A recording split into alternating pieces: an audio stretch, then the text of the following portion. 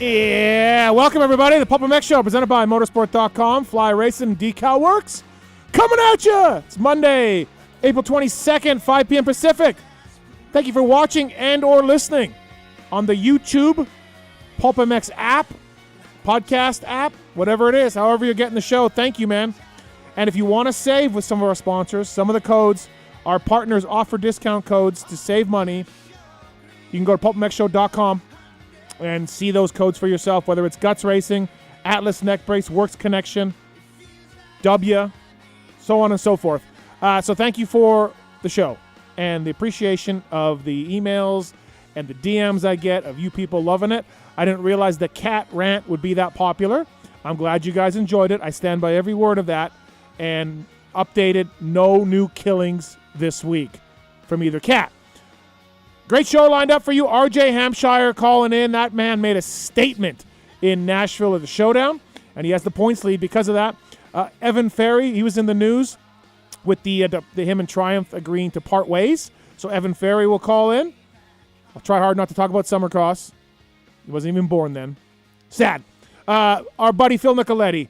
Huge announcement from our buddy Phil. He's going to hang it up at the end of this year, but he's got all summer to race and SMX, and he had a nice Nashville showdown as well. We'll talk to Phil about that race and more. And Donny Emler Jr. from FMF. You all know the brand FMF. You know the name in most cases. Him and his dad are certainly put their stamp on the industry, and we'll have Donny Jr. calling in today to talk about his son Ethan riding KJSC in Nashville, how FMF is doing, and more. So, again, thanks for listening and or watching. Appreciate it. 702-586-7857. As we do this, the Leafs trail in Game 2 of the playoffs. That's also sad. Don't forget, I talked about this on our social media channels.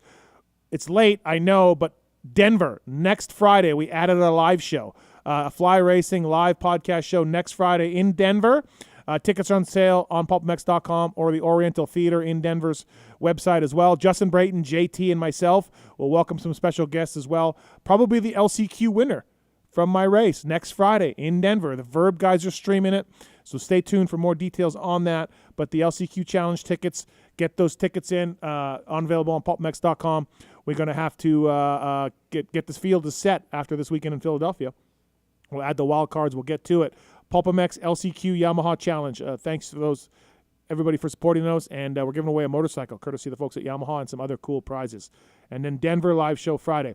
Speaking of Nashville, the 450 SX class was swept by riders using the Works Connection Pro launch start device, and we're going to give one away on the show tonight. They swept the 450 class, the podium, so that's awesome. And let's just do contest at PulpMXShow.com. Email contest at PulpMXShow.com. Just do that. We'll pick a random number from that, and you will win a Works Connection Pro Launch Start device. Thank you to Works Connection for coming on. All right, in studio, a couple of my good friends. I'm surprised they had never met before today because they're arena cross legends, been in the industry forever, but they didn't. They hadn't met until today. But first up, from 100%, he's a regional arena cross champion, two-time. And enjoying the mountain bike ride today on the Taser. Dave Ginolfi, what's up, Dave? How are you, man? Yeah, Steve, no, thanks for having me. Mountain bike ride was fun. We went poolside after that. Jeez. Yeah, a little Mexican. Yeah, Mexican food. I mean, I would say the bike ride. Good little day. Yeah, the bike ride for me was more about getting the legs tan than it was actually the suffering. Now, you hadn't been on a mountain bike ride, you told me, until the last time you were here. Yeah, about a year ago. Right. Mm-hmm. Jeez. Yeah. Hey, you're a big bicycle guy. I was at one time, and then, work, married, right. 2 kids. Sounds terrible. I was talking about the bicycle. Oh, okay. I thought you, the work, married, all of that. That voice is a 1990 125 Supercross East champion, arena cross legend, also Denny Stephenson. Welcome back, Debo. What's happening? Nice to be back 3 times in 3 months. I mean, this is great. Some kind of record. So also, you've had a little eventful time since the last time you were in. Phoenix turned out to be a little crazier than I thought. So we'll get into that later. But the 90s followed you. You know what? Chaos follows me. I've tried to avoid it. I've cleaned up my life a little bit. Fuck, it doesn't matter. It's still getting shit going. For people down. who don't know, we'll talk about it later, like I said. But you got stabbed. I got stabbed. And you're in the hospital. It was a big stabbing. Stabbed right in the gut. 5-inch serrated black knife from turns out a neighbor. I've been out in Arizona staying at my mom's, kind of helping take care of her, trying to keep things calm. Her husband's getting older and stuff. Trying to came out to help her. And what do? I put the poor woman into hysterics. It was it's crazy in the hospital for 8 days. And we'll talk more about. Did you think you were going to die? I don't know. I have a pretty big ego. I feel like I'm going to live forever. So Okay. Maybe not now. I don't know. So Dave and I have a lot of questions. I do. Yeah, I do. we talked a little bit at lunch, but I kept wanting that because I'm excited. You guys haven't really heard the story, so I wanted to share with you, but I kept having to stop. Like let's just talk about it tonight and finally get it out there. I ironically had this trip already planned, and I talked to you. I'm like, well, let's just keep it till I see you again. Yeah, and tonight's a month. It's been 4 weeks tonight. Oh, really? It was Monday at 9:30. Yeah. Damn. So. Okay. We'll get into that more later on the show. Denny Stephenson still alive. Yeah. But missing some intestines. Few inches, they say. Okay. Yeah. So if I fart past wind, I apologize. I feel like though with a nick like Debo, Debo from Friday, like you need to be stabbed, like. Yeah. Okay. Yeah. Or get the knock the fuck out. Something, but I feel like it just adds to it. Yeah. Motorsport.com, Fly Racing, Decal Works, X Brand Goggles, Michelin, Renthal, Race Tech Suspension and Engines, Acerbis, Firepower Batteries and Chains, Maxima USA, OGO Power Sports, ORW, Pro Filter, FMF, Guts Racing, Renegade Race Fuels, Atlas Neck Brace, MotorcycleIndustryJobs.com, Works Connection, Get Data, WUSA, Wiseco Piston, MTX Braking, Ethica, Troll Training, Rocky Ridge Trucks, and Factory Chassis Parts, all on board with us tonight. Again, codes to save on PulpMXShow.com. Working the cameras over there, holding things down, waiting for his Vegas Golden Knights to start Game 1 of the NHL playoffs. Travis Marks. I figured we could watch a real hockey team at some point tonight. So, these guys in blue on the team, they can fuck off. That's not looking great. Go Bruins. Wow. Am I allowed to say that? No. Oh, okay. No, you're not. And you're not a Vegas hockey fan. No. I like the Toronto Maple Leafs. You're Canadian. Yes. Do I get kicked out if I say it again? No, you do not. Go Bruins. Viral what? Taking the calls in the corner there, holding things down. Tallon Taylor. What's up, Lone Wolf? What's up, Steve? Everything good? Yeah. If the Knights played in the Sphere, would they be your team? Would they be your new favorite team? No. Still no. Wow. No. But I wish U2 was back in the Sphere. I was just going to say, what if U2 was their home band that they played every night? That'd be great. You just go see the concert and leave before the game. I would, yeah. 702-586-7857. Lots to get into. Evan Ferry, his father Tim well. And his mom. Yep. And so he broke up with Triumph this week. So crazy. Looking forward to talking to Evan about that a little bit. I'll talk more about it later, but yeah, I think it's, reading my replies on Instagram and Twitter, he's getting destroyed a little bit. So I do want to get his side of the story here on what happened as much as he can tell us, because Triumph's factory team, and you don't just walk away from those. Denny, you know that. Dave, you would have loved the opportunity to ride for a factory team. So, yeah, absolutely. So we'll talk to Evan about that. It was a dream situation, you would think. Yeah. So it's a little wild that they parted ways so early, so quickly. All right, Nashville. A lot to talk about. First up, look, the Dirtworks guys are my buddies, but that was a terrible track. It was identical to Indy, to lay out the chicane across the start, the whoops into a bowl that's not there. Everybody goes the inside line before the finish line. I mean, when the sand section in a Supercross track is the most exciting part of the track. Yeah. The layout's just not. It's not their fault. I don't know who does the track. It's a small floor. It's a small floor at Nashville. Yeah. 3 foot, 5 foot jumps. It is. The dirt was hard, slippery, right? It just, man, there's no. It begged for a bowl turn after the whoops. I mean, just begged for that. Yeah. I don't know. It's disappointing that you build a single. You build 3 singles going across the start straight in front of the mechanics area, and wasted 10 feet all the way down the center of it. That was wide enough for a lane. Mm-hmm. I've never seen that at all. So you basically separated 10 feet at the box in the center, so you could put one jump there that obviously Chase Sexton's not a fan of. We all don't have. We're not all operating at 100%. Every day, I guess. Not everyone can. Right. But, I think it was a tough one to watch at home. I mean, there's lots to talk about when it comes to the race. But as far as the race itself and the race track, you're just like, wow. It didn't provide good racing, but it did provide carnage, and carnage is chaos, and it's good entertainment. Yeah, very, very eventful night, just the racing. Yeah. We had 2 new points leaders in 250 class now. Poor Mitch Payton. I'll start with you, Dave. like he hasn't won a title since 2017. Yep. Justin Hill. Mm-hmm. It looked like it was turning around this year with Faulkner and Cam and Kitchen, and then Faulkner goes out, and then now we have McAdoo taking out Kitchen, obviously not on purpose. First rhythm lane, shit happens. Drifting over into Kitchen. They both go down. Mac DNFs. His shoulders, I mean, you got to figure, even if his shoulder isn't ruined, he's too far back now to try to catch those guys. And Kitchen, 2 points back. Anybody's title, but he's dealing with injuries. I'm sure Mitch Payton was just like, WTF. Oh, I'm sure. I mean, when you think about how good Faulkner was at that first one too, and then he goes out shortly into the series. Mitch is probably like, what the F. But then Cam steps up to the plate, gets the red plate, looks really good all year. Looks really good. Solid. Yep. Great dude. I mean, who doesn't want Cam to win this title? Right. He's such a good dude.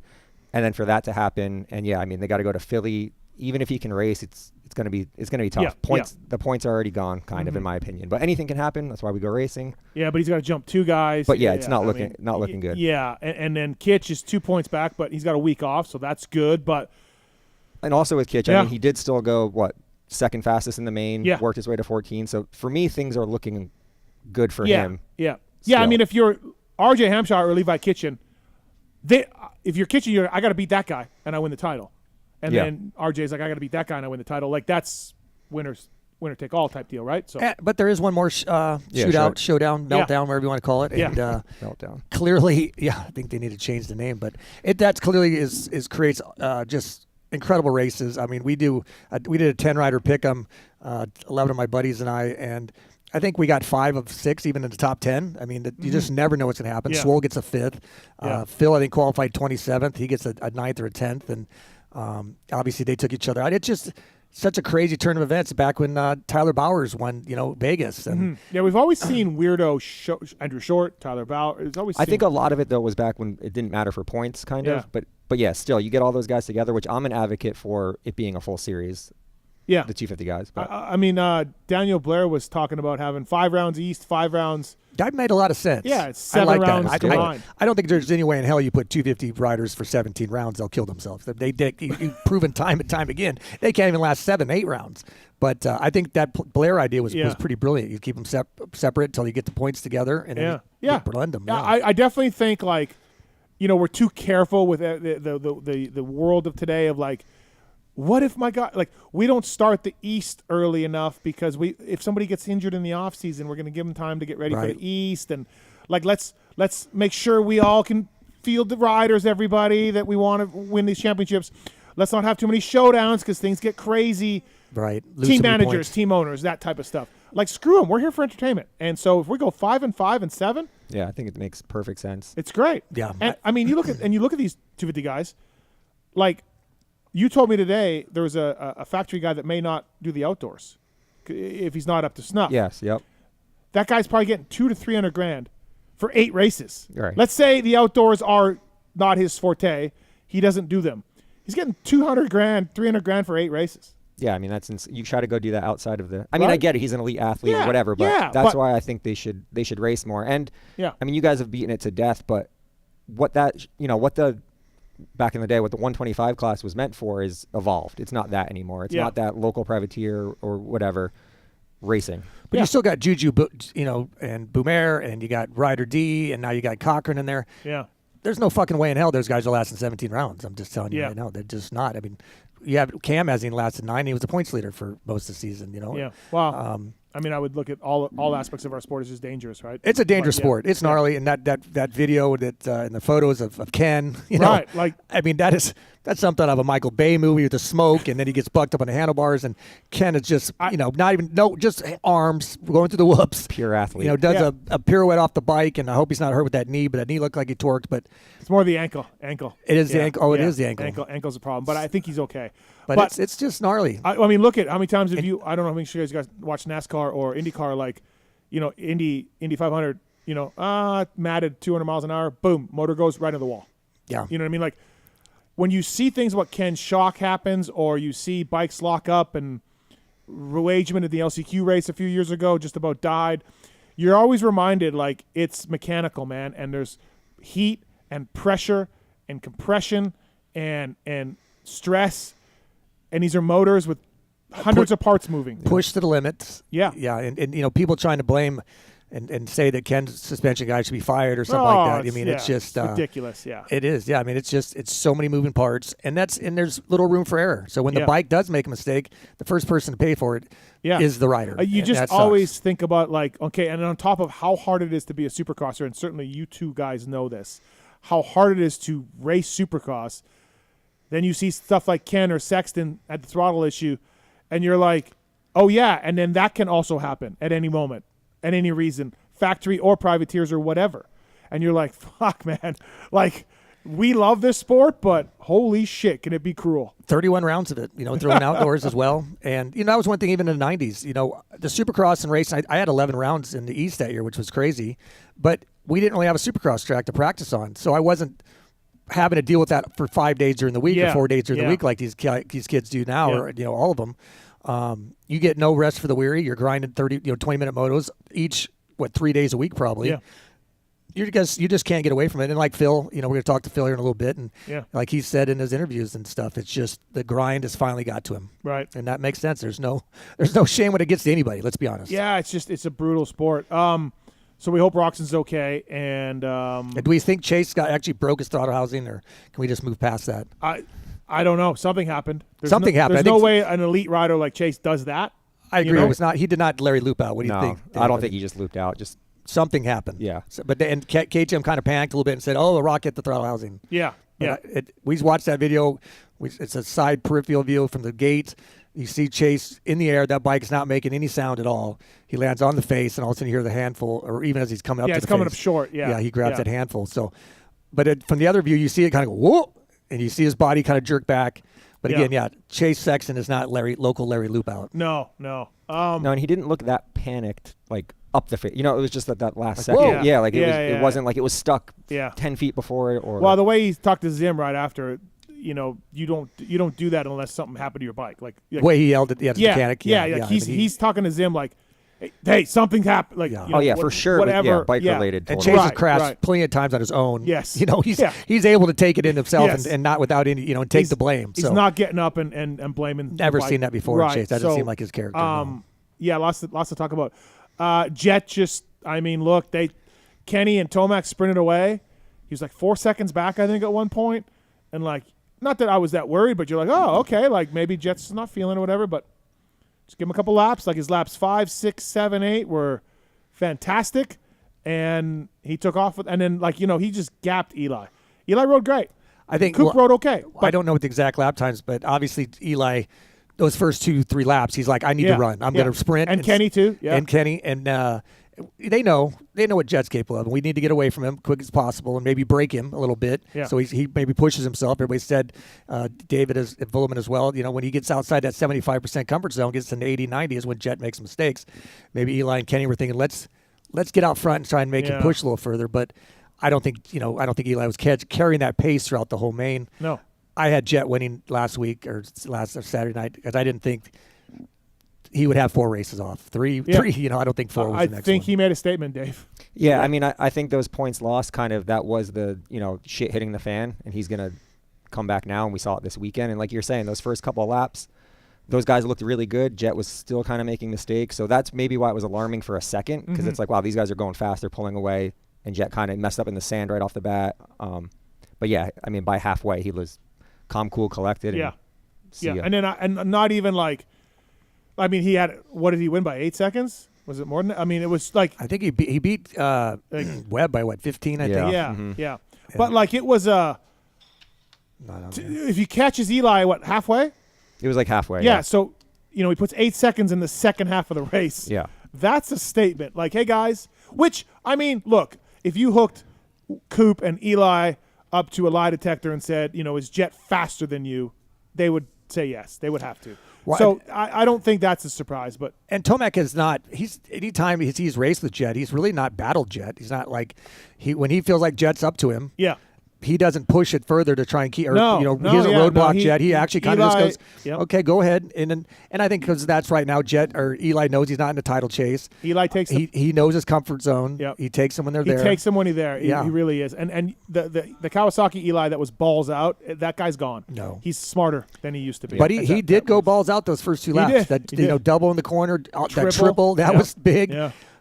Do we think Kenny could have passed Eli and taken off and led for a while before Jet got to him, or had they both kind of settled in at that point? I think Kenny's second half, Jet gets him, even if Kenny pulls out a little bit. Right. Yeah, but I do think that Kenny gets Tomac. You do? I do. Yeah. But Kenny's had some, bad second halves as well, I guess. But it seemed like Jet or Eli decided I'm winded. Yeah. I'm going to change my lines to back what I was doing. Any surprise from either one of you that, and not from me, but that Tomac didn't let Coop by or anything for points? It did come across our text thread, and they said well, ask Joey how that goes. Yeah, no. Yeah, no, it's not even a thought in it. That doesn't register in his I'm brain. with you. Yeah. That's not even and if Coker goes out there and puts it on a pit board, Eli perhaps ghost rides his bike into Coker. He might just drive up and just lean the bike and drive off back to Durango. We just need Lewis to ask him. The next time he gets the chance. Absolutely, Lewis. This isn't 90s Suzuki days. Lewis this looked deep into his soul. We're not trying to get Guy Cooper a 125 outdoor title. And then even in 90 in Supercross, they had asked me Buell was trying to get second in points, and if Buell was around me, I needed to let him by, and I told him it was Ron Eben, the boss, my boss and a friend now today. I was like, you're fucking nuts. Yeah. Let him by for second place in points. Who gives a shit? Yeah. Nobody. You're going to pay me my rapid $2,500 bonus here. Yeah. God, when you read old Cycle News and you look at LaRocco and Larry, how much they helped Guy. Oh, it was unbelievable. And it was openly, I'm letting Guy by. Washougal, Larry made it a point because obviously that's his home race. And I remember we had orders. Yeah, if Guy gets around you, just let him, or near you, let him by. And I think LaRocco at least tried to be a little up Horsepower Hill one time. And then Larry, I think that big left-hander after the finish up by the fence, he just kind of went. Right. Like, I'm not gonna let anyone think that I actually got beat by him. But. Yeah. Hey, by the way, Dave Ginolfi, the great Dave Ginolfi, brought to you by the folks at OGO Power Sports. Are you an OGO guy? I am. I mean, who isn't? I mean, it's basically. You bring your goggles in a 9800 every week? Yeah, 3. I bring a bunch of bags. You check 3 bags. Yeah, and then week. I have to carry a 4th. Yeah. Are you serious? That's serious. He said 50 goggles he built. Yeah, but 50 goggles fits in. Then there's film systems I bring. Like dude, with this weather this year. Can you leave something on the truck? You can, but that's not me. Okay, OGO Power Sports, Dave Ginolfi checking 3 9800s every single weekend. Wow. How do you even carry them all? Double stacks. Oh, yeah, like a semi or like the truck. That's how Cody Gilmer drives those type of semis. Yeah. So thanks to the folks at OGO Power Sports. Pulp 15 is a code to save with OGO. Great backpacks as well. I travel with an OGO layover bag and during the week, and then a backpack with a laptop zipper and everything else. And, a lot of pockets on those things. Pulp 15 is a code to save. OGO Power Sports. Great company, and they support a lot of racers, and including Dave Ginolfi at 100%. Zools. So, looking forward to the X-Brand Goggle tear-offs tonight, too. X-Brand Goggles, Choice of Champions everywhere. Let's rip them off. Let's do it. Also, Race Tech Rant coming up, and the motorsport.com tweet at Tallon as well. We do have some phone calls here. RJ Hampshire coming up on the show. Devin's got some thoughts on Roxon Shock. What's up, Devin? Hey, man. Funny enough, my last name's Stephenson, too. I don't know about Denny. We have any relationship. But anyway, B or PH? I know you were a mechanic, man. What would be your position, or how would you feel if you were Roxon's mechanic after this weekend? Well, if I was Roxon's mechanic, you feel fine because that has nothing to do with him. That was a suspension guy. Matt at Active Ride does the suspension for the team, but it's not Matt's fault either. That shock had 3 hours on it. And that's what I figured, man. The body broke. I mean, Showa is very interested in trying to find out what happened. Like, it was not Matt did you see the picture where the C-clip was like, that was wild. Yeah, but that's like people are saying, oh, look, the C-clip, the shock blew up. It's like saying this when the space shuttle blows up, look, it's the wing. The wing, no, the whole thing blew up. It's shit's flying everywhere. It's a time bomb, yeah. So it wasn't a C-clip problem. It wasn't an installation problem. It was something with the shock, Showa, and they're looking at it, and that was weird. Have you guys either one of you ever seen that? I had a shock blow when I was at Suzuki back in 91 on 250. My dad was reminding me of the story, and it had blown. It was leaking oil, And I guess we had some issues that year testing, and there was a little skinny Showa guy, Japanese guy, who was over there, and my dad and Mike LaRocco Sr. were berating this young man, and Tosh from the head of Suzuki came over and wanted to know what was going on. They explained what happened to him, and the young man from Showa was no longer with the company next week. So I mean, it happens, I guess, and he got blamed for it because it was more insides weren't working, something didn't work inside. Like that. I'm not a mechanical genius in the least. So. I had a KX80 bladder blowout just like that. I was way too big to ride an 80, and we blew the shock up, and my dad was like, well, I guess you're on 125s now. Like, it was literally just, I was too big. Size, yeah. But yeah, I've never seen that, Devin, and not the shock guy, the suspension guy's fault at all. It was incredible. It made for awesome TV. Yeah, like we said. Thanks for taking my call, thanks, Devin. Long-time listener. Thank you, man. We talked in our review show, like, what would it be like to go through a set of whoops with no dampening? Well, there you go. Yeah, the side view when it just collapsed, when it goes all the way through, and that's when his legs come off. Yeah, I was like, holy cow. But was there oil on the sides too, like making it extra slippery, did it seem? Or no? I mean, I'm sure there was oil everywhere. I don't know, I wonder. Yeah. That photo when they showed the clip out, it's like it's spraying something coming out. It's like steam or smoke or something. It's oil's hitting the exhaust pipe and everything, right? It's just blowing up. Someone on Twitter had asked, well, how did Ricky realize what it was so quickly? What? Was the landing and the smoke not enough? All right, we got Gage on 3. What's up, Gage? Hey, what's up, guys? I kind of on the same thing. I haven't heard or seen anyone really talking about. That was kind of a booter out of that corner when Ketty's shock blew. That thing was kind of a booter. And I knew instantly. I thought instantly it was a shock, and hell of a ride too, riding that thing out the way he did till the end. That was impressive. Yeah, that was probably the most impressive part. Was Kenny actually stayed on it quite a long time. Yeah. And then I also my dad and I, we're from Salt Lake, and we've been coming to every race. I was seeing if I could get my old man in, kind of surprise him, see if I can get him to get in with Phil when you guys have him on the phone later, get a little picture, flipping it off, doing whatever. Yeah, I'm sure Phil will be down for that. He's a man of the people. Yeah. All right, cool. I won't be able to call. I'm working right now, but I'll definitely be listening. Okay. Thanks, man. Thank you. Thank you. Thanks. All right. Yeah, Phil will do it. Yeah, when I said when Phil retires, he can ride off in the sunset with middle fingers in the air. Mm-hmm. That is Phil. Yeah, absolutely. All right. Denny Stephenson, by the way, the Supercross champ from back in the day, brought to you by the folks at the Cherubies. You raced with Tallon Voland many times. I did. And now he's at a Cherubies. And thanks to the folks at a Cherubies Plastic, at a Cherubies USA on social media. They have a new 3D design on their website where you can look at your bike, your model, what color plastic you want, how it's going to look, and all of that, shop it, and all of that. So thanks to the folks at a Cherubies. Check out their new website tool on there. That's a lot of fun. At a Cherubies USA, we'll bring you Denny Stephenson here, and we thank those guys as well for bringing us Denny, and hashtag don't get stabbed. Don't get stabbed, hashtag. Lots more to talk about. So, Tom Vial, points lead. 13 over Hayden Deegan. What do we think? 2 races to go. I mean, 2-time world champ. They're both 100% riders. They are. So, yeah, I mean, I'm excited to see. I think Tom is cold as ice when it comes down to it. I don't think much is going to phase him. He's pretty locked in. So 13 points is, a good amount. But like Denny said, I mean, we have a meltdown coming up at Salt Lake. So we have another meltdown. Yeah. But I like Tom's. I don't think Tom wins either of the next 2, but he's a great starter, as we've seen. So he keeps himself out of trouble. And even if Hayden wins, 13 is a nice gap to have. And he's won 2 races this year. He was fastest qualifier this weekend. He's not just like lucking into this thing. But people tend to forget, before he started winning those world titles, he was known for big crashes over in Europe. Those MX2 classes, there was a couple times where he just yard sailed, catches foot pegs, big crashes.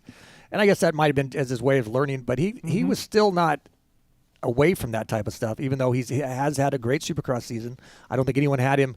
We were just watching the race just a little bit ago, pre-racing it, or again from Nashville, and he wasn't even mentioned. They talked about Hayden and the 2 Cowie guys and RJ. Yeah, and RJ, and didn't even mention Tom, and now he's got the red plate. With a 13-point gap. With a 13-point gap. So even if Hayden wins Philly, Tom's third, that makes up, 5 points, and now it's 8 points. Mm-hmm. going into Salt Lake, 8 points isn't a tremendous tremendous amount of points. He could still, Hayden would have to win and hope that Tom ends up fifth or something like that. So yeah. And if it depends on who's healthy by the time Salt Lake comes out too. No, well, yeah, I'm with you. Look, it's his second year. Last year his best Supercross race was the opener, where he led a lap or two and then got the whole shot and all that, and then kind of never really impressed that much. So I'm impressed with Tom Vial's learning curve here. That's great. Yeah, and I think, I watch him closely because he's one of our guys, but he was good in SMX. He just had some bad luck. I think one was a shifter, but he was kind of in the mix in SMX too, which I thought he was going to do well this year, so I'm happy to see it is paid off. Yeah. But let's be real. There's no coincidence that there's 9 fucking whoops this year. Everybody's jumping through them. No one's blitzing them. And look who the top 2 guys are right now. Husky and KTM, both riders are not known for very strong blitzing capabilities. RJ's a great jumper. RJ's fine. He's I think he's a better jumper. And I think Tom is definitely obviously a better jumper. Yeah, there's no doubt. I'm not going to take him RJ. RJ's earning where he's at, and so is Tom. But I think the 9 whoops has definitely brought in stuff. I mean, Eli's obviously addressed it. Yep. When you're blitzing 15 whoops the size of pickup trucks or Volkswagen Bugs, it's a different field than when you got 9 and you can go 3-3-3 and out. Yep.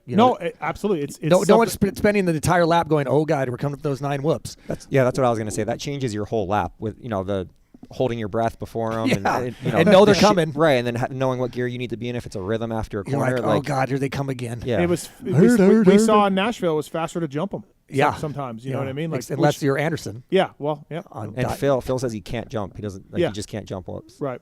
I knew I liked Renegade Race Fuels have won titles with Will Hahn and Justin Brayton. PulpMX 24, they deliver right to your door. That's a big thing for these guys for 2024. They'll take the gas, they'll deliver it right to your door. That's a big thing. PulpMX 24 code to save, and they're excited to be the race gas company to do this. Go to renegaderacefuel.com, select the products you want, enter the PulpMX promo code, and within a few days, you'll have the world's best race fuel at your door. Cleanest, coolest, the most consistent race fuel out there. Chris Kiefer's tested the SX4 and the MX4 from the Renegade Race Fuels. Really likes them, so thanks to the folks at Renegade. Use the code to save.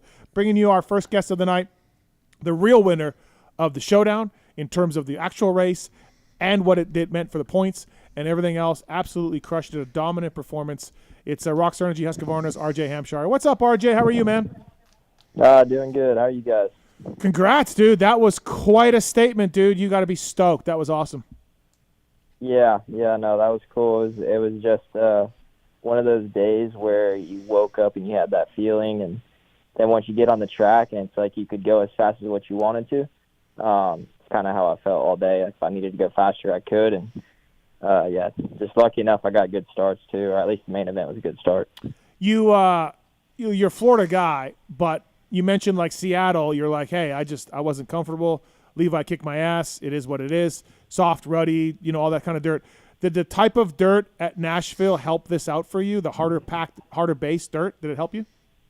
Yeah, I mean, the 3 rounds that I've won have been more of a hard pack kind of track, but also, I've seen a lot of hate about the track this weekend, which I do get, but it was also a track that you could like push on, or like you just had different options or different lines and stuff like that, where I feel like those ruddy tracks that we've had and a lot of the races have been, you're almost just out there kind of riding and like trying to survive, really. At least kind of how I felt. It's like I couldn't really push if I wanted to. Right. But yeah, no, for some reason I gelled really well with it. Didn't really have any moments, which is surprising, and stuck through for the whole night. Yeah. Speaking of which, you came from 6th the first in your heat race. I mean, you're one of the few guys who make up really good solid ground, make some good passes. Where on the track did you feel was your biggest benefit where you could make up more time? Did you could push, like you're saying, you felt you could push further. Where on the track could you push more that you probably wouldn't normally used to? I mean, for the heat race, I wasn't even hitting that 3-3 after the whoops. So it was more just kind of the whoops for some reason. I was jumping them faster than those guys. And then the sand too, like heat race, I was crushing the sand, and then kind of swapped for me in the main event. I was probably losing half a second in the sand just because it was so unpredictable. And I knew I could make it up in the whoops, and if I got that 3-3 after it. So really my laps were like, look, focus on the whoops, hit that 3-3, and then kind of get through the sand. What was the line? I don't know. Like I said, I just kind of could go as fast as I needed to go and wanted to go.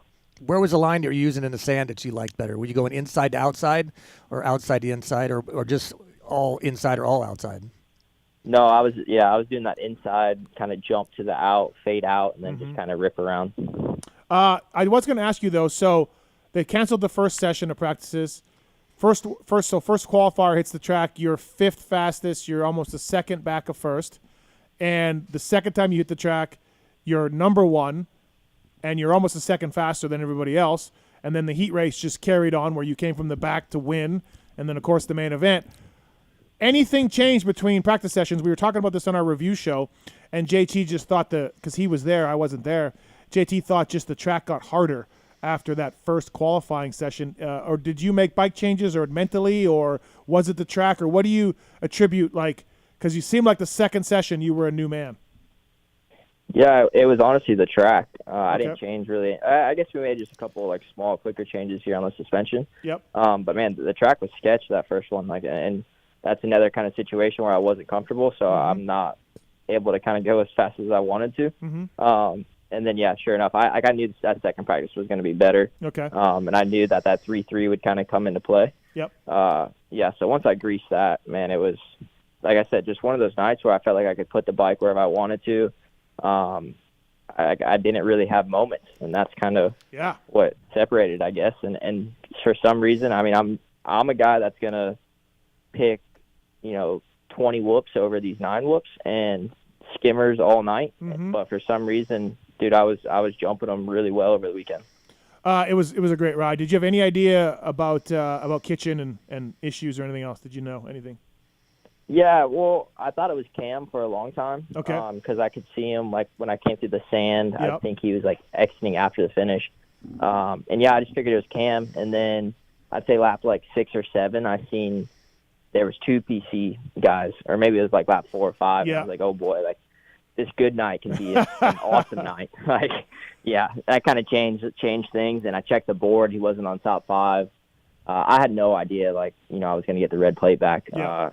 Kind of just my mentality was, look, I got to win no matter what. So it didn't really matter. And, we were talking earlier in the show, if you're Levi or yourself, your mission's clear. Obviously, being 2 up is better than being 2 down, but I just got to beat that guy. 2 races to go. I beat that guy and I'm champion. And Levi's like, if I beat that guy, I'm champion. So, here we go. This is going to be great. Yeah, no, man, it's going to be good. And I wish it was with someone else that I didn't like or that wasn't cool, because then it would probably be even more exciting. But it's man, I'm gonna have to battle a dude that I have a lot of respect for, and we would go fishing tomorrow, if it wasn't for this kind of championship thing. So it's still gonna be interesting as hell. I get do the championship. Yep. I mean, you can talk about it. It's my year 8 or year 9, and I'm just now in this situation, so it probably only comes once in a lifetime. So you're willing to do whatever it takes to get that. Yep. RJ Hampshire here on the show, brought to you by the folks at Renegade Race Fuels. PulpMX 24 is the code to save. And when you talk about harder base tracks, RJ, Denver in a couple of weeks, we saw what it's like. This you might be feeling very comfy on the bike Denver again. and Salt Lake. Yeah, Salt Lake is hard. Yeah, two tracks that I like a lot. But also I said I was going to win St. Louis, and I got smoked there. So kind of not looking at it too far into that, but I did win Denver last year. My bike runs really well at that elevation, which is another huge thing, that 250 class. But yeah, I just kind of carry it on. I'm just glad we don't have another 6-week break before our next race. We have 1 weekend off. Yeah. But man, I lost a lot during that 6 weeks. It was almost like you went on vacation, but you couldn't, so you still had to try to stay intact. And you guys seen, I came back in those 2 races, it was a wash. Man, I was so bummed on that. Yeah. Are your weeks, your 6 weeks off, are you still doing the same thing during the week as you are during the week if you got 6 races on? Yeah, but the thing is I kind of fell into the other guys' program that were still racing on the weekends. So I was only riding 3 days a week, and I wasn't taking it easy, but also I wasn't out there balls out intensity. Right. And then I had a big crash before Daytona. It's just crazy crash. banged me up a little bit there. I was like, okay, whatever. You know, took 4 days off or whatever because that's how my weekends were. And then I crashed again the Tuesday before Seattle. I landed off a triple and something happened with my front wheel. Tire popped and ate it again. So that was leading into Seattle. So I was coming in like, dang it, you know, this 6 weeks, it was good, but it could have been much better. And then I showed up and just got smoked. Like one of those ones that really kind of you were thinking about. So I was like, all right, I gotta back this up and get it back going in St. Louis. And I was fast in St. Louis, but still just got dominated. So really had to get my intensity back in the 2 weeks I did have off. Does look you've won? This is I think it's your fourth win in your career. Fifth, I think. Fifth win. Does it mean more that it's a showdown, or like is it feelings the same that you won? You won. Like, look, you get all the money. It goes on your record. I get it. But is it the fact that it's a showdown more cooler? Yeah, definitely. Yeah. I mean, for sure, my first one of that. And it's also like, I mean, you hear so much about Deegs and all those guys. Like, of course, you want to beat him. Mm-hmm. And yeah, just kind of put a little bit of exclamation point on it. Everybody's gonna have something to say. But, man, I just had that feeling. I feel like I've had that feeling a while, but I haven't been able to execute it on the weekends. And just to do it with, both coasts there. Mm-hmm. And like I said, I could go as fast as I needed to go. Like, I feel like I had a lot more than what I had for that main event, which, that hasn't happened before in my career. Yeah, I think Clinton Fowler had posted something, and we went fast, that you and Jordan Smith had struggled in the East-West races. And I think you had maybe one top five coming into Saturday night. Is that correct? I don't know if you probably keep track of that. Obviously, maybe not. But yeah, then on just showdowns. Showdowns, yeah, showdowns. Just showdowns. Well, yeah, you can't count New York last year whenever I was 15 feet from a podium. That was one of the best passes ever. I want to just let you know that was our attempts. Yeah, that was fantastic. Attempt. So yeah, that would have been for third, and then I got a second in what was it? Salt Lake. So that was East-West. No, I've gotten a couple, I think, maybe at Vegas. So, all right. Well, we'll just play. I don't know, but I definitely haven't won one. Right. Hey, RJ, are you locked in on Supercross right now, or have you sprinkled some outdoor riding in at all, or what's the program looking like? Yeah, actually, I rode some outdoors today. I went to California during that 2-weekend break we had. I tested a little bit outdoors, came back to Florida, rode another whole week of outdoors. So I've actually been on it quite a bit. Do you think that had anything what's that? Do you think that had anything to do with your, the little mental change and heading into Nashville with a little outdoor on your belt? Did I think that helped at all? I mean, man, I think it helps Supercross a lot just because of how fast you're going outdoors. Like, you get back on a Supercross track and you feel like you need that speed back. So, yeah, like, I know Levi rode quite a bit of outdoors during that 6-week break that we had after Glendale, and I literally rode 1 day, I think, of outdoors. So interesting. That helped him a lot. Yeah, it helped him a lot, and I was like, man, look, I want to get ready for outdoors anyways, and I just have a 15-point gap now. Like, yeah, it's still possible, but I need to really kind of get going on outdoors also. So, and for the record, you're doing 250 outdoors for the record. Yeah. I'm on 250. Yeah, someone had said, I think he's doing 450s. I'm like, no, because Christian's coming back. Christian's back riding. You got Malcolm, and, like, you can win the title. So didn't make a lot of sense to me that you wouldn't do 250s. Yeah, man, it's honestly, so I was on Darkside's podcast last week. Oh, boy. Not familiar. Not familiar.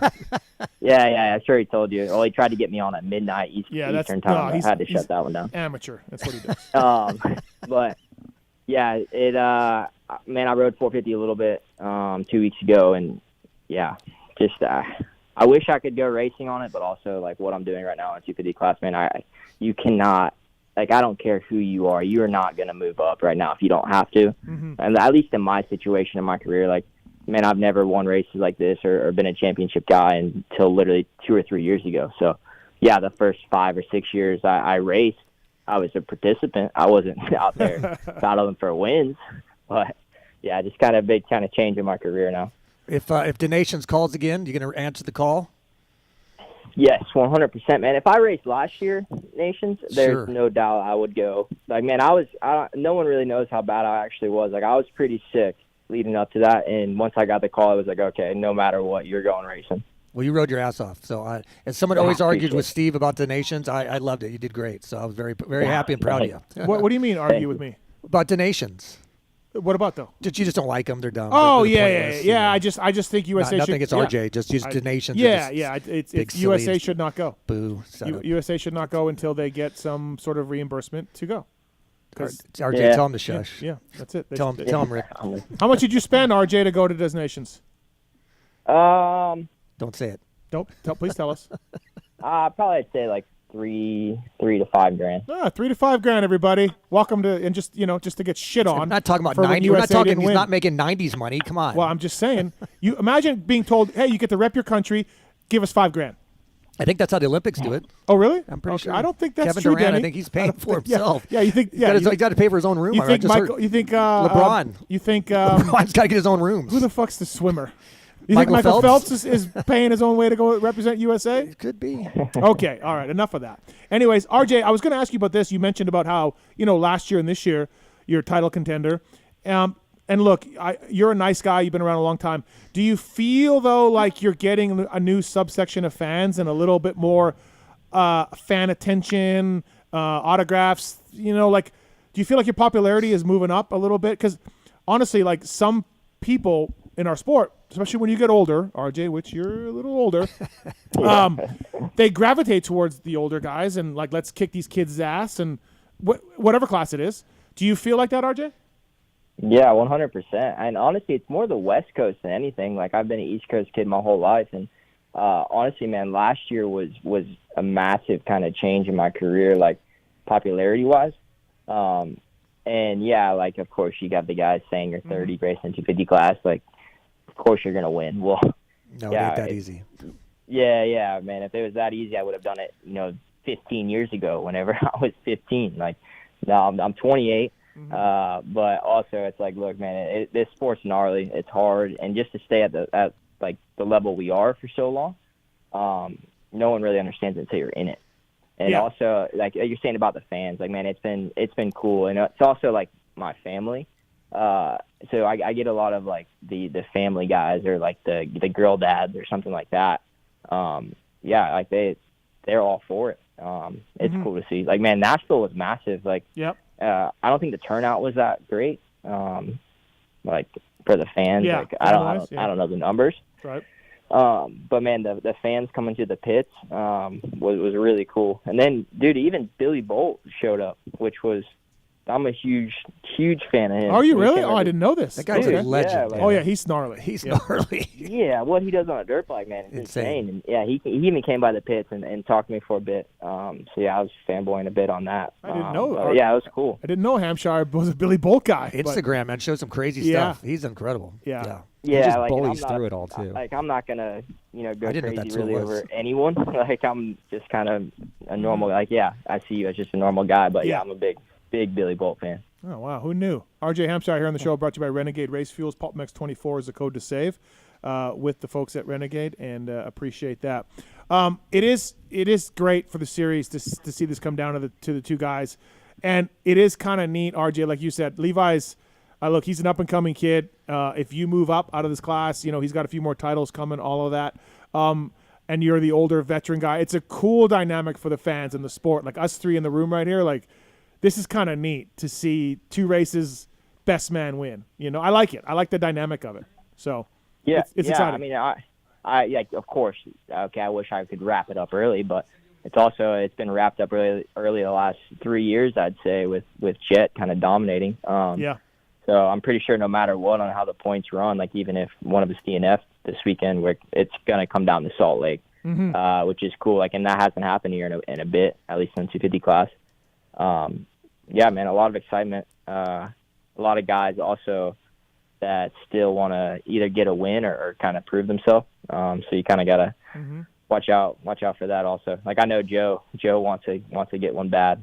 Same with Smitty. Like I know he wants to get another one. So it'll be interesting. It's odd to see Shimoda late in the year out of title contention riding so well. Yeah.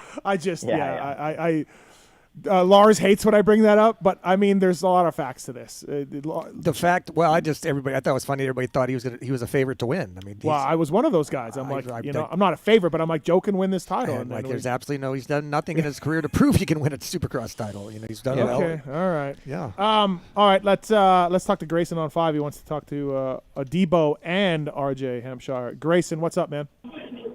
Hey, boys. What's going through your head whenever one of those malfunctions happens? Are you blaming yourself at first, and then you realize that it wasn't your fault, and then you're feeling good about it? I was just wondering what you think. Like a Sexton thing or whatever? Either way, I was mostly thinking about Kenny with the shock. The shock. So, is that Dave? You ever had that happen to you? No, I haven't. Yeah, Denny. Not a shock. I remember one time at Steel City. But anything I had where your bike locked up and just. We were practicing. I think we had Friday practices at Nationals back in the '90s, and Steel City had those rollers coming up the hill, parallel to the start, and I was just coming up the hill, and all of a sudden my bike just died.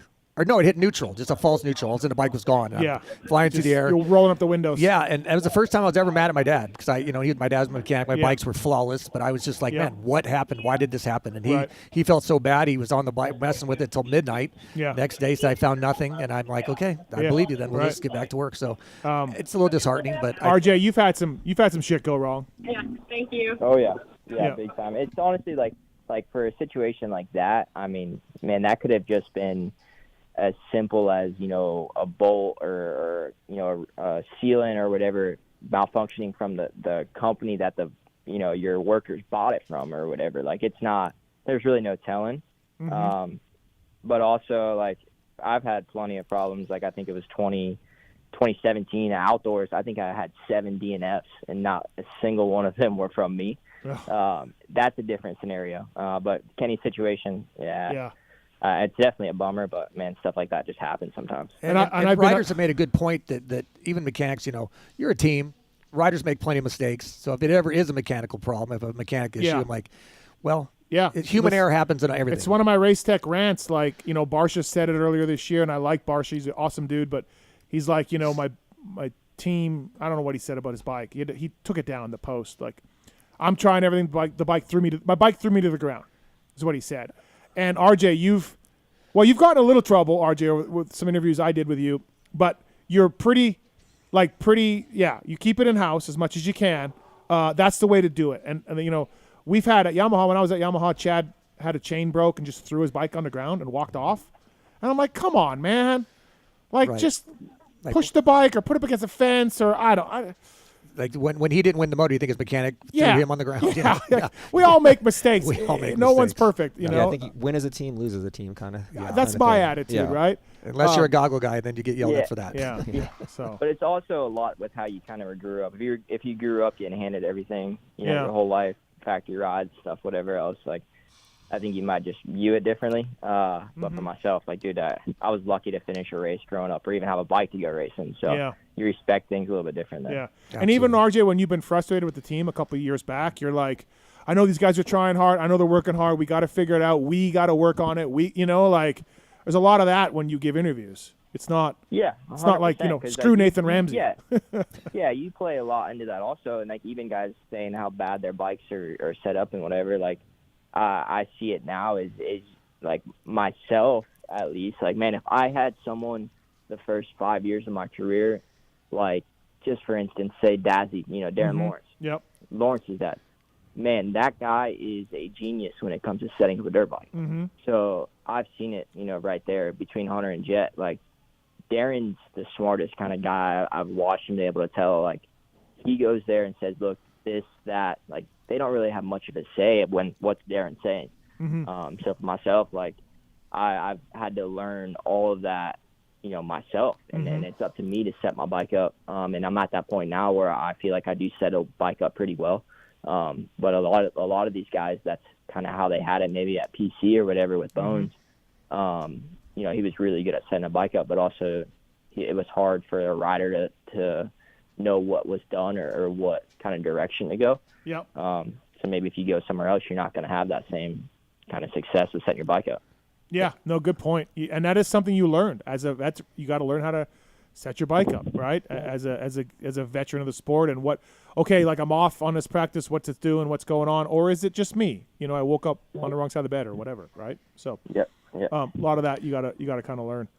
How is it having Nate Dogg as your team manager? You've had a few over the years, and I've known Nathan for 30 plus years. And if you ever need any good stories, dirt you want on him, let me know.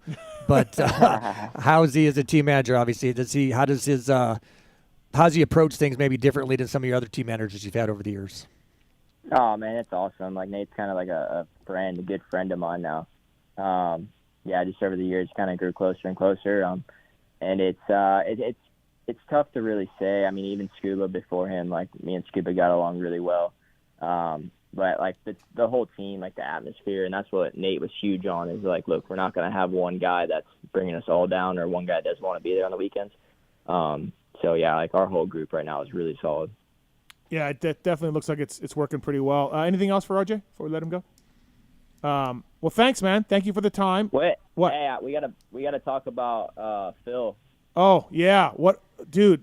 You got into it with him again? Like, God. No, dude, St. Louis, man, and I was waiting for a phone call or something. Dude, he was chewing me out like a little kid. Yeah. He said how mad he was again. What happened? Man. I missed all this. Yeah, I missed it too. No, so I don't even know what happened. Honestly. He said you took him too high in the race. In the race, yeah. Hey, so I just got fourth, first main event in St. Louis. I got a fourth, so I'm stoked, like really happy. Down there on the line waiting for the second main, and Phil comes walking up, and I think he's joking with me, and dude just starts yelling at me, and I'm laughing, like thinking he's joking, and then it turns very serious really fast, and I'm like, oh no, like dude, what happened? He's like, you know what happened right before the finish, first lap. Yeah. And I had no idea, and I'm like, dude, like, did you fall? He said, no, I saved it. I'm like, dude, all right. Well, I clearly didn't mean to do it. Like, whatever. And so I have Marchbank sitting right behind Phil, who's dying laughing. And then I have Shimoda to the left of me. Can't even look over here because he's laughing so hard.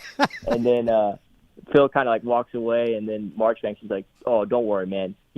He yelled at me for revving my bike too loud at him at Anaheim. He's the old man. He's the old man of it. Well, he came on the show Monday and said, I fucking told RJ, like, I know I'm not in his class, and I'm not going to make it hard for him to pass me. Him and Jordan and these other guys, I don't care. Like, I'm going to give it to him, which he did this weekend again. And he said he gave you room, and you took him super high, and he was like a teeter-totter, and he almost fell. Yeah. That's what he said. I swear, like, man, I had no idea what he was talking about. I don't even remember seeing him on the track, let alone him. Well, hey, can you way to not rub it in? Did you talk to Cochran about his Phil incident this weekend? No, I haven't. Oh yeah, we're gonna talk to Phil about it later here. But yeah, he apparently went nuclear on Cochran, who didn't pick his gate fast enough for him. So, wow, good stuff. He's the old man of the class. He's living up to the title. He's a grouchy neighbor that lives across the street. Yelled at the neighbor kids. Complains about the noise. Doesn't do anything for Halloween. That's why I don't think he's as tough as he wants to pretend to be. Because someone that tough doesn't complain about all these little things all the time. Well, how old are you now? Yeah, I'm 41. Yeah. So you're already past that stage of grumpiness, then, probably, right? Yeah. I don't know. It comes back in around your 53. I enjoy everything. Yeah, RJ, he told us the whole story on that Monday, and then he said, "We're good. I thought we were good," and then he did that, and I'm just like, oh boy. So we talked over the weekend, but yeah, okay. Man, the bad thing was I really didn't know what I did, and he was set like. I'm like, all right, so I'm sorry. Like, I didn't mean to run you high if I did. Yeah, I know. And like you said, did you fall? No. Well, then what's the problem? Let's move on, buddy. Yeah, dude. Well, listen, it's his last year. You only got to deal with the guy for 2 more races because then he's going 450 motocross. So. Yeah, thank God. Thanks, RJ. Thank you for the time as always. Good job this weekend. That was quite a fucking statement by you. So awesome. Nice to have you on. Thank you for the time. Yeah, appreciate it. Thanks, guys. Good job, RJ. All right. That's RJ Hampshire, everybody. Brought to you by Renegade Race Fuels. That's funny. That's exactly what we did to Mike Jones that year at Cotton Bowl in 90. Yeah. And then he tried killing me at Pontiac, and I never knew exactly. And you were like, what are you trying to do? And someone just posted a race the other day, the Dallas race, and I did. I went into him like a corner, carried him high, and he tipped over and fell. I had no idea that happened. Don't remember even seeing him on the track. And then we saw the attempted murder at Pontiac 14 times. And then the next time he's trying to kill me the next week, and I asked him, what brought this all upon? Yeah. You knocked me down at the Cotton Bowl last week or whatever. And, okay. Yeah. So, but yeah, that's funny when you're moving forward like RJ is, sometimes you don't really notice what's going on around you. I want to thank the guys at Verb Moto. I don't know what for, but they made me race the Mesquite World Mini a couple weeks ago. What was that all about? I don't know. You look like you had some tough competition with those did. 5-year-olds. I got them covered, though. Thanks to the guys at Verb Moto. They're giving away a Yamaha Wolverine, 1,000, which is 1,000 UTV side-by-side, and not one but two TTR 110s as well, and giving away $20,000 in cold hard cash. How does it work? All you got to do is shopverb.com, buy some merch, and you're entered for a chance to win it all. PulpMX code saves, all caps. PulpMX saves 10% on that. Shopverb.com. I love the point stuff. or the fact that Kiefer tried calling you out on Twitter or whatever about your lap times or something, and you come back, well, I didn't even wear a transponder, asshole, and he's like, no, we were lap timing you up in his tower or something. Yeah, this is what I get with these jerk-offs, they really go the extra mile to give you shit, don't they? It sucks, man. It sucks. Thanks to Ethica, PulpMX 20 code at Ethica, Ethica.com. Please check it out. Since the inception of the brand, Ethica and his team have been determined to live life, innovate, and work hard while staying true to the biggest asset, which is the family. Quality products, premium brand experience, Ethica. So this is underwear, men's, women's, kids stuff, hoodies, socks. Love the socks and hoodies. It's fantastic. I didn't realize Mitchell Bailey was such a huge part of that. Oh, I didn't know either. Yes, him and Malcolm. Malcolm was more the figurehead, but Mitchell was, I guess, been right there along the way. Oh, I did not know that. So thanks to the folks at Ethica, Ethica.com. PulpMX20 is the code to save with Ethica. Again, the codes are listed on PulpMX.com. I want to thank RJ Hampshire, Dave Ginolfi, Denny Stephenson here in studio. Renthal as well. Thank you to the folks at Renthal, whether it's Factory Honda, Factory KTM, Monster Energy Kawasaki, Renthal.com, sprockets and bars, 7/8 bar, twin wall bar, fat bar. Were you a twin wall guy or were you a 7/8 guy, Dave? I went back and forth depending on just the look of it, just the aesthetics. But were you a crossbar or non-crossbar guy? That's what I'm talking about. Okay. Yeah, just depending what I was into that year. Okay. I'll tell you what, the no crossbar bar, if you're like older, slow vet guy, I swear it helps with arm pump. It's better because it's a little more flex. Yeah. Not as rigid, for sure. Yes. I feel like when I ride with a twin wall, I'm like, arms, because I don't ride enough. Yeah, if I'm Chris Kiefer, you can ride whatever. But I like the fat bar better, but I like the look of the crossbar. I'm with you. And that's a Mitch thing, right? For the longest time, Mitch would not let their guys. Yeah, because that's a freestyle bar. Yeah, I heard him say. Right? Yeah. But now he has. Now he lets the guys run. Somebody had it last year out of the blue, and then one other rider said, "Hey, he's got it." Yeah. And then it's you open the dam at that point. Yeah, that's crazy. For years, Mitch was like, "Nope, handlebars are meant to have crossbars." That's insane. I never knew that, and I obviously known Mitch for years, and it sounds just like Mitch. Some say those are fucking freestyle bars. You got to have a crossbar. Yeah, that's insane. exactly it. So thanks to the folks at Renthal for coming on board the show. Chains, sprockets, bars, all of that available. Renthal's bringing you our next guest. This gentleman certainly made the news. It was was it Saturday news dump from Triumph? I think it was a Saturday press morning before the race, of the race. They've announced Triumph and Evan Ferry parted ways. And so we have Evan on the phone right now, brought to you by the folks at Renthal. What's up? What's up, guys? What's up? How are you, buddy? Doing pretty good. How are you guys doing? We're good, man. Hey, rode a Cowie 450 the other day, huh? Yeah. Actually, took my dad's 450 out on Saturday around a little amateur supercross track, and then went to Monster Mountain today and rode it. It was I had a really good time, honestly.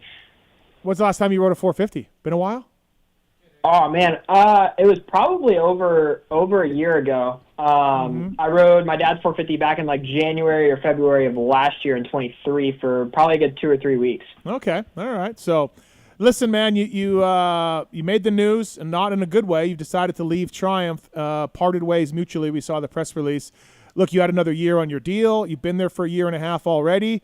This is a factory team. Jalik's doing okay on it. So, like, you can understand there's a lot of fans of the sport being like, WTF, what led you and Triumph to sort of break up here? This had to have been a hard decision. Give it to us from your side of things on Evie, Timmy, yourself, obviously, and what made you guys want to make this think? What made you guys think this was the best option?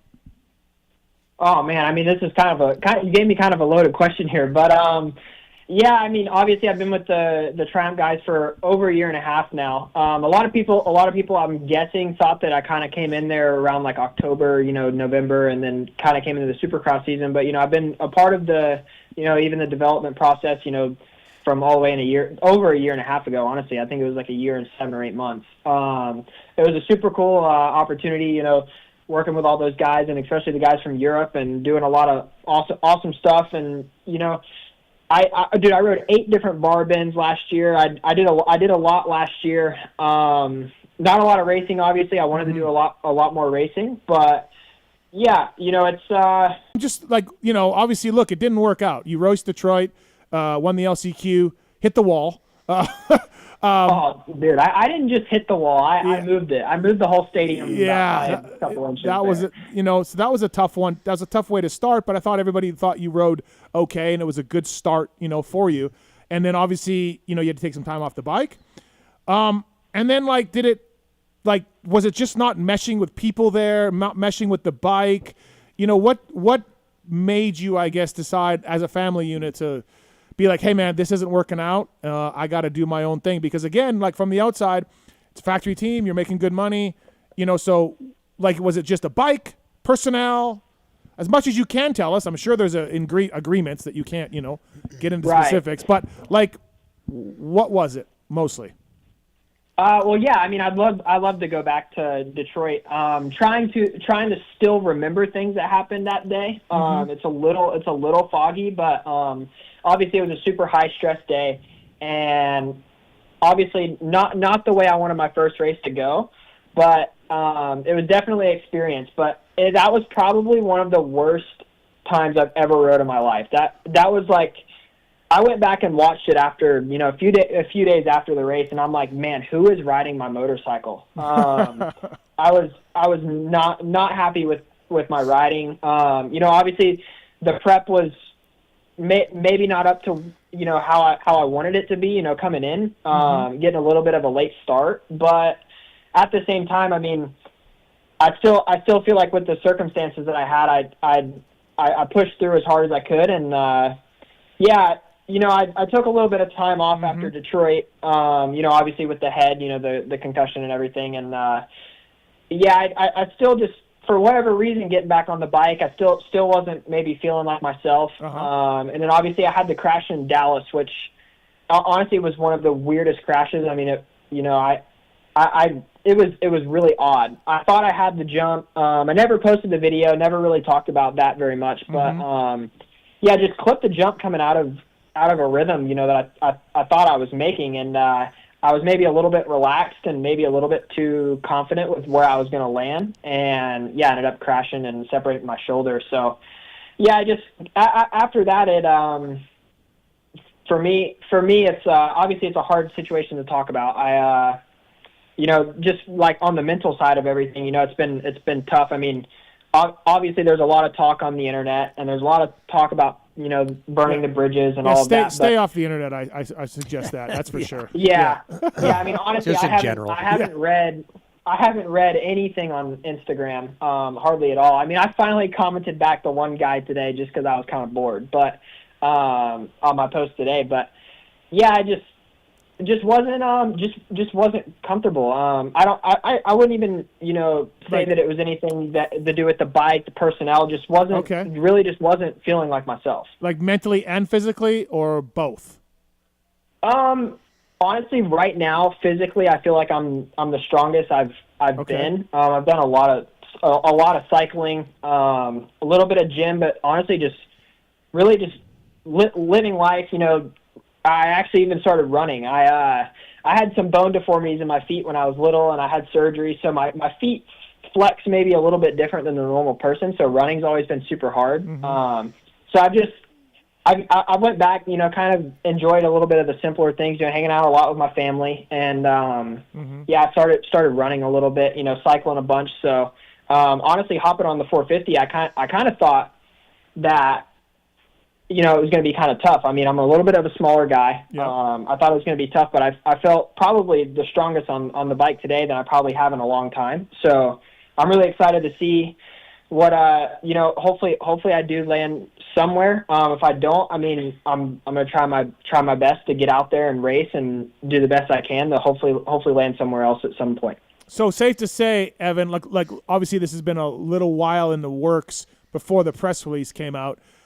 Mentally, you feel like a bit of a weight is lift off of you, like you talk about in a better place mentally. Like, do you feel a little? Relief isn't the right word because like maybe it is. Do you feel like mentally you're happier right now than you were? Yeah, I mean for sure. You know, it was a really hard year. I mean, mentally you got to think about. Obviously, none of the races that I did last year went very well. Yeah. I was basically in the dark for a whole year. I couldn't talk about what I was doing, and then even for a long period of time, I couldn't even talk about where I was even living. So right. There was a lot of that is really hard on somebody that I feel like I've always strived off of a little bit of like the energy coming off of the social media. Mm-hmm. And I think a lot of it was tough, like just not being able to say anything or post that I'm working out or post that I'm doing all these things, which I'll just go into this very briefly, but I never really post anything of me cycling or doing the gym and doing the work that you do behind the scenes. I mean, and you call them the Insta bangers or whatever you want to call them, but yeah, I mean the people want to. I mean, obviously some people want to see you working hard, but at the same time, I think a lot of the people on the social media and the Instagram want to see the whips. They want to see you railing some turns and stuff like that. So I tried to. Maybe I need to go back and I need to start posting some more of me cycling and doing the gym work and doing all the stuff off the bike.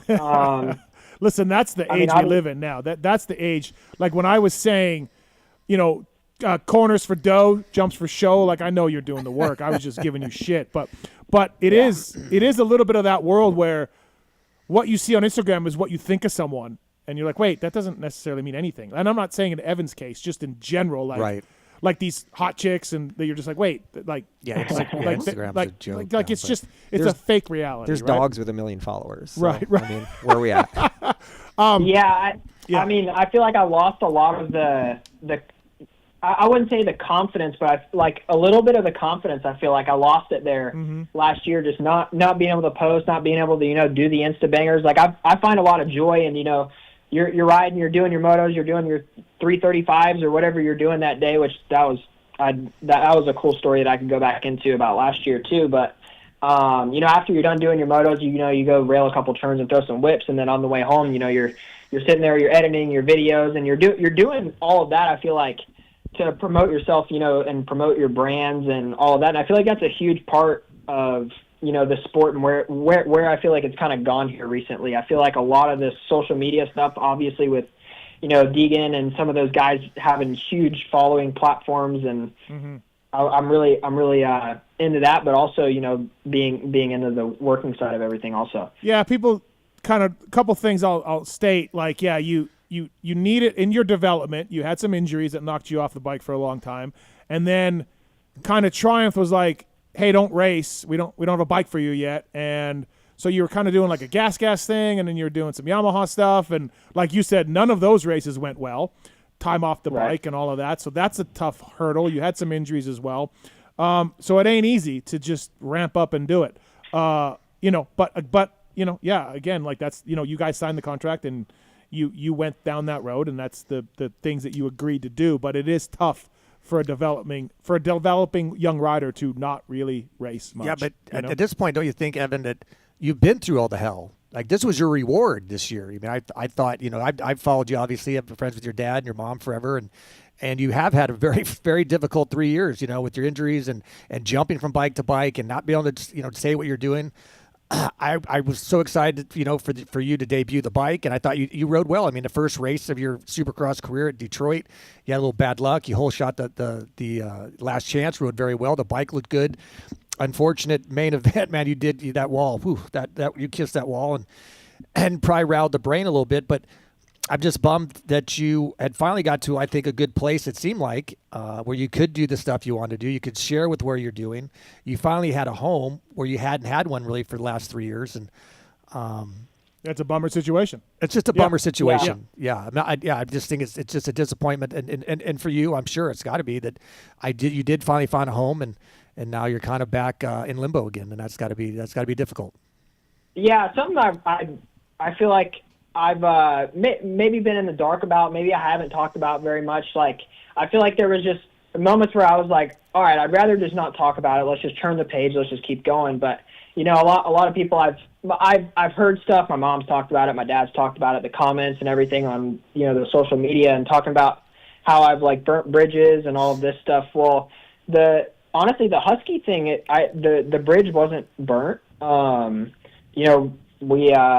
That bridge was not burnt. And then people were talking about how I went to 3 different teams or something crazy, and I'm like, well, and I burned another bridge at Yamaha, which is also not true. Danny Lewis from the NSA team was the first person to text me and said, hey, if you need anything, I'm here to help. And, Danny also, lended me a bike for Salt Lake City last year. And so a lot of those rumors and everything that was going around, the Husky thing and all that, none of those bridges were burnt. I can speak to that. I think that's a big thing, for me too.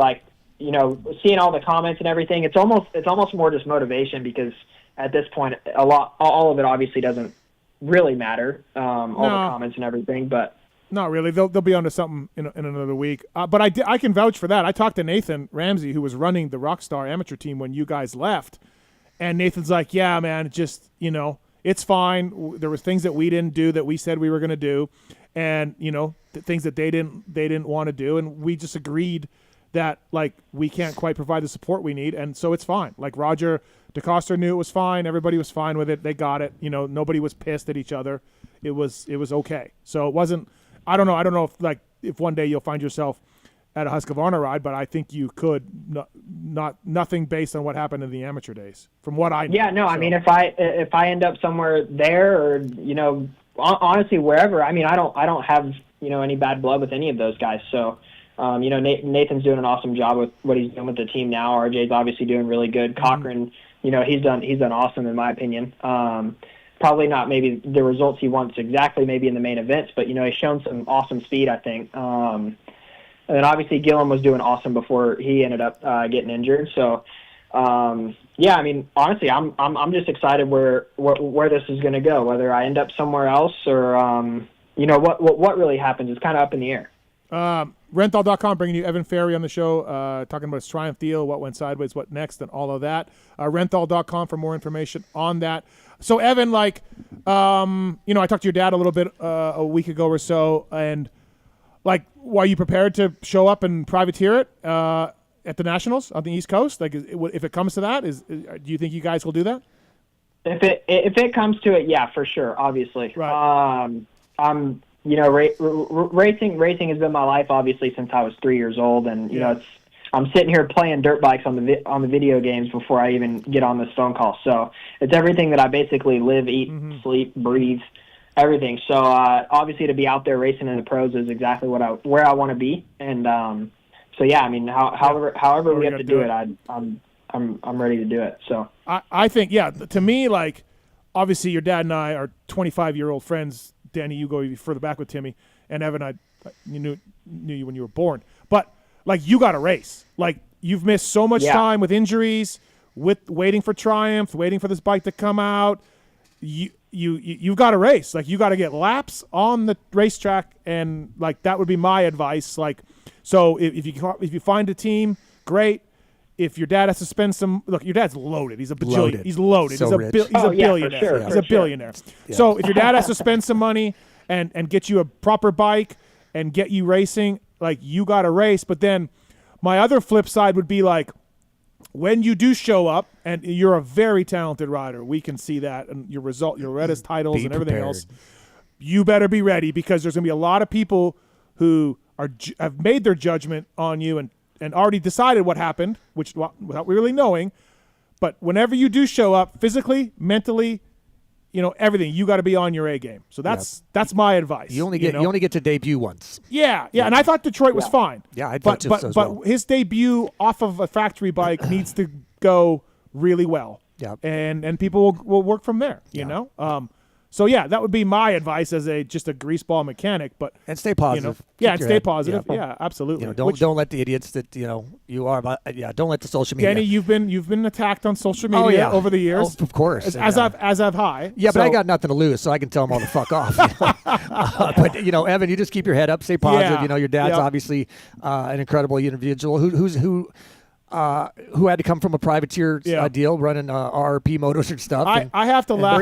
Three different times. We've went over this quite a bit of times. My dad's brought it up. No, for absolutely. Sure. He was really one of the first guys to go factory, lose factory, back to factory. Yeah. Like it didn't happen in your day, Danny. Once you got off the factory ride. Yeah, there was only 15 rides. Right. So once you were gone, you usually were gone. But I got to laugh, though. I got some DMs about, I heard Red Dog was the problem. And I'm just like, hold on. If you know Timmy, first of all, Timmy's like, obviously Evan's his kid and he cares about him and he's got opinions. But I talked to Mike Brown. I've talked to other people involved. Timmy is not the demanding mini dad demanding things. Like, it's just not. He's not that character. It's just a shame it didn't work out. Yeah, it's not his personality. Red Dog's not like one of those guys. Honestly, me and Mike have a really good relationship. I was going to ask you about that. Yeah, I was going to ask you, how did you like working with Brownie? Obviously, you were doing things with Dean, which was Timmy's old trainer back in the day, and that was perfectly fine with everybody at Triumph. That wasn't a problem. But then you also did some stuff with Brownie, and you would cycle with Mike. How did you like being around Mike? Yeah, honestly, being around Mike's awesome. He always has a pretty good attitude. I mean, unless you're doing something wrong, he can definitely get on you. But no, I mean, honestly, it was a really good experience. We had a really good time. We did a lot of gym work, a lot of cycling, a lot of riding, everything all the way up, before the race. And I enjoyed our time. I talked to him today over the phone, and we're gonna stay together. We're gonna cycle every once in a while, and every chance I can get any kind of information out of him, or not information, but any kind of knowledge out of him, and stuff that can make me better. I mean, I'm gonna ask it, and I'm gonna have those conversations with him. I mean, even our dinner conversations are awesome.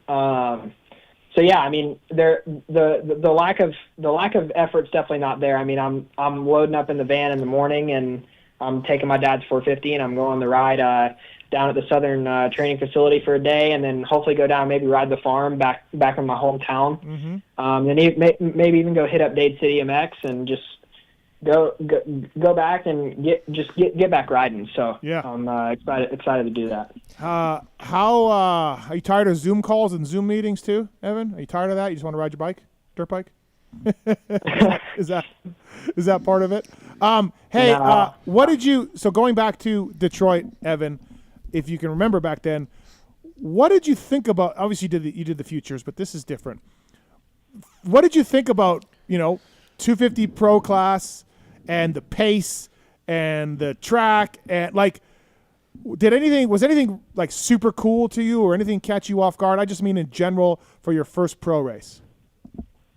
I mean, yes. I mean, obviously it's nuts. The crowd's nuts. Yeah. The pace is super fast. Like trying to remember everything from that race is a little bit foggy, but you like when I went down I went down in the heat race, my back, I'm pretty sure me and Boatslug came together. Sorry, Preston, however you say your last name. We came together, my back brake pedal fell off, and I ended up crashing. So, like, hearing the crowd go nuts and everything when that stuff happens, I mean, it's definitely a different experience. I would say the futures thing kind of made everything feel really normal. Okay, yep. I would say the pressure was probably one of the most nervous times I've ever had in my life. Yeah. Just, I mean, obviously too, it just not going, super well, and me just not like. Honestly, I go back and like still, it's like it's frustrating, obviously, but look, like watching me, ride, I'm like, man, like I feel like I could do now I feel like I could ride better with my eyes closed. Like it's like I was not pumped with how I did there, but. yeah, I mean, the start and everything, and then pulling the whole shot in the LCQ, that was obviously awesome. And then, I mean, obviously it was an LCQ win, but, winning anything there was cool. So, yeah, I'm excited, hopefully get, back out there again at some point and, get a little bit of redemption. Is it possible you race any Supercross this year, or no? Just can't find a team, can't find a deal? Like, just not. That's probably not going to happen, right? I mean, if somebody was offering, I would be on the track tomorrow if I could. Okay. I mean, I'm really game for whatever. I mean, yeah. So you're physically, mentally ready to race a Supercross if it happened, if it came to it. I would say physically, mentally for sure. Right. Yeah. I mean, I've been doing everything I can to be as ready as possible. Sure. And then I just feel like I'm mentally definitely in a pretty good spot now. So, yeah, I'm excited. I'm excited to see what comes about this. Sure. Dave? Yeah, Evan. So I know you said you don't really have a plan yet, but with outdoors about a month away, do you have a loose plan of like a cutoff? Like, okay, doesn't look like there's any teams available. We're gonna go privateer route. But what track would you want to show up at, or like, is there any of that kind of talk yet? There's a little bit between me and my dad. We're kind of, and then obviously a little bit with my agent Jimmy Button too. Where I'm kind of trying to wait a couple more days to really even make that loose plan to see if anything maybe pops up. Mm-hmm. But yeah, obviously going all the way out to Paula. I don't know if that's really realistic. But doing Budds Creek, doing Unadilla, doing Ironman, doing those East Coast rounds. Obviously, those are on the table either way. Whether I end up somewhere else or not, I mean, those races will happen for sure. I should talk to your dad. You should go to Canada. Go race Canadian Nationals. How many they going this year? And they're only on the East Coast, right? No, this year? they're all across. Yeah, they're across Canada. I heard there's only one coast. No, come on. I talked to the guys from Partzilla. They couldn't do them. No, they would just do the East Coast, but there's west. There's all the way across. How many rounds? Who's doing them? Drew Adams is doing some of them. So is Tiger Wood. So a couple of Tiger's amateurs. Tiger's doing all GDR or whatever. Yeah. Yep. So it's kind of cool. But all right, man. Well, listen, Evan. Thanks for the time. Thanks for talking about this a little bit. Bad situation for everybody all around, but I'm glad, like you said, you feel good mentally. Like this is a better place for you. I'm sure some of the people on the internet that think they know it all are not happy and that you're happy, but that's the internet. I think it's all you can do now is just grind. Yeah, I agree. Grind. Yep. Just make sure that when you're ready, you can show them how good you can ride, because we know you can. So. Yeah, honestly, I'm ready. I'm ready to get back racing. So. Awesome.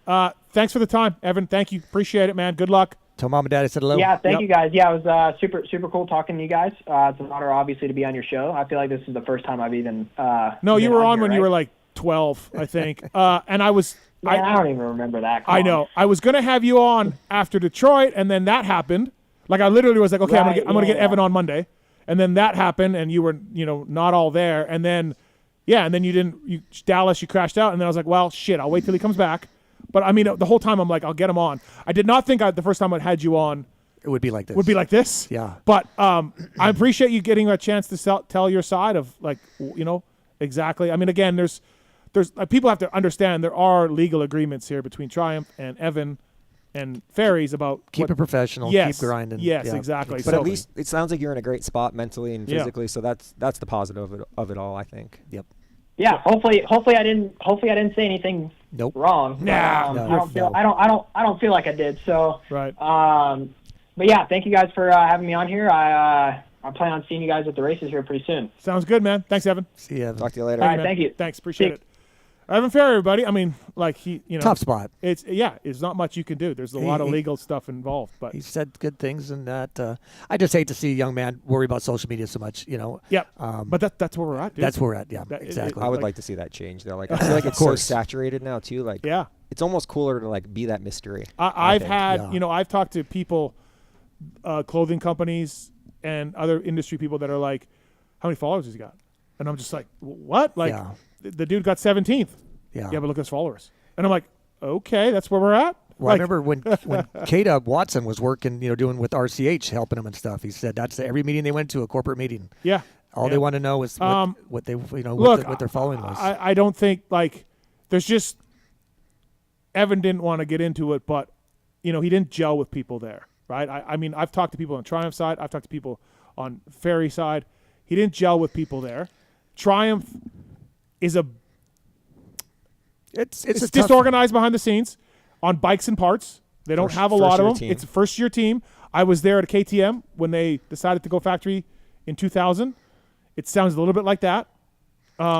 It's a dream situation, though, for him in a sense, because he came from everybody on that team he's worked with. Yeah. Obviously, Scuba was his team manager at KTM. He's worked with Bobby Hewitt. Right. His mechanic, Pat, was over there. His, one of his, I think him and Jalik used to be brothers at one time, with everything at the house. Yeah. RC's the guy over there, Mike Brown. But think about this. You would think that it's all right You would think that, but think about this.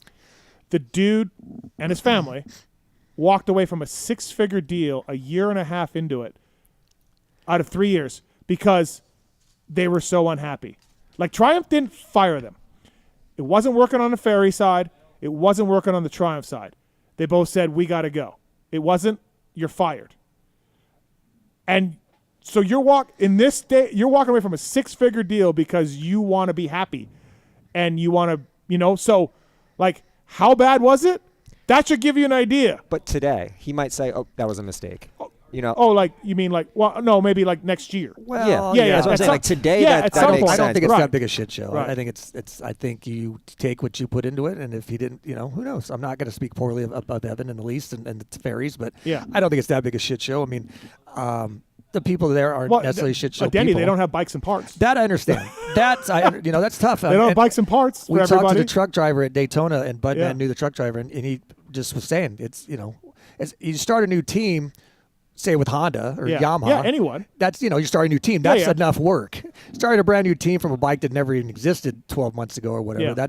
That's it. It's gnarly. It's a huge task and huge undertaking for everybody involved, and huge respect for all of them for even diving into the sport like that. But again, they didn't fire them.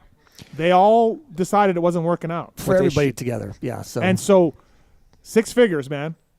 Well. And you're like, I'm out. If you want to go. No, I agree. Is Evan 100%, I'm sure Evan could have handled things differently on his end. I actually forgot to ask him about that. And I'm sure Triumph can handle things differently. But I look at it like it must have been bad. I look at it 2 different ways. It's either make it work because it is a once-in-a-lifetime opportunity, and you fucking suck it up and you make shit work and you grind and keep your head down until it works. Or you choose to just kind of go the other direction, and then you kick yourself in the ass because these opportunities don't come around a lot. Well, sports, we'll see. That's what I said. The story still be written. That's what I said. When he shows up, he better be ready. He better be ready because there's going to be a lot of people being like, I can't believe this kid did this. Yeah.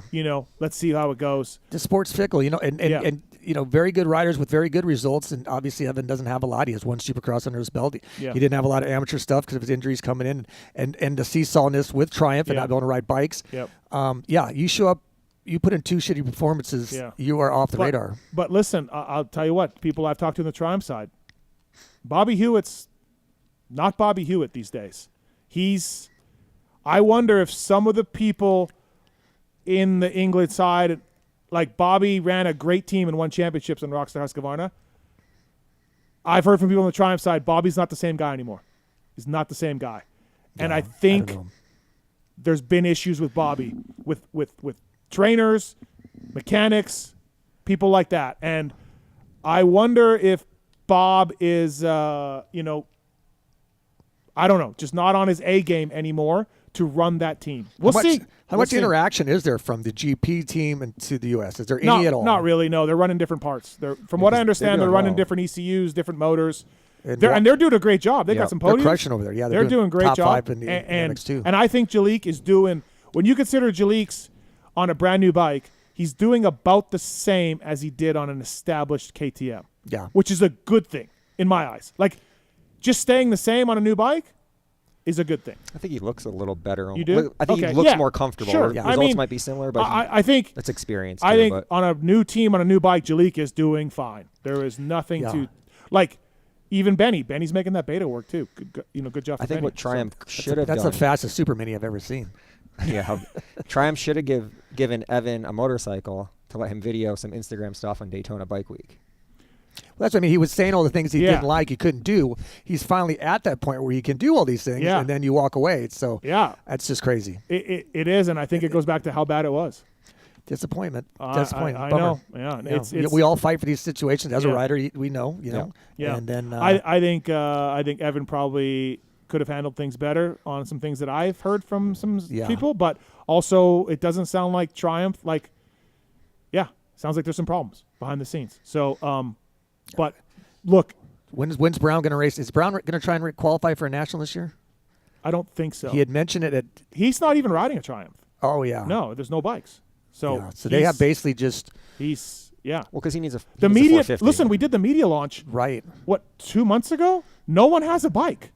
Like there's parts, like anything. Bringing up a new bike, there's gnarly. I can't even fathom. What was the ETA for them hitting dealers? Well, there's some in dealers now. I know because I've got some tweets about it, but I don't think very many. So, Mark's tweet too. What's Ducati's plan? They're not coming here till 26, right? 26. Yeah, next year GPs, and in America 26. So 450. All right, let's get to our next guest. He's on hold. We can't. Oh no, yeah. We can't let this man. We already know. RJ already told us. He's probably hung up. Yeah. Broke the phone. Off-Road Warehouse bringing you our next guest of the show. There goes our hero. Watch him as he goes. Phil Nicoletti. What's up, Philip? What's up, fellas? How are we? Oh, we just had Evan on the phone talking about the Triumph thing. So. How'd that go? Yeah. I mean, he's. It was about as vanilla as we could. Yeah, I don't think you can say too much, right? There's a lot of papers signed. Yeah, quite a bit of political correctness going on. Yeah. Which you know nothing about, which we're very happy about. So let's just start with this. Before we talk about your announcement that came down the wire, Phil Nicoletti here, Off-Road Warehouse, PulpMX code to save. Before we talk about your announcement, RJ was just on here and said that he had no idea why you started yelling at him in St. Louis. He didn't remember this. He has no idea. Best part, he was yelling at me like I was a little kid. Yeah, exactly. So his exact quote. Yeah. I was really mad at RJ. He ran me so high. Yeah, he said that. Yeah. But. Do we have it on camera anywhere?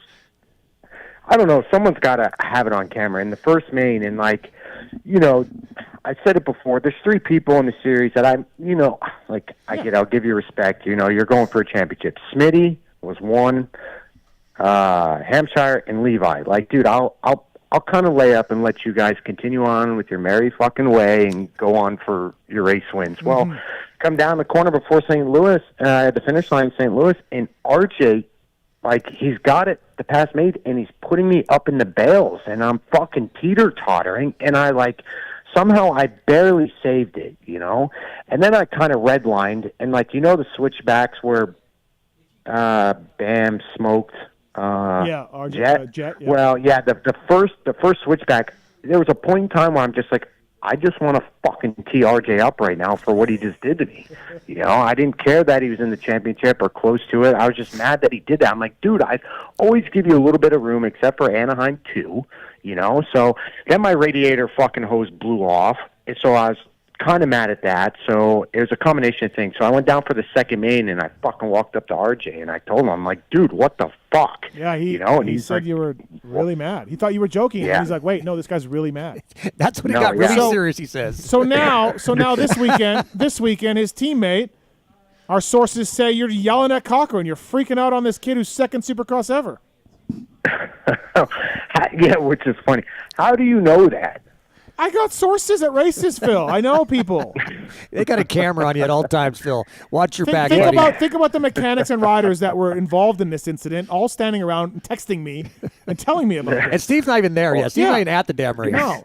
Yeah, because that's funny because I did yell at Cochran, but because somehow, well, not somehow, he got 4th in his heat and I got 4th in my heats, but maybe how do they pick heats? By fastest heat? Yeah. Whoever wins. Okay, so East Coast is fastest, so he had gate pick right in front of me. Well, the second right of the box where Eli started for the main, I had started, and that rut was fucking money. And I'm like, okay, no one's taken that yet. No one's taken it. And we get down to Cochran, and Cochran walks by it, goes all the way down to the inside, and then looks. So I kind of followed him. So, like, he walked up to the gate, and I thought he was going in there. Well, his mechanic wheeled his bike past that fucking gate I was really looking at next to the doghouse and went down to the inside. Mm-hmm. Well, I go to have my mechanic Jonesy pull my bike up into that second gate right of the box. Well, then Cochran comes walking fucking back down, and we have very little time because they're trying to make up time from the red flag for when G went down in the heat race. Mm-hmm. And the AMA guy's like, we got 3 minutes, and, like, Cochran's, like, pointing at my gate like he tried to walk up and take it, and I fucking snapped. And I'm like, get the fuck back down there, dude. You fucking picked your gate, blah, blah, blah. And, like, he looked at me, and all of a sudden he's just like, oh, okay. And, like, I kind of came unglued for a second, but it was kind of a little bit of, like, I kind of bullied him because I really wanted that gate. And then, like, he Nothing turned wrong around. with that. As soon as he turned around, I kind of smiled. I'm like, got him. And he went down to the inside, and I fucking got that kid. Yep. This fucking kid is like 2 races in, and the old man is yelling at me. Jesus Christ, Dad! Did you see Phil yelling at me? Yeah.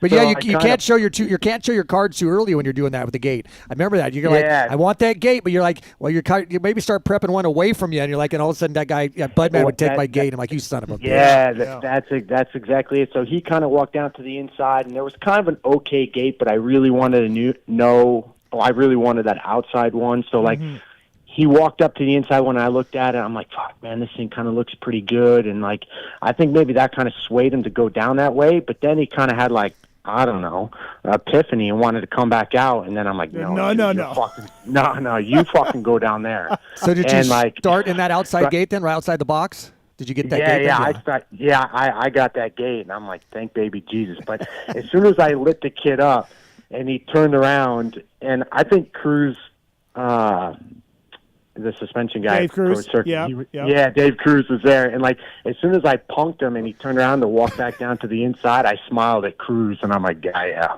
fucker, got him. So it worked out. So I got my gate. You got your gate. So by the way, JT says that riders are going by the gates. Yeah, can you hear it? Can you hear the air? But then I talked to Dirtworks guys and Supercross people that said there's mufflers on there. No one can hear it. Yeah, I'll be honest with you, I've never heard it. Right. Okay. You know, so I don't know. But when you watch Eli start at Foxborough, that was unreal. Yeah. I mean, you're like, that dude knew something. Yeah. Yeah. I mean, I don't know. And to be honest with you, they've been kind of dropping the gates somewhat quick. You know, it's right just past 5 seconds, you know. This weekend for the 250 men event was the longest that they've held the gate all year. You know, it felt like 8-9 seconds, but it felt like an eternity. You know, well, it was funny in nationals. They would wrap the box, and sometimes they'd wrap it a little higher, so you could see underneath. If you start, you could see underneath the box, like you could see where they stomped on. You could see the foot, or you could see it would blow out because the air of him stomping it, and you could watch that.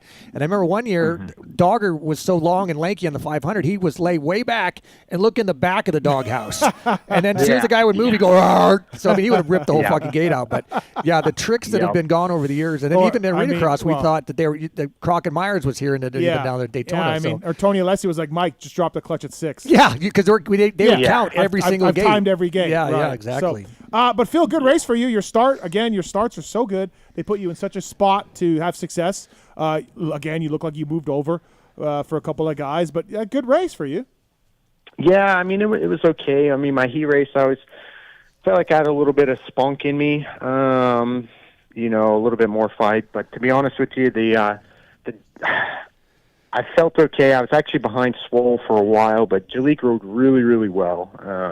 I'm like, fuck, man. I couldn't really hang pace, and the jump line through the whoops kind of got me. I was just kind of meatheading it, trying to skim the whole time. I couldn't, for some reason, the corner after mechanics area, I couldn't double off the wall to double into the whoops to go 3-3. I would just go roll 2 and then try and skim, and I blew myself up, and I kind of got freight trained by Deegan, Hymas, and Beaumare, and who else was it? Anstey. So I went from like 6th to 10th, and I'm like, fuck, you know. But if I could have just somehow figured out that jump line, I think I could have been able to salvage a 7th, you know, but just wasn't there. Like I watched guys skimming below by dudes who were jumping, right? And then I watched guys jump and pass dudes who were skimming. It was weird. Yeah, I don't know, and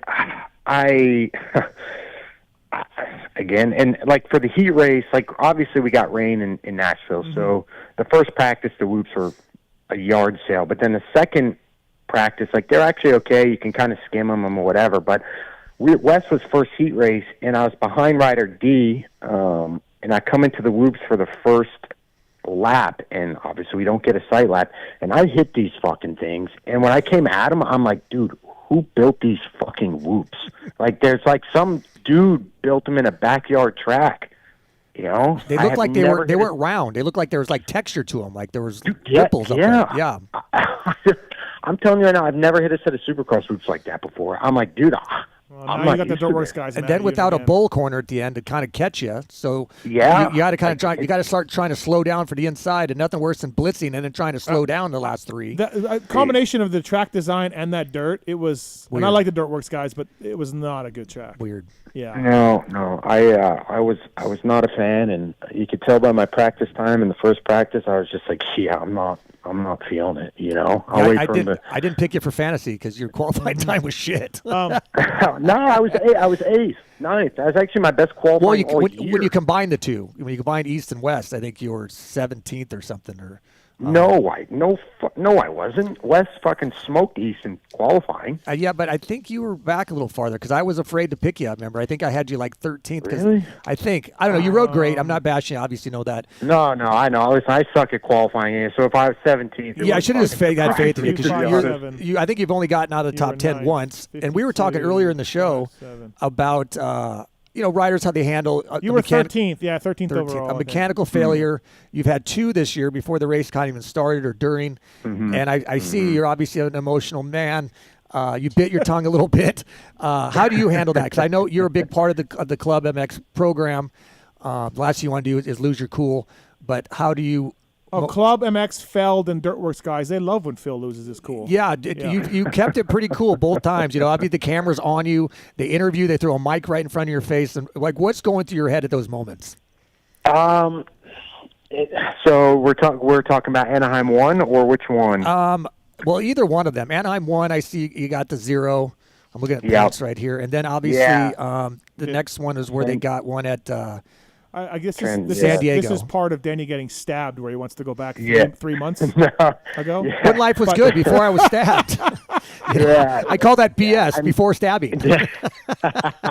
I mean when you look at the overall picture of things, like I've had the first Triple Crown round at St. Louis just last week. Like I have had 3 DNFs where it kind of has hurt my overall performance, and because I think I should be around 7, 8 in points right now, a lot closer. But when you add the DNS, it's kind of like 40% of or 30% of them are DNS between A1, San Diego, and that Triple Crown moto. So, I mean, I guess that sort of stuff happens, and San Diego, obviously, with the transmission gate, which got me in a big trouble or whatever for whatever happened, but that's just part of it, you know what I mean? And Anaheim 1 was just a freak deal. So, obviously, me losing my cool, sometimes I don't mind losing my cool because it's needed. Other times I understand it's just like, all right, that's just a racing deal, and that's just kind of what happens, kind of like St. Louis. So, that's just part of it. So I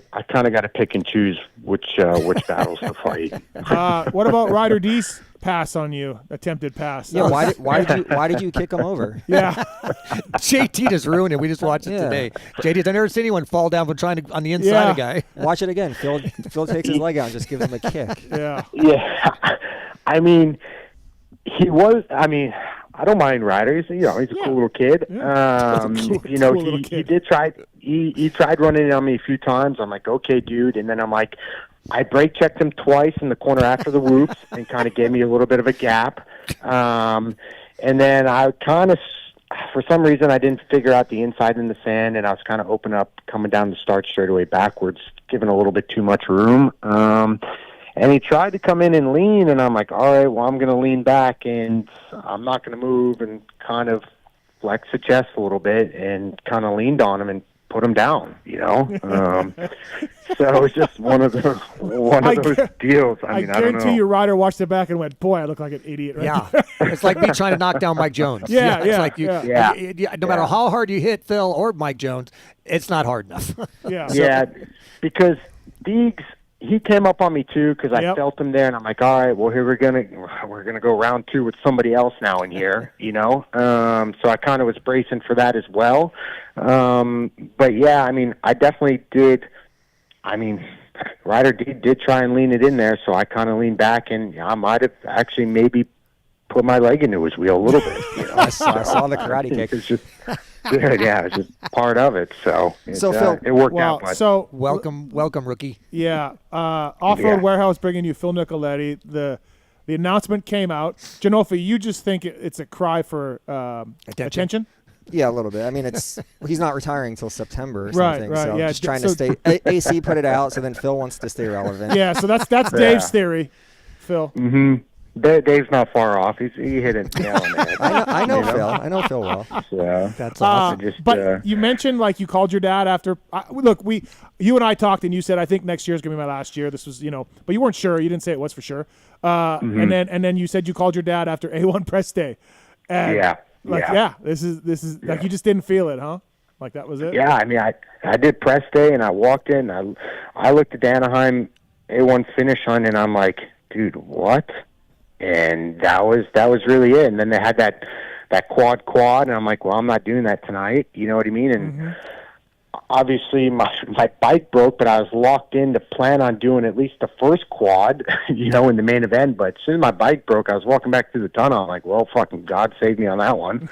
So I kind of got lucky. But I mean, it was weighing on me. Not really weighing on me, but until I got to press day, and I'm like, I don't know if I really feel this vibe anymore. Like when I'm racing, I feel okay, but when I get out there for track walks and stuff like that in Nashville, it's all muddy and the first practice is all rutted. I'm like, dude, I'm not willing to risk it when it's super sketch like that. Like I'll wait for him to groom it up and kind of come out for the second quali and figure it out. But I see Dave every time before I line up for a heat race or the main event or whatever, and he's always in the tunnel. I'm like, I'm fucking over this shit. Yeah, I was gonna say that. Somehow we always talk before the race, and the stuff you say to me when you finally announced your retirement, I was like, thank God, he's not having any fun whatsoever. I told him this weekend. And you've known Phil forever. Yeah, I told him this weekend. I said, hey, if you get an industry job, I think maybe you might, you're gonna enjoy this side of it for once. And I told him he couldn't be so grumpy, but he disagreed. He said, "Yeah." So Phil, what is the plan? Just you want to do some races? You mentioned that. Do some one-off races, like the 2-stroke races were just this weekend in Glen Helen, and then World Vets, and I don't know, just FXR. I guess is going to stick by you and help you out. Is that sort of the plan? Really not sure yet, so we'll have to wait and see. But yeah, I mean, obviously I'll stay in the industry, and I do want to do some one-off races and some cool stuff that are on my bucket list and stuff. So we'll see. I mean, some of those races still require a little bit of fitness and time to be put in. I feel like you like biking though, and you're gonna keep extra. Yeah. I just the full on grind and doing the whole Supercross thing and stuff like that. I just I'm just over that point in my life at the moment. Denny, you had a moment like that too, right? Well, that's what I was going to tell Phil. He said he called his dad and stuff, and my dad was my mechanic, so we were obviously at the races. And '96 was my was Great Western Bank, and the team was kind of falling apart for the Nationals, and I had already rode Gainesville. Supercross was done. I got 20th, and I remember going up on the trailer with a beer in my hand, saying, "Okay, I'm good with Supercross." And then we were going to try and ride the Nationals, and I was racing Glen Helen, and it was 110 degrees. I got passed by a rider I didn't feel like I should be passed by twice, and I just pulled off first moto in the mechanics area. My dad's like, "What are you doing?" And I'm like, "You know what? We're done." He's like, "What do you mean we're done?" I'm like, in the middle of the moto. In the middle of the moto. I'm like, "Yeah, I don't want to fucking do this anymore." He's like, "All right, well, see you back at the trailer." And the rider was Metzger. Well, I don't want to bag on Mike. Okay. Mike's the godfather of freestyle, but the rider was Metzger. Mike Metzger, just riders you just don't feel like you should be getting beat by. And I like Mike, good dude, but I don't want to get. He passed me, fell, passed me again, and I'm like, you know what? This is fucking miserable. It's 100 degrees, and so. And then you also, I think, in one of your clips, you mentioned you just don't want to push it. There's that point where and this is why I got even arena cross. When you hit the triple off the first lap and there's 3 guys around you, and you're like, I'm just going to double this. Well, now you're a hazard because the fucking kids behind you are going to triple over the top of your land on you. So my point is I completely understand and respect your opinion. And like for Phil, too, like, he's old as shit, but he's a top 10 250 Supercross rider right now. It's a nice, like I remember asking Brayton, like I was like, hey man, you can keep racing, like JB, like you're good. And JB's like, yeah, but like it's only downhill from here. Like he's a top 10 guy, and he was enjoying being competitive and running up front in heats and like what Phil's doing. And like JB's point was, I'm not gonna get better. When did your career become Muhammad Ali? Yeah. And Phil, is that some of that in your mind too? Like it ain't getting any better. Yeah. Like right now, like I still feel like I can race very competitively. I can put myself in good positions. I can read some of the riders and stuff like that, to where I can still be 5 through 10 and not to where like I'm just taking up space out there. You know what I mean? Is as soon as I get to that point where I feel like I'm taking up space, like some people, like I'm out. Would you like to name them or no? Would you like to name No, I know. I know from group text who Phil's talking about. Yeah, I'm sure of that. Yeah, so do we see arena cross in your future? I mean, come on, let's. No, he can't jump whoops.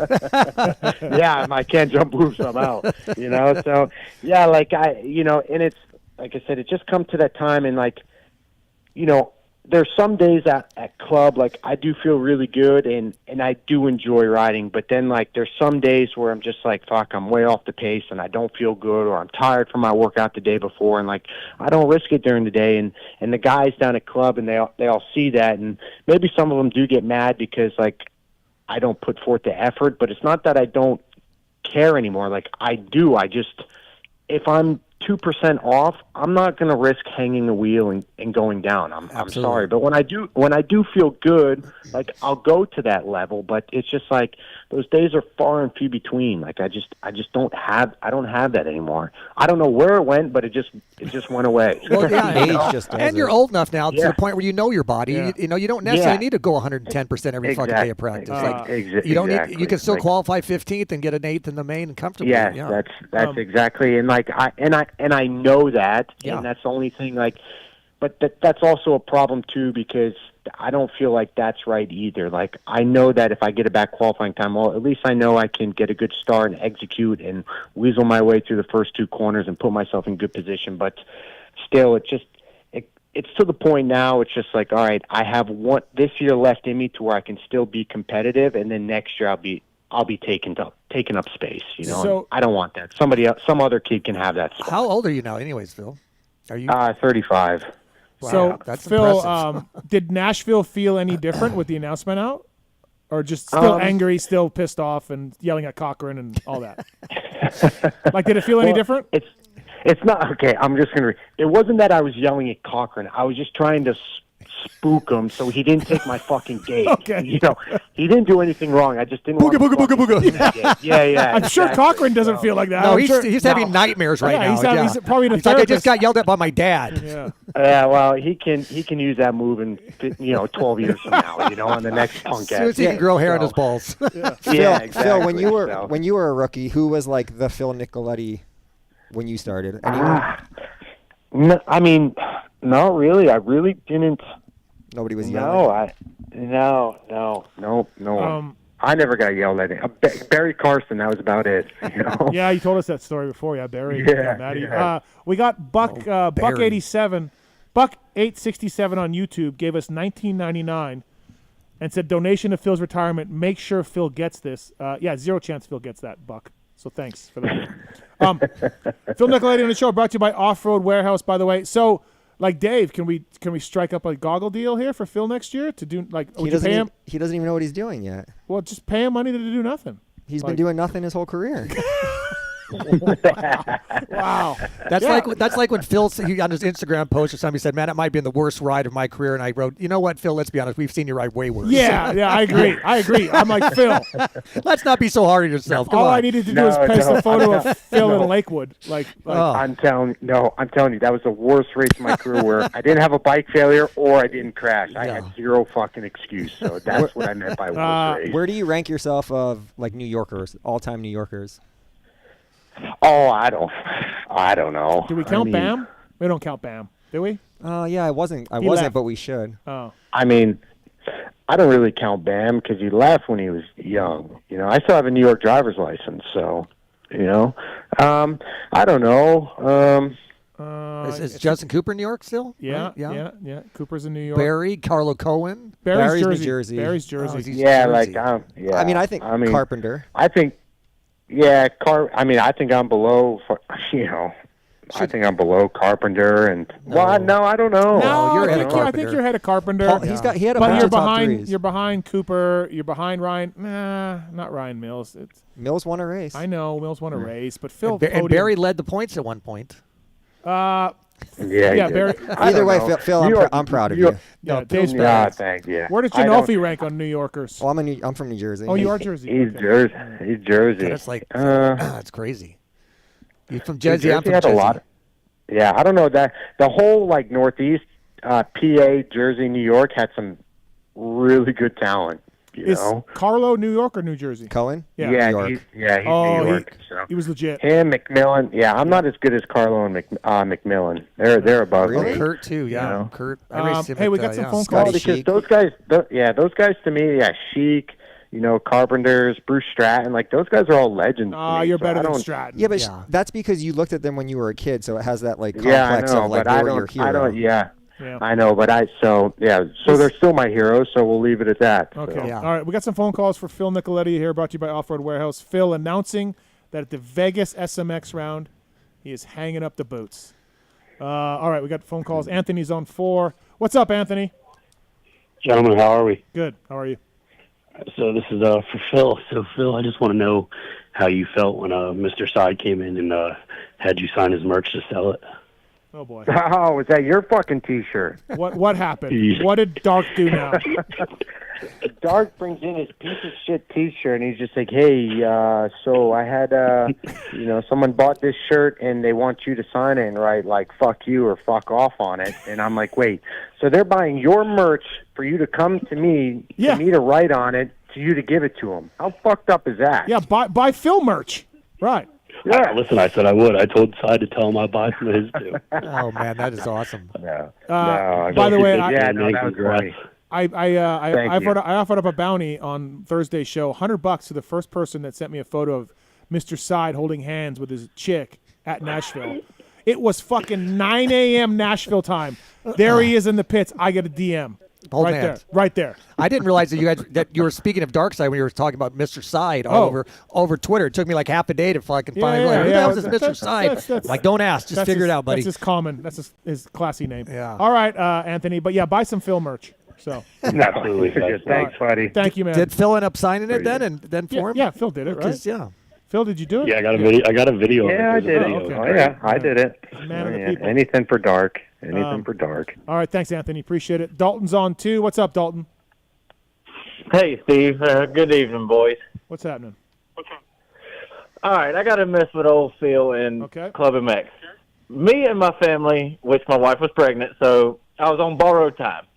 So we're in the pits waiting to get a picture with Phil and whatnot, and the autograph session is from 1 to 1:30, and we stood there till 2 o'clock.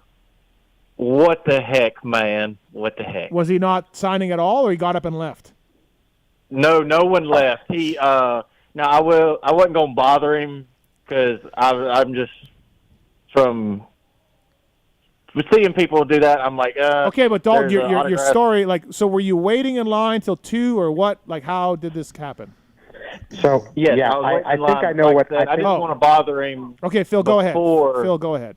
What's the story? We ended up switching autograph time to in between our first and second practice because that the times got jacked up because it kind of moved them around a little bit because of the delay or whatever. Yeah. So I don't think that got changed on the sign. Relayed. Yeah. Yeah, or relayed. So sorry, buddy. It's all good, bud. I was just trying to get a picture with you before because it was going to be the last time I get to see you race. Yeah, well, next time just holler at me or tell me to fuck off and get my attention, something. But no, I didn't want to do that because I don't try to be those guys that bug y'all because there's a reason for the autograph sessions, so I didn't want to be bothering y'all or anything. Nah, that's all right. I'm not Jet Lawrence. Thanks, buddy. Thanks for calling. Oh, come on now, Phil. Don't be that way about yourself. Listen, I got a feeling Phil's going to be around the races next year. You can catch him next year. He'll be there. He'll be doing something at the races. So, thanks, buddy. Well, hopefully so. Yep. Appreciate it. Thank you. Nash. Gentlemen. Did you hear that guy try to steal your gentleman call earlier? That's all right. Okay. Hey, listen. People do what people do, but I'm ready. You've got Ginolfi, Stephenson, Phil, and Power Packed. Yeah. There's Legends. a lot of Englishtown roots growing deep right here. Who can forget Denny's infamous photograph from Englishtown? I was trying to think of that. I'm 18 years older than Phil. So did you ever race? You raced Englishtown a lot, right? Obviously. Oh, yeah. So I don't even know if Phil was born when that picture was taken. That was been 19, 88, 89. So yeah, Phil was alive, I would think. Phil, you're alive in 88? Yeah. Come on now. Phil, did you see that? I'm 89, baby. Yeah, I was going to say, he's Phil, 89. Did you see that photo of Denny crashing at English? It is so good. It is so good. Yeah, it was cover, crash, and burn. Tom Beatty, Tom Beatty, obviously legendary. Oh, yeah. Somebody DM me that photo. I'll send it to Phil. Phil needs to see it's a herpes of photos. It never dies. Shows up, it's always, you think it's gone and it's back. I actually thought, Phil, I asked Dave, and I thought this was a dumb question, but it turned out to not be that dumb. I wondered if Dave and Denny ever race against each other, but what was your last year, Denny? 02 was my last year arena cross. And yours 05? 08 was my first. 08. So it's not that dumb of a question, Yeah. They could have bumped it. They could have bumped at each other. Something local, like a little money race. I did race Loretta's in 06 and 05 and 06, so I was racing some local stuff. But I don't think you were still in Jersey back then. Yeah, never came to Nebraska or Iowa. No, I wasn't really on my target. I was not in your driving range. Phil, I just texted you the photo of Denny right now on the group text. So good. Okay. Take a look. It never gets old. Never. I have seen that fucking photo. Yeah. Of course, it's everywhere. I was trying to pass chicken. Like my Lakewood photo, Denny. Yeah. Yes. Yeah. Dead. Well, what's the where you crashed and it hooked your legs and you flipped? Oh, Cowie test track. Yeah, Cowie test track. So that's very similar. It hooked my legs, and it scooped my helmet up all that sawdust. That's in that roller section right there. Cowie racing champion. Oh, yeah, Cowie. Right. And I always try to beat chicken. I can never beat the son of a bitch. I could beat him in practice, could never beat him in a race. And, Phil, I'm guessing your motorsport crash shows up once a month on our Instagram Reels, I'm sure. Yeah, just great. Just great. Just great. Are you making money off that video? Any kind of royalties? No, Gary Bailey does. Yeah, Gary Bailey's video. Yeah. Dude, I love it. Yeah.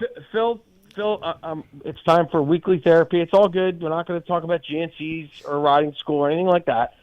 I'm thinking it's time to get more aggression out with a Rarick Ginolfi showdown at E-Town when you come back home. Line up, please the fans, like a mid. Ginolfi was better than Rarick, I feel like. Rarick was Phil would smoke all. I mean, he's a top 10 dude right now. But and he was always better. Dave, did you ever not qualify for nationals? No. I feel like Rarick was Rarick a bubble guy, Phil? Nationals? No, when he was training peak, I don't think he wasn't a bubble guy. Okay, all right. No, he was okay. But if you were to line him up right now, my money's on Dave. Yeah. Thanks, Phil. Yeah. Well, Phil, what do you think about the spectacle? It's like a little fun intermission race of champions. Like here he comes back, big national guy, big supercross guy riding out. Steve, you can play "There's My Hero," in the stands. Well, I think it's a win. I think it's a win. I don't know. How you feeling? Maybe. If Race of Champions was like what it used to be, I would, but the race has died. Yeah, that race was awesome back in the day. It was. Yeah, what was the blood alcohol limit of like Fro and those guys the next day? Oh my God! What was their? I wasn't going to them back then because I was on okay. Suzuki's at that point. But Yeah. I was 88, 89 with Dogger and Chicken and Morty and Johnny O was there one year. I'm on a Suzuki even. I was freaking out because JSR, when Emig was outdoor champion, JSR beat him until the last turn and he fell. The hole. I was there. The hole. Yeah, and JSR, and I was like, oh my God, he's as fast as Jeff Emig, and then found out Jeff was probably legally drunk still. Yeah, I'd heard stories of that. Right. Yeah. They go to the city. Yeah, they go to New York City. Yeah. So they come back. They probably wouldn't show up until probably an hour before practice. Yeah. Yeah. But I took it like JSR, he's the man. Yeah. Well, just get fro loaded. Yeah. They should have went down the shore instead, because you can go down to Jersey Shore or the city's kind of either way. Dude, Steve, you should do a story. Like, you know how there's certain times of the magazine thing where you got to get a story going. That would be that race was really interesting and fun. It was for many years. Yeah, it you're was right. different. It was cool. And it was wild, man. And Phil, were you there when people would try to center punch them guys? Like, I can remember LaRocco grabbing a microphone and being like, "I'm sick and tired of you locals thinking you could beat me by cleaning me out. This is ridiculous." Seriously. LaRocco. I don't have the bike. I don't know. All ripped apart. Yeah. I don't know why. Well, I guess contracts changed, but it was up till like 03, 04, like factory Cowie guys used to, obviously they would race that race, but I don't know, like Carmichael did it, Stu. Dowdy did it, Stu did it, and then like all of a sudden it just like that was it. Stopped. Phil, did you watch it as a kid every year, or did you race it every year? Okay, so yeah. Oh, yeah. My first year there was actually 99, but Dave, you might remember back then it was just like the 7 to 9 60 class, you didn't get to do the elevator. Like you did the short track. So then like you went my dad around moved it, me up. No, you didn't go around it. You just cut half of it, and then you pull on to where the suicide double used to be. Yeah. And then, which was kind of lame. So my dad's like, we didn't drive all the way down here just to do half a track. So he bumped me up to the 10 to 11 class because I had to move up there anyway for the following year. So I did, and I raced Jason Lawrence. It's actually the first time I raced Jason, kind of straight up since 50s. But back then that was legit, but that was the first time. And then Carmichael was, on a Cowie then. 99. Yeah. And I think Dowdy, was Dowdy Cowie 99? 2000. 2000. So it was one of those. But that was sick. And as soon as that died, it was like kind of like game over. Yeah, Timmy on a Suzuki ran with. He beat somebody good there. Like it was like, oh shit, or RRP days. I think Timmy beat a factory Cowie guy, and it was like a big deal. Timmy would come for like New Jersey State Championships. Yeah, he was. He kind of would float around there. Yeah, our RRP days. Right. Last time I rode there was when they had a dirt rider ride day. Oh yeah, that'd been like 04, 05. The year Reiner rode a KTM. Oh yeah, and I rode his KTM all day, his bike, because I was buddies with Hoodie, his mechanic at the time. Nash, do you have any stories of Action Park, Water Park? Oh, I watched that documentary. I know Dave went. I was talking. Dave, I mean, like all not just one time. Like that was my childhood. That was his documentary. childhood. Is incredible. So Nash, did you go? I went there. This is a good story. I went there when I was 11. I have a brother who's 6 years older than me. He's a senior in high school. And I went up there in a Mustang convertible, like a 66, 67 Mustang convertible. And we drove up there, and it was awesome. Like, I remember as a kid, I'm like, there's no way this is real. Yeah, and I totally. I jumped off the cliff diving thing, and I knocked smacked yourself my off. head on the water. Dude, I went black, man. Like, for real. I can remember that as a kid. Well, no lie. I swear to God, this is the truth. I'm not embellishing. I was like, this place is awesome. And then I went back when I was 18, and you can drive like these Indy cars.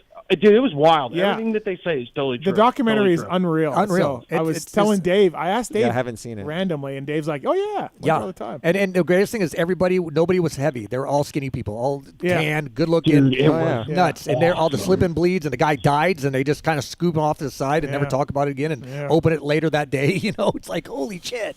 Dude, the wave pool would fire up, and people it's like near New York. Phil, you know the deal. There's people there that may not know how to swim. It's in Vernon. Slammed against the wall. I'm like, dude, this place. And I was a kid, like 11. Phil, did 12, you ever go? Phil? No, I've never been. I've never been, but I know where it's at by Mountain Creek. Yeah, it is Mountain Creek. So. Is it still there? Yeah. Is it still in the Valley? They didn't redevelop it or nothing? I don't know. All right, we got to run, Nash. We got to go. They might have Hey, insurance Phil, now. last question. Phil, did you ever win the motorcycle at the Ironman for Race Champions? Did you ever win the bike? No, but I won the raffle for the 85. Oh, shit. The mini-cycle shootout, yeah. Yep. Dude, your dad was so happy. Your dad was happy on that. He was pissed it wasn't a Honda. Dude, the Ironman class back then was stacked. It was me, Osborne, Stroop, Bowers, Hackley. What was the Ironman class? It's like the amateurs combined. Everybody. Yeah, 125, 250, and whoever wins gets a bike. At Englishtown? For the race. And Phil won? Phil, you won? No, he won a raffle. Oh, the raffle. Okay, got it. And if you won the race, you won a bike? Yeah. Oh, wow. It started out as you would win at 250, and then it eventually went to you got a pit bike. Oh, yeah.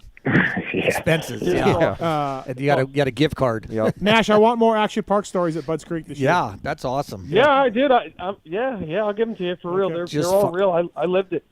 Talking to someone who's been there. That's awesome. You see that doc? You saw that doc, Nash? Yeah, I did. Yeah, it's great. It's wild. It's unreal. Denny, glad you're doing good, Denny. All's good. Ginolfi, thanks. We're going to get into the stabbing story after commercial break. Yes, after Go. Cheers, boys. All right, thanks, Nash. Appreciate it. Bye. Well, Phil, good job in Nashville. One more question. What was the coolest text or DM you got from somebody about your announcement? Did you get my dick pic? No, I didn't. Must be up in the cloud. That's a good. That's a good. That's good clip. Yeah. Funny. Honestly, it was. I had so many people, and to be honest, I posted the video. My sisters came to Nashville, and on Thursday, and when the video went up, I kind of put my phone away, and I didn't really look at it. Probably till Friday morning, and I was really overwhelmed. So, it was pretty cool. So awesome. I did the same thing in the hospital. But when you got stabbed, we just went, "Wow, Denny's normal Friday night." Well, he's out again. Yeah, Denny. He's back at it. Denny's back. That's better than him disappearing. Fuck, Denny. So gnarly, dude. Like we said, getting stabbed doesn't even make Denny's top 5 craziest moments. No, I'll see you in Denver, and I'll swing by and tell you the actual story. Dude, I'm over here. I'm fucking picking on fucking Casey Cochran, and Denny's out there fucking getting stabbed and shit. Thanks, Philip. Good job in Nashville. Thanks for coming on, and we'll see you in Denver. Yeah. Wait, did you pick me for fantasy or no? No, I didn't. I didn't either, and I should have because you were worth bonus points. Obviously, I didn't. I picked Hunter Yoder. Thanks, Hunter. That was great. Thank you. Thanks a lot. I took Marchbanks and Sexton. That worked out really well. Yeah. G broke his thumb. That's the word. Everything else checks out. I talked to him Saturday night for a little bit, but I haven't talked to him since. I'm not really sure. No, I think he posted it already, so I think you're fine. Oh, he did. Yeah. So I actually got to talk to him, but I mean, the first inkling was I thought he was dead, fucking concussion, knocked out for minutes, and kitchen landed on him, and this and that. And next thing I know, I watched the replay, and I'm like, well, none of that really looked like it happened, but it just turned out to kind of be. It didn't look like he rang his. I would have never guessed he broke a thumb or got a concussion from that crash. I would have thought total shoulder or ribs or something. Yeah. Hopefully it's not too bad because I think he should have a good summer. So hopefully it doesn't affect that. Is he going to ride 450s or 250s outdoors? Yeah, he's 450 outdoors. So awesome. I wish he'd ride 250 so he could give me the extra spot, but whatever. Fucker. Thanks, Philip. Good job. Awesome. We'll talk to you, buddy. All right, see ya. Later, Philly. Later. Bye. All right, that's Phil Nicoletti, everybody. Firepowerparts.com, chains, batteries, privateer team, firepowerparts.com. Please check it out. Thank you to those guys for supporting us. All right, commercial break. Dave Ginolfi, Denny Stephenson. Got Jason Thomas coming up. Got I smell pizza. Donny Emler Jr. coming up. And hashtag stab story coming up as well. So much more to stick around, everybody. We'll be right back after this commercial break. Great radio, bros.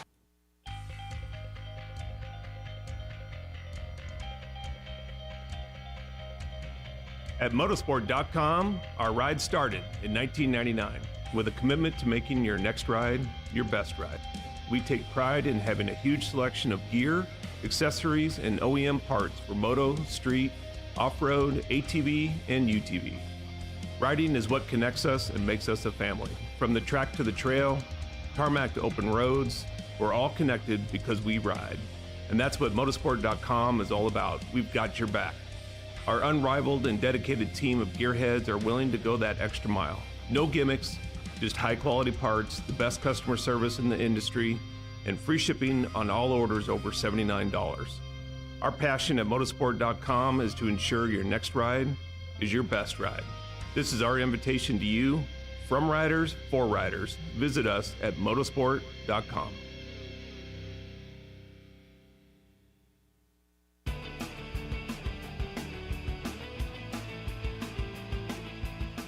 You likely know Racetech as the suspension and engine tuner of choice for the world's fastest privateers. But what you may not know is behind the scenes, Racetech is the trusted source for many OEMs and factory teams throughout the motorcycle industry. For nearly 40 years, Racetech has been producing high-performance suspension and engine components and services right here in the USA. Racetech doesn't just specialize in motocross. In fact, they have many off-road, hill climb, flat track, road racing, and supermoto championships on the mantle as well. Not a racer but want to smooth out the ride on the street or add some performance to your Harley? Racetech offers a full line of suspension solutions including industry-leading, built-to-order G3S custom shocks. All Racetech products are 100% guaranteed to exceed your highest expectations. Don't wait. Experience the Gold Valve advantage today by logging on to racetech.com. Don't forget to mention PulpMX when ordering for a discount.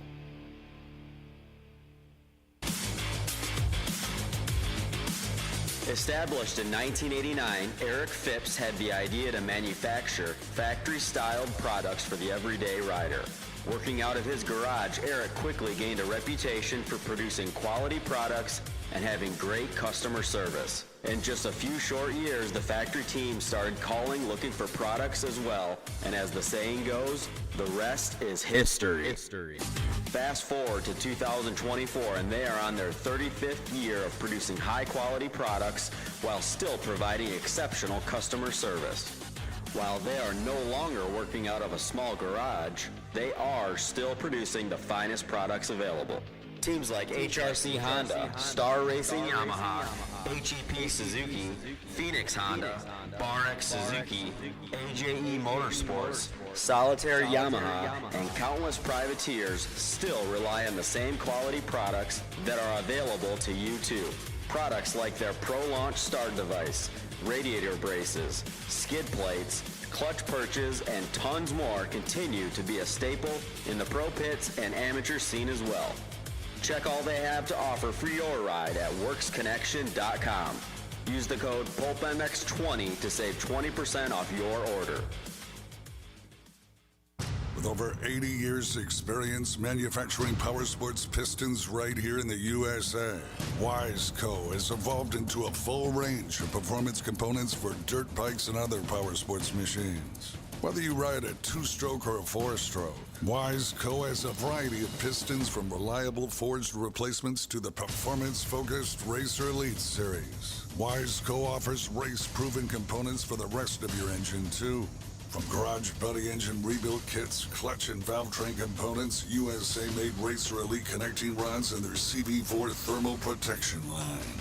Wiseco is proud to be a technical partner with Factory Honda HRC for the 2023 Supercross and Motocross, driving professional level product development that gets passed down to you. Visit your favorite online or local dealer or wiseco.com to find products for your machine.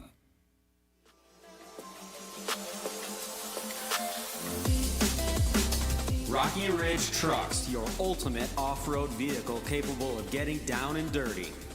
Rocky Ridge has a rich history and has been building custom vehicles since 1983. Proudly partnering with the finest OEMs including Chevrolet, GMC, Ford, Jeep, Nissan, and Ram, we bring you the ultimate turnkey custom truck on the market. Each vehicle is easily financed through your local dealership and, best of all, retains the factory warranty. Say goodbye to the hassles of DIY customization. No more waiting for parts, compromising ride quality, or risking voiding your warranty. Drive the vehicle you've always dreamed of today. Join the Built for the Bold family at RockyRidgeTrucks.com.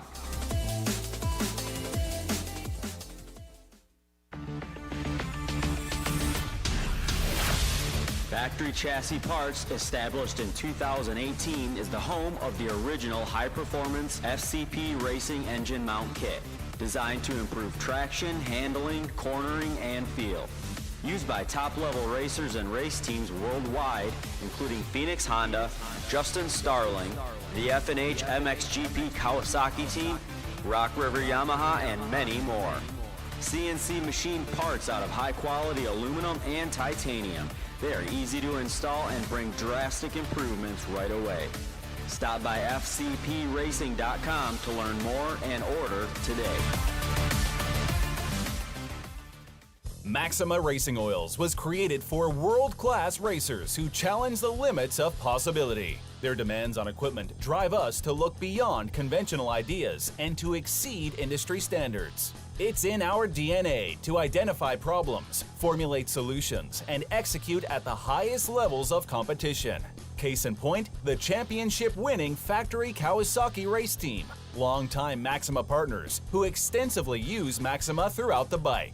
Maxima's USA-made products exceed JSO requirements and can be used in all motorcycle brands: Kawasaki, Honda, Yamaha, Suzuki, KTM, Husqvarna, and more. Maxima Racing Oils. Experience the difference. Visit MaximaUSA.com for more information.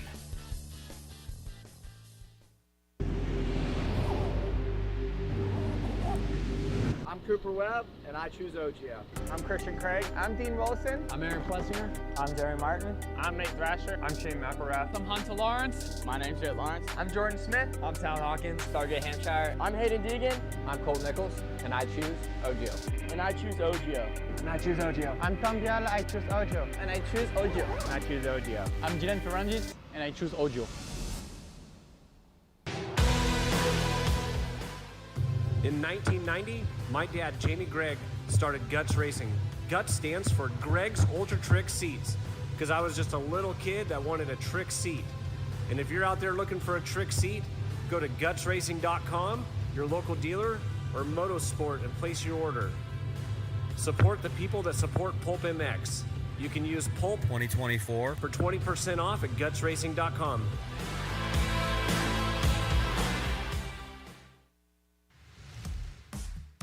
FMF Racing is proud to celebrate over 45 years of fun, building every FMF exhaust right here in the USA. Owner and founder Don Emler may have started FMF Racing in his garage 45 years ago, but Don is still hands-on in our 100,000 square foot state-of-the-art manufacturing facility in Southern California. FMF's goal? Design and manufacture the world's best performance exhausts 100% in the USA under one roof. FMF is a proud sponsor of the Lucas Oil Pro Motocross Championship for over 25 years. Hi, it's Tomax superfan Dylan here. The only thing I love more than seeing Eli win... Whoa, wait, Dylan. Sorry to cut you off like Steve does his callers and guests, but a lot has changed. Similar to your favorite rider being on a new team, the new Michelin Starcross 6 tire range provides significantly improved performance and durability. Designed to win. The new Michelin Starcross 6 tire range offers up to 16% more traction when new and up to 19% more traction when worn in comparison to the previous generation. This means consumers will not only benefit from improved performance on their first few rides, but that this performance increase will continue throughout the extended life of the tire. Michelin is a legendary innovator in motorcycle tire technology, and thanks to Michelin silica technology, the Michelin Starcross 6 tire range provides up to 11% more durability than the previous generation. This means consumers will enjoy the significantly improved performance throughout the increased life of the tire.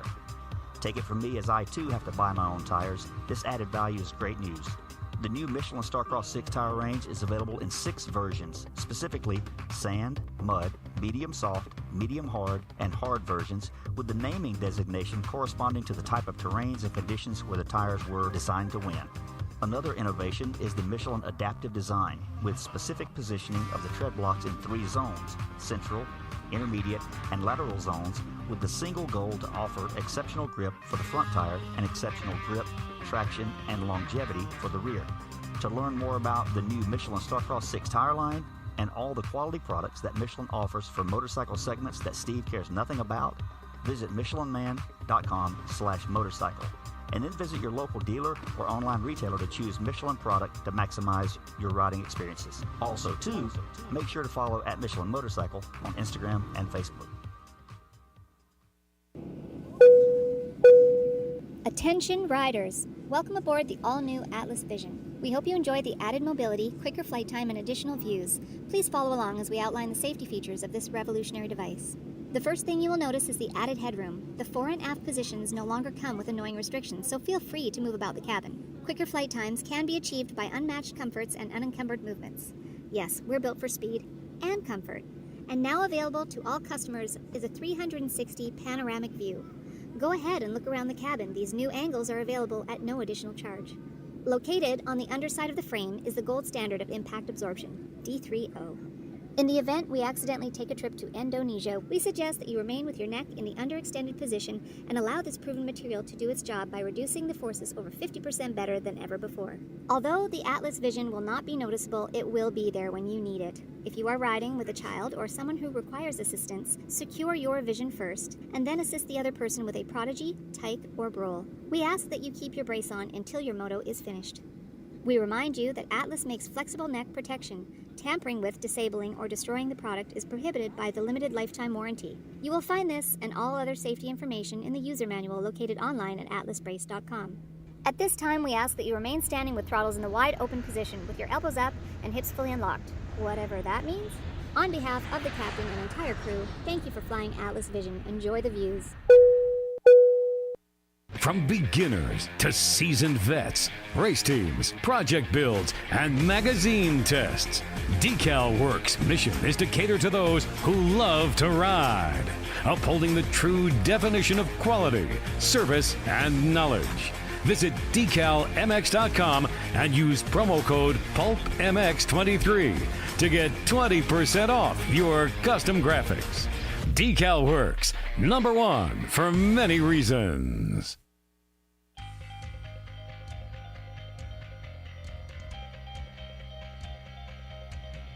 At motorsport.com, our ride started in 1999 with a commitment to making your next ride your best ride. We take pride in having a huge selection of gear, accessories, and OEM parts for moto, street, off-road, ATV, and UTV. Riding is what connects us and makes us a family. From the track to the trail, tarmac to open roads, we're all connected because we ride. And that's what motorsport.com is all about. We've got your back.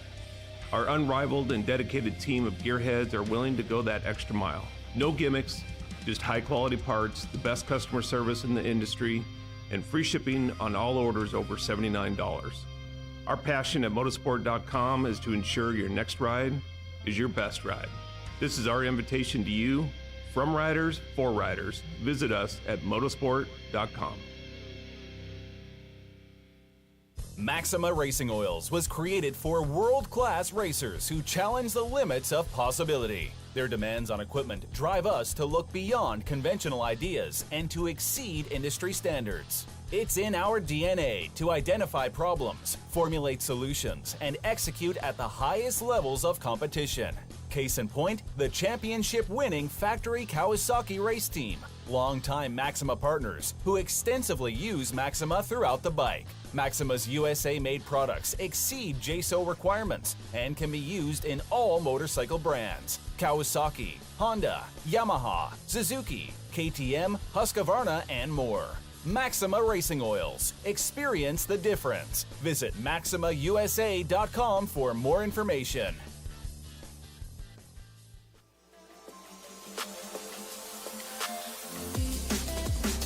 Rocky Ridge Trucks, your ultimate off-road vehicle capable of getting down and dirty. Rocky Ridge has a rich history and has been building custom vehicles since 1983. Proudly partnering with the finest OEMs including Chevrolet, GMC, Ford, Jeep, Nissan, and Ram, we bring you the ultimate turnkey custom truck on the market. Each vehicle is easily financed through your local dealership and, best of all, retains the factory warranty. Say goodbye to the hassles of DIY customization.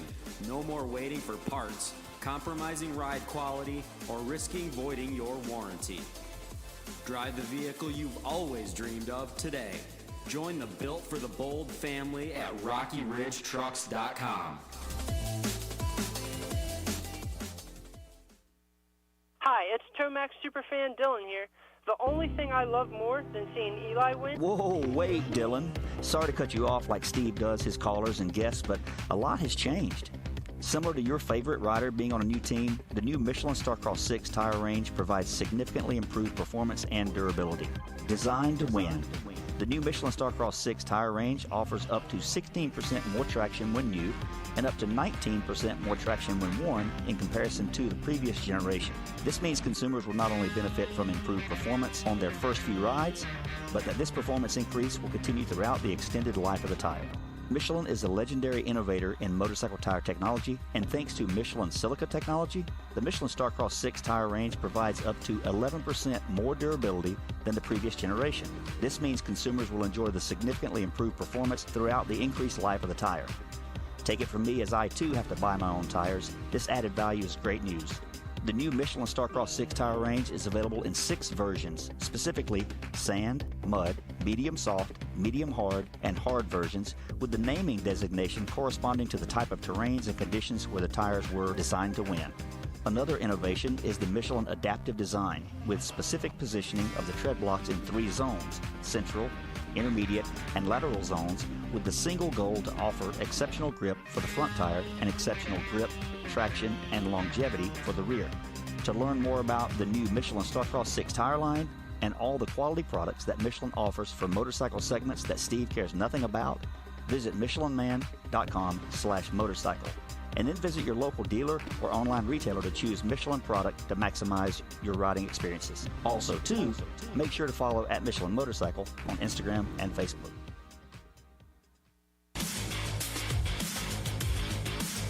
Established in 1989, Eric Phipps had the idea to manufacture factory-styled products for the everyday rider. Working out of his garage, Eric quickly gained a reputation for producing quality products and having great customer service. In just a few short years, the factory team started calling looking for products as well, and as the saying goes, the rest is history. Fast forward to 2024, and they are on their 35th year of producing high-quality products while still providing exceptional customer service. While they are no longer working out of a small garage, they are still producing the finest products available. Teams like HRC Honda, Star Racing Yamaha, HEP Suzuki, Phoenix Honda, BarX Suzuki, AJE Motorsports, Solitaire Yamaha, and countless privateers still rely on the same quality products that are available to you too. Products like their Pro Launch start device, radiator braces, skid plates, clutch perches, and tons more continue to be a staple in the pro pits and amateur scene as well. Check all they have to offer for your ride at WorksConnection.com. Use the code PulpMX20 to save 20% off your order.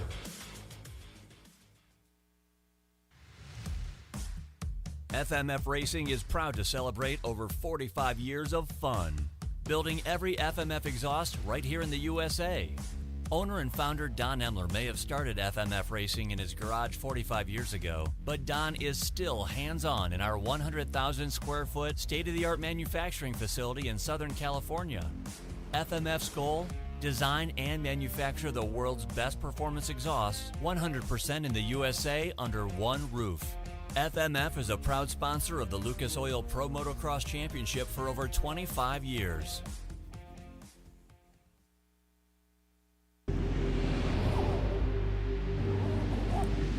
I'm Cooper Webb, and I choose OGO.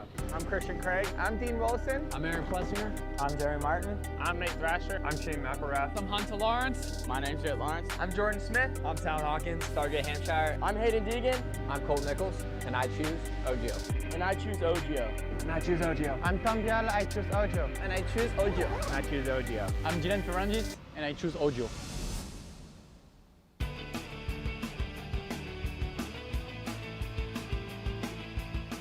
You likely know Racetech as the suspension and engine tuner of choice for the world's fastest privateers. But what you may not know is behind the scenes, Racetech is the trusted source for many OEMs and factory teams throughout the motorcycle industry.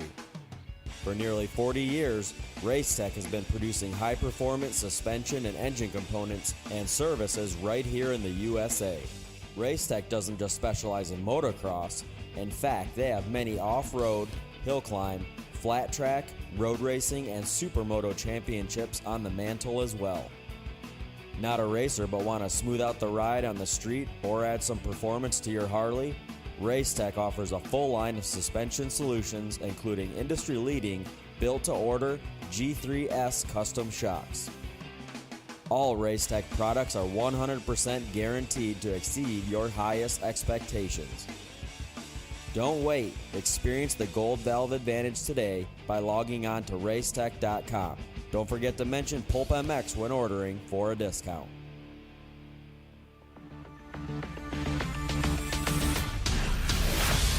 Factory Chassis Parts, established in 2018, is the home of the original high-performance FCP racing engine mount kit, designed to improve traction, handling, cornering, and feel. Used by top-level racers and race teams worldwide, including Phoenix Honda, Justin Starling, the F&H MXGP Kawasaki team, Rock River Yamaha, and many more. CNC machined parts out of high-quality aluminum and titanium. They are easy to install and bring drastic improvements right away. Stop by fcpracing.com to learn more and order today. With over 80 years' experience manufacturing power sports pistons right here in the USA, Wiseco has evolved into a full range of performance components for dirt bikes and other power sports machines. Whether you ride a 2-stroke or a 4-stroke, Wiseco has a variety of pistons, from reliable forged replacements to the performance-focused Racer Elite series. Wiseco offers race-proven components for the rest of your engine, too. From garage buddy engine rebuild kits, clutch and valve train components, USA-made Racer Elite connecting rods, and their CB4 thermal protection line. Wiseco is proud to be a technical partner with Factory Honda HRC for the 2023 Supercross and Motocross, driving professional-level product development that gets passed down to you. Visit your favorite online or local dealer or wiseco.com to find products for your machine. From beginners to seasoned vets, race teams, project builds, and magazine tests, Decal Works' mission is to cater to those who love to ride, upholding the true definition of quality, service, and knowledge.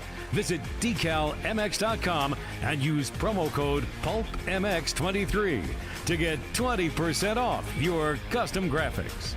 Decal Works, #1 for many reasons. In 1990, my dad, Jamie Gregg, started Guts Racing. Guts stands for Gregg's Ultra Trick Seats, because I was just a little kid that wanted a trick seat.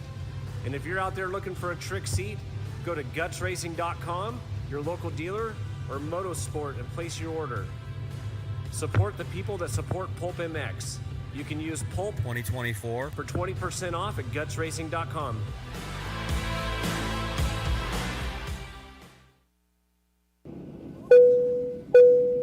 Attention riders! Welcome aboard the all-new Atlas Vision. We hope you enjoy the added mobility, quicker flight time, and additional views. Please follow along as we outline the safety features of this revolutionary device. The first thing you will notice is the added headroom. The fore and aft positions no longer come with annoying restrictions, so feel free to move about the cabin. Quicker flight times can be achieved by unmatched comforts and unencumbered movements. Yes, we're built for speed and comfort. And now available to all customers is a 360 panoramic view. Go ahead and look around the cabin. These new angles are available at no additional charge. Located on the underside of the frame is the gold standard of impact absorption, D3O.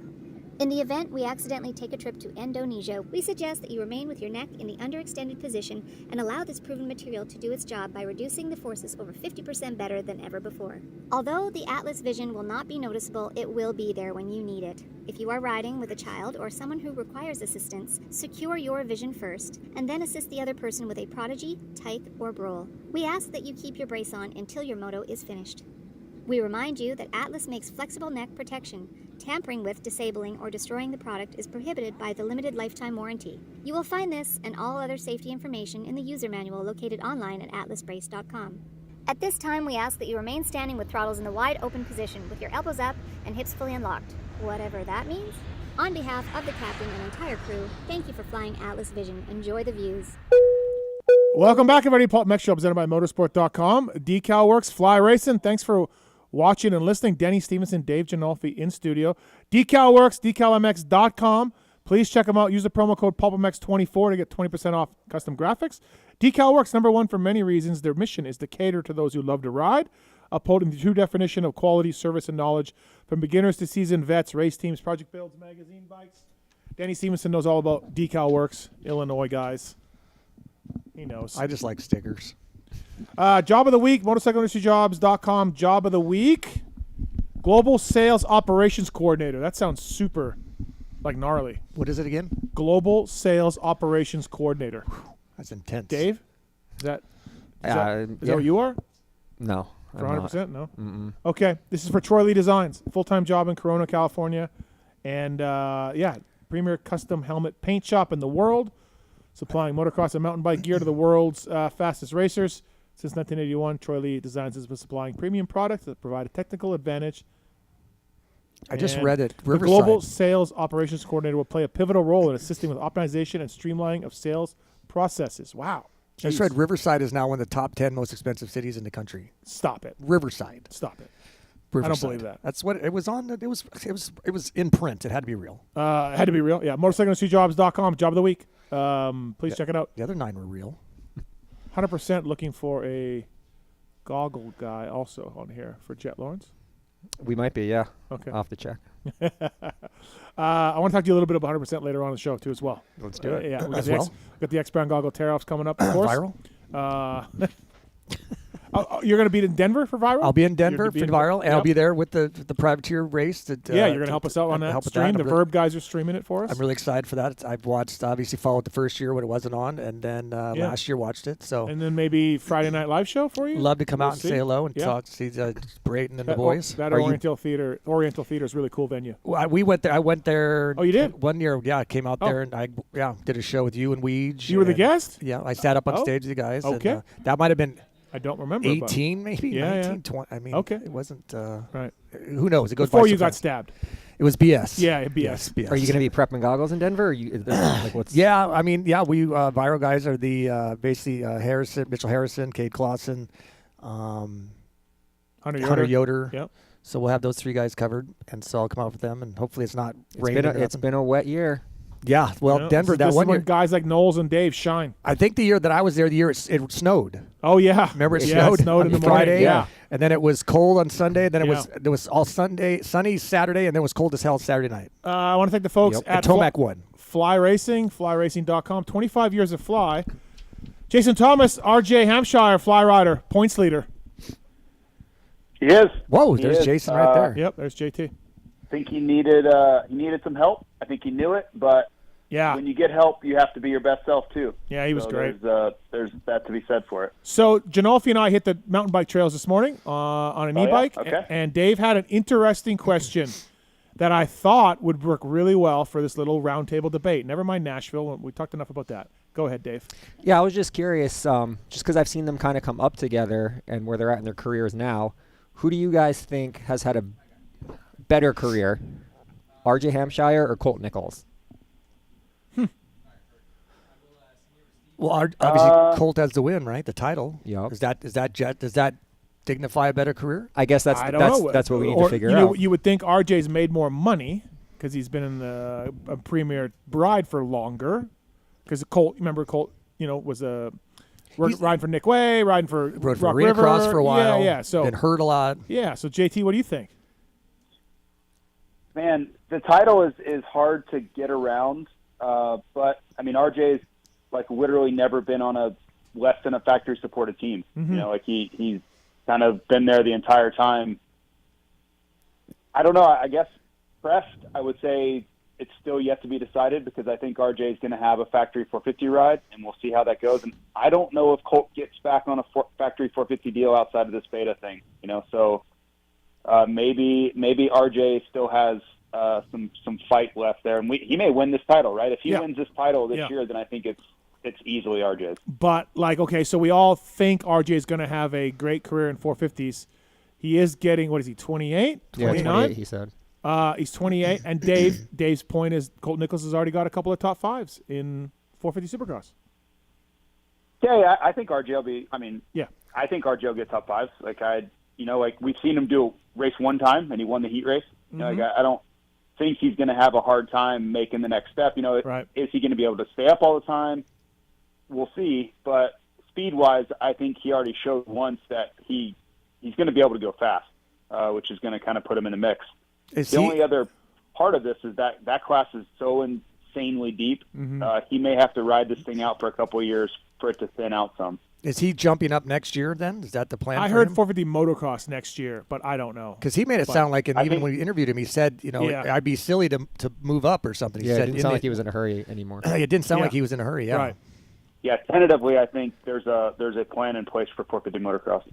But next year, in 25. Yeah, but as we've seen, all things can change and everything else. But I don't think that's not set in stone. Obviously, I think they need to figure out what they're going to do for their 450 guy for 25 Supercross, and there's a lot of moving parts there. And JT, we talked about Nichols on our review show. Like okay, it's on a beta, and it's their first crack at motocross, and you could be forgiven for having some growing pains, and they certainly did at the beginning of the year. But Benny is knocking out some top 10s. Yeah. Well, the tough part is there's a lot of talent in the 450 class right now, and if you're a factory 450 team, is Colt anywhere near the top of the list for like a fill-in spot right now? I would have a hard time saying he is. So that's the challenging part. Like they're not going to go out and seek him at this point, right? He just is not turning in results that are going to get that. So then you start thinking about, okay, where is he on the pecking order for a fill-in if he decided to go a different route, the beta. For now, he's locked in there. I think he makes pretty good money there. 2-year deal. Yeah, 2-year deal. Yeah. It's just going to be, does he want to stay there? Does this get better? Because if it's a situation where he's not making main event, I can't see that being a consistent place he's going to want to be. Is Colt living in Santa Barbara or whatever they're at as well? No. Not where Benny's living up there, right? No, Benny's back home now. Oh, he is? Yeah. Oh, I think that was more of like an early season, off season thing. Oh. So he's back in Oklahoma. I think the guys are allowed to go, like Colt in Southern California and Benny's in Missouri. Yeah. So, but I mean, let's see though. Let's see when Colt has a full off season to train, get prepared, and let's see what he can do, which would be year 2 of his contract, and then maybe it looks a lot different. I honestly think like this might sound insane. So if it does, I'm going to delete this part in the archive. I think Colt has more talent than RJ. Colt's really good. At least when not beta Colt. Colt, Honda, Colt, Star Yamaha. Like, dude, the guy was insane. Yeah, he was really good on the Star bike, and even those years before he won that championship where he would come out, get a top 3, get hurt, you wouldn't see him for a year. Come out, do it again. Where like RJ muscles everything, and like he's a great rider, but. I have a question about RJ. Okay. First of all, was that an insane take? I think it's no. That's what I'm going to ask this. If RJ were on Star, would he have more titles and more wins than he has on this Husky team? That's a great question too. Yeah, probably. Has this Husky held him back? I would think it's not as good as a Star Yamaha. Yes, JT. It's hard to argue that any motorcycle has been as good as that Star Yamaha, so by default, he'd probably do better on that than any bike. Or even Mitch's now. Mitch is obviously railing these last couple of years. Yeah, Mitch's bike has recently gotten up there, but I think everybody for the last, 6-7 years has looked at that bike and said, I would probably be faster on that bike. I think that's a normal thought for everybody. Or on a factory Honda, like Joe's bike now, even. Or I guess he was on a Honda Geico. I don't think their bike is engine-wise on the same level. Just kind of being around that last year, they were constantly searching for more engine power out of the Honda last year to compete with Hunter, those guys. Yeah. When we got to really deep starts, that was like the number one concern for Hunter was like, we've got to get a good jump because those Yamahas have so much torque in this deep stuff, they'll just close me out if I don't get the jump.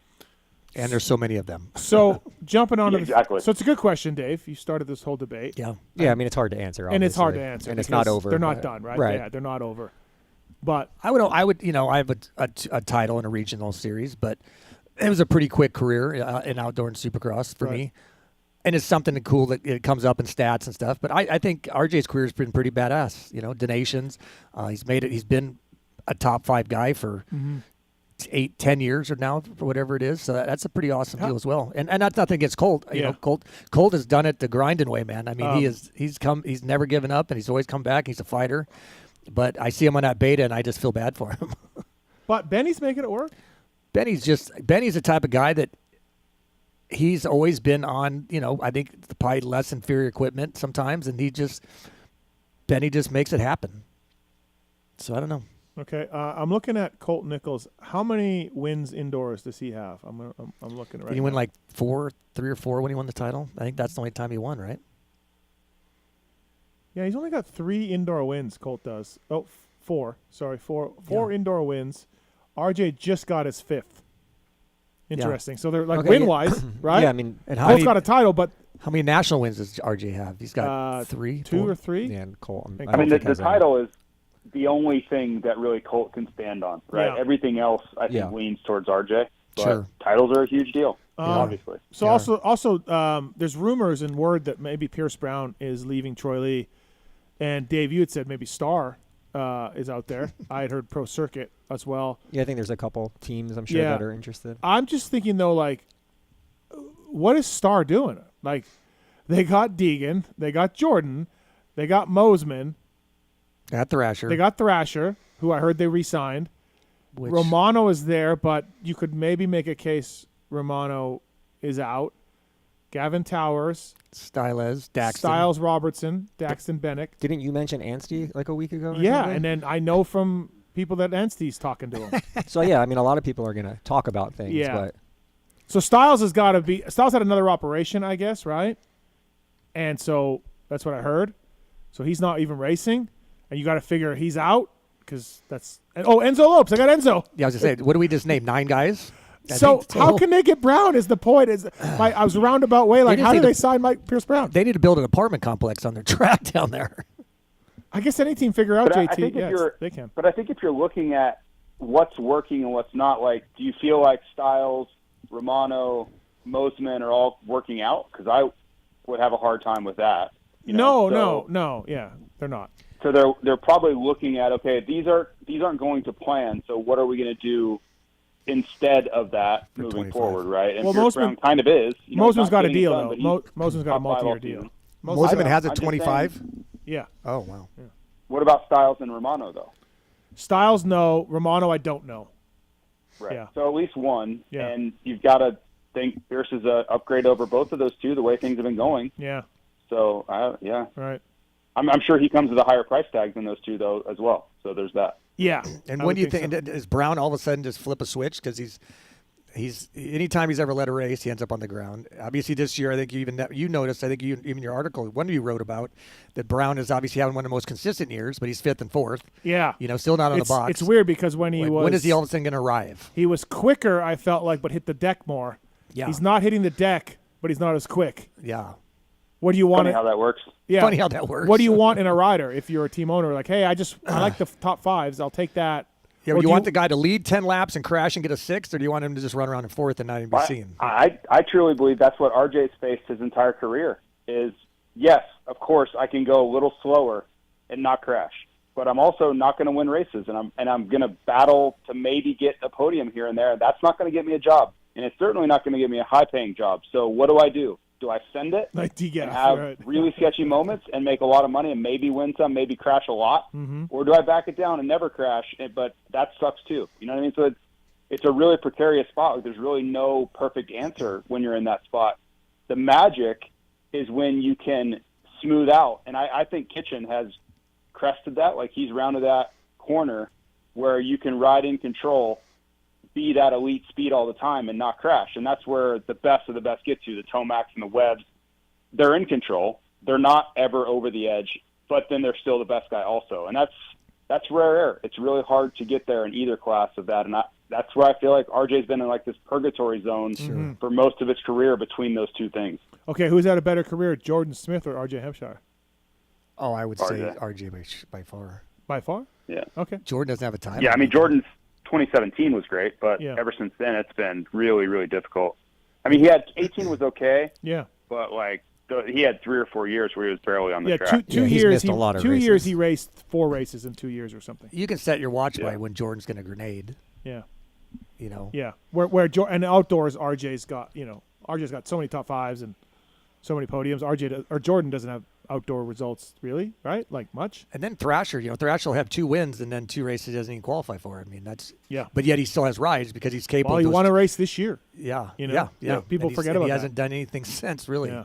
No, that's what Mitch has always said, right? If I can deal with speed.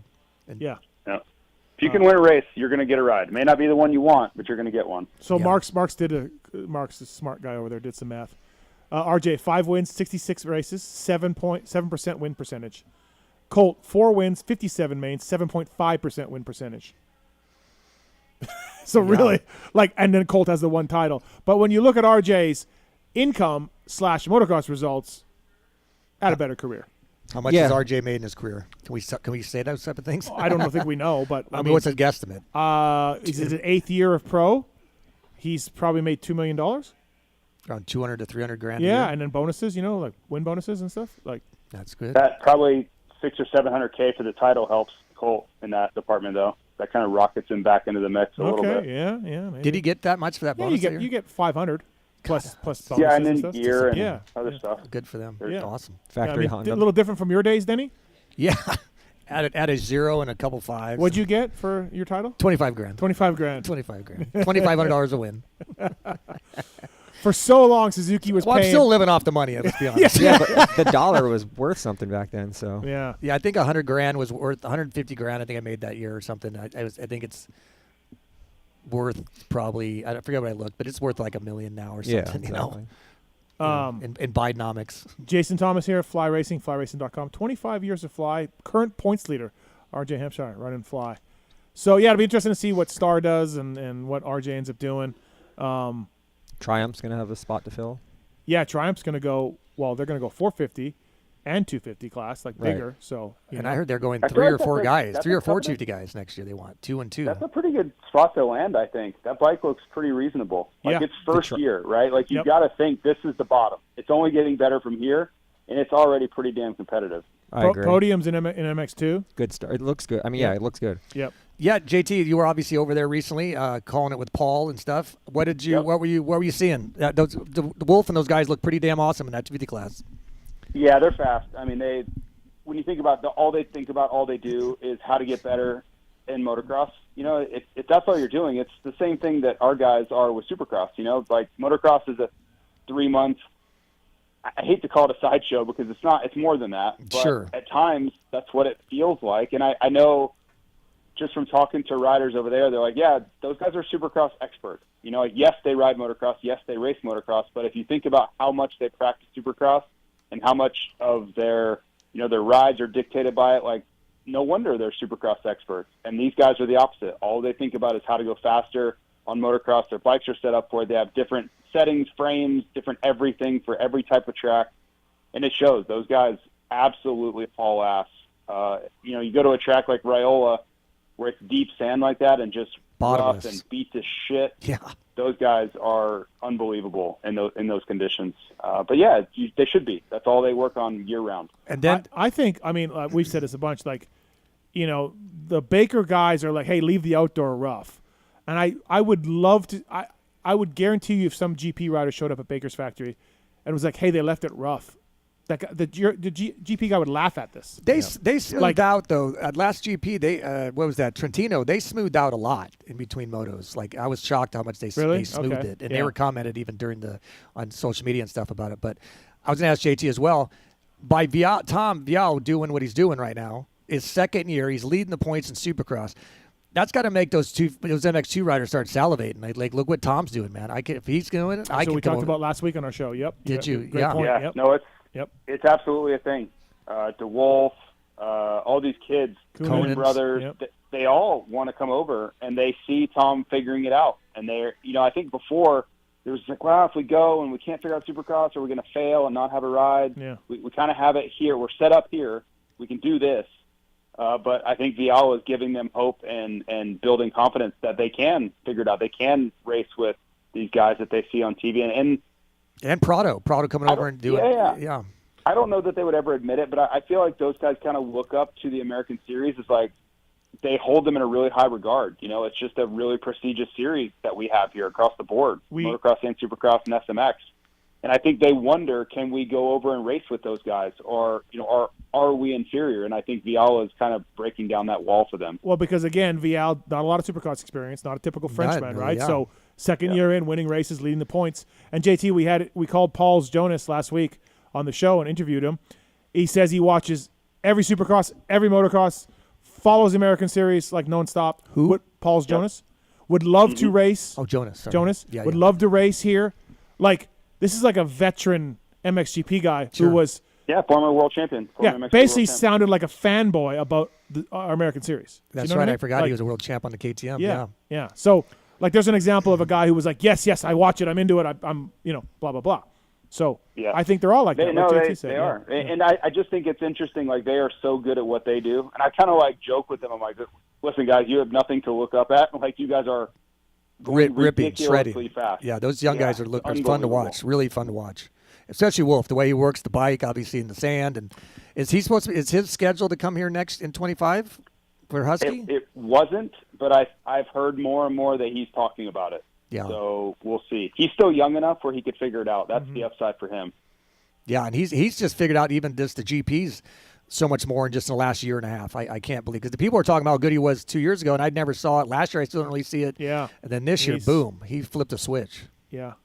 David, he's just maturing, I think, mentally. Like, I was talking to his team manager, Rasmus Jorgensen, and it's like the mental side catch. He's a really huge kid, a gigantic. Right? So the physical side was really far ahead, but mentally he wasn't quite there. Like, racecraft and being able to handle high pressure situations and not make critical mistakes, that's kind of caught up. Like, he is caught up to his body and how fast his body had progressed, and now it's all kind of coming together, and you're seeing that kind of play out on the racetrack. So a little bit like Adam. The first time I saw him, he was 15. He was enormous, and I'm like, this is the biggest man-child I've ever seen, and he could go so fast, but he would make decisions like a 15-year-old. You would just be like, okay, well, he's not anywhere near ready yet, but you can see it. He's ready now. What do you think? What do you think about Bonacorsi maybe moving up to 450? I read today. He should. He is huge. And he ripped the donations over there on that thing. Yeah. Yeah. The problem is that MXGP class is so deep. It is so brutal in that class to get a decent result, because they move everybody up at 22, and that's almost as much start cross as it is over here. Like that. It is. It's truly an all-star class in that. And they get out, and that's kind of where they finish. Yeah, they're machines. Yeah, you look at Vlanderen, who did well in this past weekend, but he's kind of a 7, 8, 9 guy, but he hauls ass. And he's running 3, 4, 5. Yeah, he's had some good races, but generally speaking, like, he's like 8th in the points or something. Yeah, and like, he's good. Yeah, And Sewer and Koldenhoff, and it's fun to watch. All right, we got some phone calls before we got to let JT go. Matt's on 3. Is it Matt? You got a 250 class idea? Matt. All right, see you, Matt. Max is on 5. What's up, Max? Hey, what's going on? I wanted to ask, with the tracks, with the whoops, and like people talked about it being dialed down with the safety, and I definitely agree on that. I'm not saying I have this wild conspiracy take, but what do you think about them also maybe taming the track down, especially the whoops? In Vial's case, everyone talks about the whoops. Mm-hmm. What do you think about them doing that to kind of try to get some of those MXGP guys over here? And is that playing with the World Supercross thing? Like, I don't think so. To be the premier World International Series. Yeah, I get what you're saying, Max. I've heard some of that too. I don't get. It's just, you look at last year. The air was knocked out of the series. Barsha goes down. Webb goes down in Nashville. Eli goes down in Denver. And you look at over the years, by the end of the series, we've had 3 or 4 factory riders. Denny, even in your day, same thing. So they looked at what caused injuries and came up with 9 whoops and no dragon backs. I don't believe it had anything to do with international riders or wanting them here or helping Vial. It was they're trying to for keep Jet. So Jet. I don't mean that they're helping Vial, but just to try to draw Euros. No, I don't think so. Whoops has definitely been a big thing for Euros, and I think they want us to keep the guys healthy. But like Eli said on our show, I agree with that. Right. I agree with that. But like Eli said on our show a couple weeks ago, cool. All right, can we see the data? Can we see what you guys did? Because why don't you ask the riders? Yeah. Never ask the riders. Right, and I feel like that's and they're the ones crashing and getting hurt. Yeah, so what would you like to see and what would you not like to see? You'll never reach a consensus because they're riders. You and JT were riders. Dave was too. But at least show them the data on why you're making the decision you're making. Right. Which Mike Newey told me, we noticed that whoops that were longer than 10 to 13, they were taking riders down. Did they notice did he come? Whoops come out of corners. Whoops after a triple. It's like there's so many different things. What do you think, JT, about Max's comment? I think that they're just trying to keep guys in the series, right? They know that stars make the show, and the more stars they have, the more intriguing the series is, and the more tickets are going to sell. So they want to keep guys healthy and guys on the track. Yeah. Which, if they believe that big whoops are taking riders out, then they're going to do something about it. I don't know if that's true or not. Maybe it is, maybe it isn't. I've seen the one year I would argue that maybe they were onto something, like they were a little bit over their skis a bit, was 2022. Whoops in 2022 were unreal difficult. They were fucking You think about like Anaheim 2 when Hunter Lawrence crashed out those whoops that Christian Craig was annihilating. That year had so many tracks that the whoops were just – I was walking the track going, oh, my God, I don't want anything to do with this. But like last year I didn't really think there was a whole lot to it, Right. And then they made a pretty hard decision this year. So I think somewhere in between is probably better. Like, I don't think we have to go all in. Like, let these guys show their skills some. But let's not go back to 2022. Well, the problem with big whoops is that in 4 strokes is back in our day on 2 strokes, you couldn't get a 125 on top of them unless you were fast. You had the speed to do it. Now, these 250 4 strokes, you get kids up on the top of them who really don't know what they're doing. The bike got him up on top. The rider didn't. And then that bike gets into a rocky situation. Well, now that rider's now exceeded his skill level and then crashes. Yeah. Well, but the one thing about the 9 is the 333. Like that's it makes it too easy. Right, to like even simplify. Eli's like, can we put a 10th whoop in? Yeah. And there's a good point to that. Like it does. If you want them to hop, then make them different sizes. You know, or something. Yes, exactly. Thanks for the call, Max. Mentioning that, I do love my guy Phil, and a shout out to a great career. But I did have to laugh at his Instagram post talking about how they haven't been skimmers this whole year, and I was like, Phil, you needed to do that 3 and the Tomac and Roxon, and then we're doing, and then you can worry about the. They were pretty tough this last weekend, Nashville. Yeah. They were pretty difficult. They stood up. They held up for sure. Yeah. Thanks, Mac. Yeah. And it's like the NFL. They turn the quarterbacks into flag football almost. Yeah. They want to keep their stars around. Well, and like JT said, that sells tickets. You get the reasoning. You understand. You know what I mean? Like. There's our attrition rate. Think of the factories too. The amount of money they have on the sidelines a lot of years. Oh yeah, you know. Last year, there was 3 guys. I think 3 factory guys survived all 17 rounds. So Matt is back. Matt, you have a 250 class idea? Yeah, Steve. Thanks. Sorry, my call got dropped. I'm driving through Nebraska, coming back from the 6-day qualifier. No, I hung up on you. It didn't get dropped. I hung up on you because you weren't there. But all right. No, literally, there's no cell coverage in parts of Nebraska. Cool, man. Anyways, my idea is I think the 250 class needs to go to a limited class. And let me start by saying I have no hate towards guys like RJ, Jamar, anybody that's making a living in the 250 class. I think it's fantastic.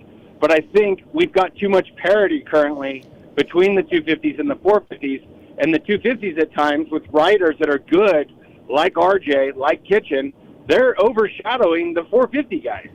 And so I think if we went to a limited class where the 250s were basically a stock bike with revalve suspension, handlebars, grips, some basic things, that would level the playing field for the 250 guys, make more privateers in 250, and then make the 450 class even more premier, where you have the guys like RJ and so forth that are riding at a 450 level. Okay, all right. Also, well, Steve, you've always said one thing, and it made the most sense at all. If you're a sponsor, they get the exact same TV coverage. Yeah. No, if you're a home viewer, you're a sponsor. Yeah.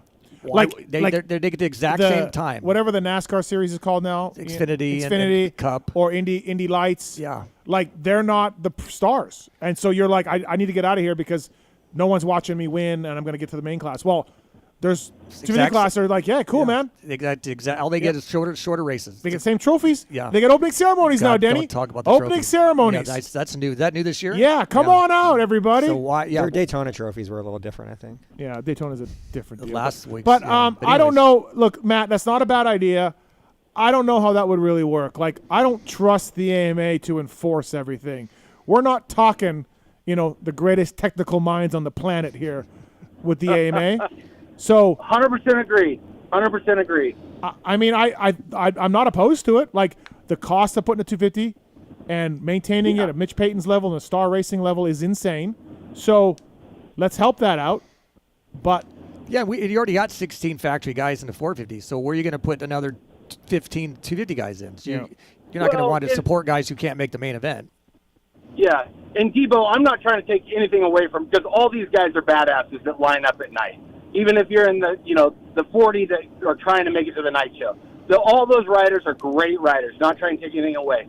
But what I'm saying is maybe some of those guys that are on 450s that are not making it, or they're not factories, they bump back down to 250s, and so they're like the opening act, right, at a concert. U2's not opening up for the Rolling Stones, right? Damn right they're not. Right? Damn right. Exactly. But, you might have Creed opening up for U2. Good band. No, Creed would headline. Sorry, Steve. That's a bad one. Okay, yes, maybe thank you. Maybe Creed's opening for Van Halen. But you get what I'm saying? Like, I feel like the 450 class gets overshadowed at times by the 250s, and I don't necessarily think that's a good thing when we're trying to promote them as being elite. Then the last thing I got tonight is you got to give my boy Craig DeLong some love for X-Brand goggles more often, my man. He's the XC1 champion. You're right. And He rocked X-Brand goggles. I just saw him this weekend. He's back a legend. In Maryland. He's a legend. And he is a legend. Toughest series out there for goggles, and X-Brand dominates it, Dave. They dominate it. They do. They do. Yep. Anyways, hey, thanks for taking my call. Debo, glad you're doing well and you survived that unnecessary attack. Yes, I appreciate it, brother. Yeah, Thank you. Yeah, thank God. That was that JT who stabbed you, or no? That was I heard on the internet. Was not JT. No. Okay. No, I commented on his shirt and he came after me. That's libelous. So where are we at with 450s going first then? Because they were kind of trying to draw people in. And I think they're right? first this weekend, right, JT, for NBC? I had not been told that, but it wouldn't surprise me. Yeah. They like to do that. Right. JT, speaking of Philadelphia, Pennsylvania, does that bring you back any Veracci memories heading there this weekend? Veracci, yeah. We were probably 45 minutes from there. Yeah. I remember we went into town and had dinner with some people that looked very connected one time at some super nice Italian place, but that's the only time I think I've ever been to Philly was that scenario. So it'll be a good time. We did a re-raceables with Travis Preston on Houston 01, and it's great. Travis gave us even more Veracci stories. Yeah. Fantastic. He said that Little Goose would, after every weekend, be like, I forgot my wallet. Can I have $100? And Veracci would be like, sure, here you go. Every weekend. Yep. Yeah, so I went to test with him one time. And the Husky deal. Yeah, Veracci. Okay, I was piecing it all together as you're telling the story. You got stabbed. So sorry, things didn't go. we were at dinner and I was testing with them, and he had a rider at the time, Steve Mertens. Yeah, Mertens. And Charlie Morrison. Yep. And we're all at dinner at Italian place. It might be the same one, JT. And every time Veracci looked away, Mertens and them would put this really hot pepper flakes on his food. And then Veracci would come back, eat it, and was coughing because it was so hot. And that's not my style to do, but I thought it was very funny. So lucky they weren't murdered then. Yeah. Feels like attempted murder. Yeah, really, right? All right, JT, thanks for the time. Appreciate it. Fly Racing, flyracing.com. We will see you in Philly. It's a day race this Saturday, so be ready. And I'll see you in Denver, right, sir. guys. So keep up the good work. Always enjoying you on the broadcast. Not if I stab you first. Aha! All right, see you. All right. Later. That's Jason Thomas, everybody. Coming up with Donny Emler Jr. I want to thank the folks at Michelin. Randy Richardson, FMIP. Not a bad guy. Not a bad guy at all. Sent me some of the new Michelin E-Wild mountain bike tires. So, yeah, when it comes to bicycle tires, these guys do a lot of great things. So please check them out. And Starcross 6s as well. I need to mount a new Starcross 6 sand tire on the back of my Yamaha for the upcoming Kiefer Mathis Showdown. Yeah. So please check out MichelinMan.com/motorcycle to learn more about the complete offering of Michelin motorcycle tires, street bikes, UTVs, all of that. Michelin. Thanks to the guys at Michelin. Car tires, of course. Starcross 6s do a great job. So thank you to the folks at Michelin. Oh, boy. What do we got? You just running. You got to breathe better? Got to breathe better. Okay. I saw your rant this week, so I thought I'd pick up a couple of these. I just didn't know people still ran them as much as they do. They definitely help. You need the magnet ones. That was Castillo thing. Yeah, they need to upgrade a little bit. Yeah. It does help.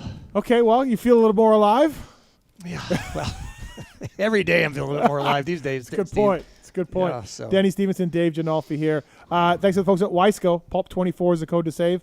Full range of performance components for dirt bikes, UTVs, ATVs, and more. 2-stroke and 4-stroke pistons. The Honda HRC guys, they've won just a few races with Wiseco, with the Lawrence brothers, Hymas, Shimoda as well. Garage Buddy engine rebuild kits, clutch and valve train components, and more. Pulp24 is the code to save with Wiseco. So check out that code at wiseco.com for 2-stroke, 4-stroke stuff.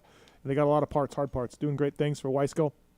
Bringing you our next guest of the show, industry icon, Donny Emler Jr. from FMF. Happy to have Little D on the show. What's up, man? How are you? The Pulpsters, what's going on? Dude, Denny got stabbed.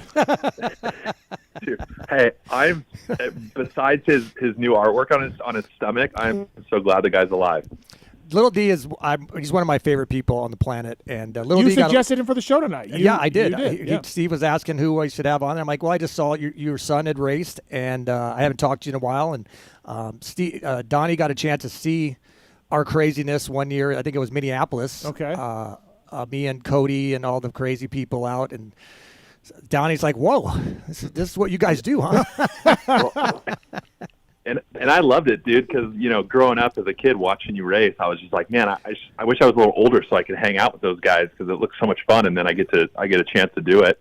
Yeah. And I'm ready for another one, dude. I just don't want to get stabbed. No one does, man. I'd learned that you got to avoid Phoenix area, I believe. I came out here, to Phoenix to be a mellow and kind of get away from some of the chaos and help my mom and just do some stuff. And yeah, I get fucking stabbed, brother. I'm so glad I'm here talking to you and you vying for me to get on the Pulp Show with you. So thank you. Huge love, man. We made a few jokes once we realized Denny was going to live. There was a few text messages going around about that's not even like the top 5 craziest things that happened to Denny. Like doesn't even make his top 10. Like I got stabbed once. Jeez. Insane. Yeah, I don't think I've ever known someone to get stabbed, so I'm actually kind of stoked that I can say that now. He showed us the scar. It's gnarly. It's not. It's like this Pulp lightning bolt. It's not a straight line. No, it is not. No.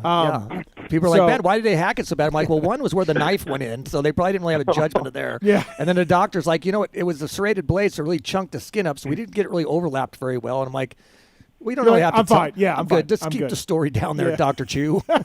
Wait, so you didn't have a chance to talk to the guy before he stabbed you? Hey, can you stab me straight? Dude? Yeah, could you maybe go get a butter knife, or something? Yeah. Could you not use the butcher knife? Put the serrated one back and go get a cleaner knife. Yeah. Absolutely nuts. FMF, please check them out. The drop is something that's really cool. It's working out well, and it's a once monthly drop FMF, and you can get the shirts are unique to the drop every year, and you get little. It's an awesome deal, and you get little trinkets of surprises in there as well. It's pretty awesome. I see his Instagram posts, and that's another thing that reminded me. Yeah, every week he's got something rad and cool and new, and I see somebody I think he had a water bottle or something that's made out of a silencer. Cool shit. And Donnie's one of probably the best marketing guys I've told him that. Yeah, it's I've always something cool. Yeah. Donnie, so Ethan, KJSC. What was it like? Yeah, what was it like? You know what? I'm still nervous. I haven't even come down from the high of him being able to race. I'm still so nervous. I was way more nervous than he was, which I'm sure every parent was the same way. But man, what an experience for him and for all the kids. What KTM puts together. I've always stopped by and like high five the kids if I'm at a Supercross race or they'll ask me to speak real quick. But it really didn't hit me until it's my kid out there being able to do it and the experience that they give and, everything they do. We had to be there at 8 in the morning, so it's a long day. But the kids, get to meet the KTM pros and get signatures and, KTM provided them with like cool cowboy hats to go out for Nashville. And, we didn't do very well, but I was checking the results. I was going to bring that up. Well, we got to work on our times a little bit, Donnie. Donnie, but you guys aren't like weekend warriors so much, right? Like Ethan's not out hitting motos every weekend or anything, is he? No, and I mean, obviously, a lot of people probably think, Donnie works it up with that, blah blah blah. We obviously love to ride motorcycles. I love to ride motorcycles. The famous saying goes, "You work in the industry. Guess what? You don't get to do very often: ride motorcycles." Yeah. Right? So, no, he's grown up. Just wanted to be able to ride with him. We do a lot of desert riding, a lot of trail riding and stuff, but not a lot of motocross. So this experience presented itself. He's 8. It's only a year he can really do it. So I was like, man, I got to throw my hat in the ring and let him have a chance at this experience. And, I told him before the race, said, hey, man, just take it all in because it's going to be a wild ride. It's going to be so much fun. Just try to remember, how much fun you're having, blah, blah, blah. Well, he took it all in all right because he was soil sampling every part of that. Getting his money's worth. Yeah, I mean, loved the sand. I think he thought it was a sandbox, so he was over there playing around a lot. Being from West Coast, I don't think my kid's ever seen a rut at Lake Elsinore motocross track in his life. So, the day started out, obviously it rained. They took the tarps off, I guess, and the track was super muddy for track walk. But it ended up being an amazing track towards the end. So, stoked to do it. Do we have some homework to do? Yep, we got some homework ahead of us. But man, I'll tell you what, mini dads are a real thing. Yeah. Was there some intense dads? Well, I was walking back with Robert Pierce, and he's like, there's always one every time, and. I literally was next to this one dad, and he was screaming in a good way because his kid was doing really good in the second practice. But I literally had to walk away. I was like, I can't even hang out. Where the mechanic. Really? It was. Oh yeah, I had to walk away. I was just like, I'm gonna lose my mind on this guy. Kid wasn't even remotely close to him, and he's yelling at him across the stadium. Oh wow. And well, they're on electric bikes. They could probably hear him. Right. The kid probably like, oh, I hear him. I'm going to avoid him this lap. Wygant's kid did it last year, and his wife was a wreck, he said. Just that. Oh, because he was in the booth, right? No, was Weech? No, I think he was I think he was wearing the shirt. Maybe the mom. Maybe Elisa was. I don't know. I don't remember either. Anyways, Weech is like, the wife was he's going to die. These jumps are too big. That way. You know what I mean? Get him off. The kid had no problem, but he said that. What did your dad think, Donnie? I mean, he thought it was, he had to think it's awesome. It's so cool. Everyone's like, oh, are they showing it? Why don't they show it on TV? And I'm like, well, I'm kind of glad they didn't because you would have just seen my kid on the ground. So the walk back from the tunnel to the pits is a pretty far walk. So anyways, we're after the race, the dad, his kid, was running up there and ended up crashing, I think, a couple times. Ended up finishing 10th. So we're doing the long walk back. I'm pushing Ethan in a row, and I'm right there with Robert Pierce, and this dad is just dragging the kid's bike. The kid's not up walking, and the dad's just dragging the bike across just the whole time. I'm like, oh boy, this poor kid. Yeah. Oh, but, it's crazy, right? Yeah, it is what it is. Did AP come by? Oh God, I can imagine AP. The energy. Yeah, so we got to go over there. AP was there. Oh. Obviously not racing, so he had some extra time to spend with the kids. Dunge was there, which was great. And Chase Sexton got to see Chase. Chase had his jersey off. I'm thinking, what is this guy just trying to throw it out there for all the moto moms? He's one of the most jacked riders I've seen. Yeah, he is. Dude, he's huge. massive. Yeah, I see him with his jersey off after one of the rounds, and I'm like, holy, he is yoked. Yeah. I'm like, dude, put your jersey back on. I'm glad my wife's not around here. Yeah, exactly. No, it's a really cool program. The KTM really takes care of the parents. I mean, Weege got to do it. It's amazing all these industry people. Right? Junji's done it with his son. It's amazing how these industry guys keep getting the draw in. It's crazy. Crazy how it works. But I know, weird, huh? But I do know, all these people that have gotten to do it, and the KTM people are first class. Fantastic. The whole operation, the way they take care of you. They got things to plug in your phone all day. They got food and water and that stuff. Yeah, it's great. It did feel weird riding an electric bike, though. I was like, okay, where's the exhaust here? Yeah, I was going to ask you, what does he ride normally at home? just a KTM gas 50, you know, kind of anti-electric if you kind of think about it. So, but super fun, like you said. The staff, I mean, amazing, first class, everything.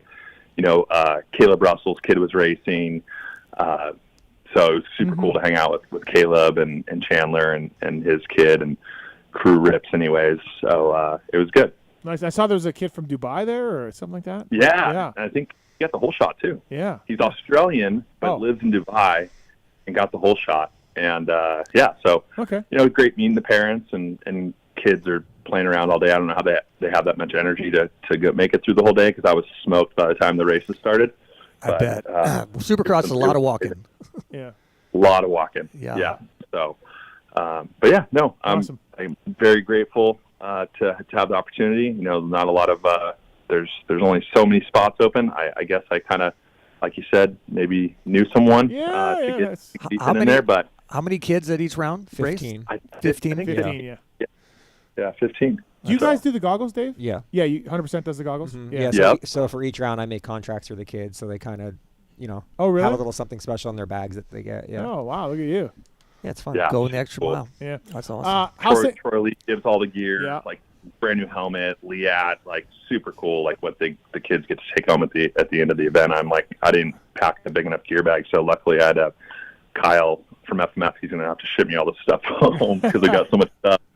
Yeah, it's kind of cool. I felt bad for what race was it? They didn't get the ride. It was too muddy. It was San Diego. San Diego and Seattle too, I think. That sucks. Hey, it's been a rainy year. Yeah, it's been one of those years. How's everything in FMF? Little D, how's things going? Are you caught up? Are you all caught up, like with all the product shortages? How's that going? Yeah, no, we're definitely getting there. Okay. You know, and just constantly just trying to learn how to be more efficient with our production and manufacturing. You know, building everything in house like we do. So, you know, we're always getting new machines. The day before I flew out to Nash Vegas, we got a big new press in, and we just ordered another welding robot machine. So now we'll have about 4 of those. So, you know, we're just always pushing forward. Yeah. You know, it's I guess it's a good thing. You know, we're still backed up, but you know, we can't complain. And you know, I saw like, you know, Mitch even putting on his Instagram that they're looking for people to work. You know, same with us. You know, so it's a constant battle that we're just going through this cycle of, you know, trying to, you know, find enough people that want to work. And you know, the material's not an issue, but so it's more people then, like after COVID. Yeah, it's more that. Okay. Yeah, for sure. Yeah, during COVID, after COVID, it's just labor, man. It's crazy. But the stimulus checks that everybody got are gone. You know, like that's what was going on. When people were like, sweet, I don't got to work anymore. Right. So why aren't people in California minimum wage? We don't need to get into that, but like, what's going on? Like what? So the stimulus stuff I got, like people don't want to work. I had tons of people being like, people hey, complain they can't afford to live in California, yet they aren't working in California. Yeah. So like, and you're not the only one, Donnie. Like, what are people? Why aren't they working? I don't get it. I think it's easier to be a bum and to be getting paid free money from the government. Really? But like, I know there's that whole thing, like the political stuff and all that, but like it really makes you money. Like you can really do well on that. Yeah. I think you get paid like $1,000 a month just to be homeless in California. So, I mean, shit. Okay. Well, Steve told me about when he worked for the Honda FMF team. He was a bit homeless out there for a while. I was living in the race shop for a little while. Okay, so yeah, it's just funny to me because, like I said, the stimulus checks, I got it. My wife was crushing it, and I'm like, wait, how is this even like fair? Yeah. Like, you know, she wasn't working because the store was closed, and she was getting way more money than you know. But yeah, okay, so interesting labor. Yeah, you know what? The demand's there. Business is doing great. The brand's doing well, obviously, and we're just having fun. I'd rather be in the position that we are versus the other position, right? Where you know you're looking for stuff to build, and you know. And so not to get too political here. I'm sure you and I's political viewings are a little different, but have you thought about getting out of California like a lot of people have? Like just. You know, I mean, look, your legacy, the history, Southern California. I mean, it's literally FMF SoCal on the stickers. On the stickers. On everything, right? Yeah. Right, but have you thought about that? It'd definitely be easier to do it. But obviously just wrapping your mind around like having to move everything and still being able to operate and all the equipment that we'd have to move. But people do it all the time, right? I mean, it happens. So, Toyota moved out and Tesla moved out, and I think HP's moving out. Like, there's companies leaving, you know? And it's you know, like you said, try not to get political, but California makes it really tough for you to want to be in business. Yeah. They don't want you to have a business here. So and we're in LA, which is even worse. Right, sure. Yeah, good point. But you know what, we make it work. We love SoCal, obviously. That's where I've grown up. I mean, I live at the beach, and I can't imagine living in other places. I travel for work and stuff, and every time I'm like, as much as I complain, I can't wait to get back to you know, to the shop or to my house. It's, you know, close to. I'm kind of in a bubble too. I live in Huntington Beach, California, so you know, we're kind of a little you bubble poor thing. Yeah, Newsom's like, we're gonna tax you, but how's that ocean? How's the ocean doing? You're right. It's beautiful. California is beautiful. Yeah, it's that area. Really hard to beat. That area is incredible. You know, and be able to, I mean, again, as much as I complain, I go, okay, in an hour and a half, I could be riding in the open desert and, you know, for miles. I mean, we still have so much open land here in California. So it's, again, like I complain just as much as everyone else, but I'm also the one that's taking it all in at the same time. So it's home. It's hard to beat home. Hey, I was the guy that Pro Circuit there in the Corona shop. You know, you've heard of him, right? The owner. Yeah. I was talking to him a couple weeks ago, and so I've been building these project bikes for a couple years now. 500, YZ125, KX250, and I don't. And I'm in these forums. I'm deep in these like forums to find parts, and you know what I mean. And Doc Wobbs, I follow. Wobbs is a buddy of mine, and like Mitch doesn't have much stock of this stuff. He goes on like small little runs of specific models. You guys don't have much stock in this stuff because I've gone on the website and looked.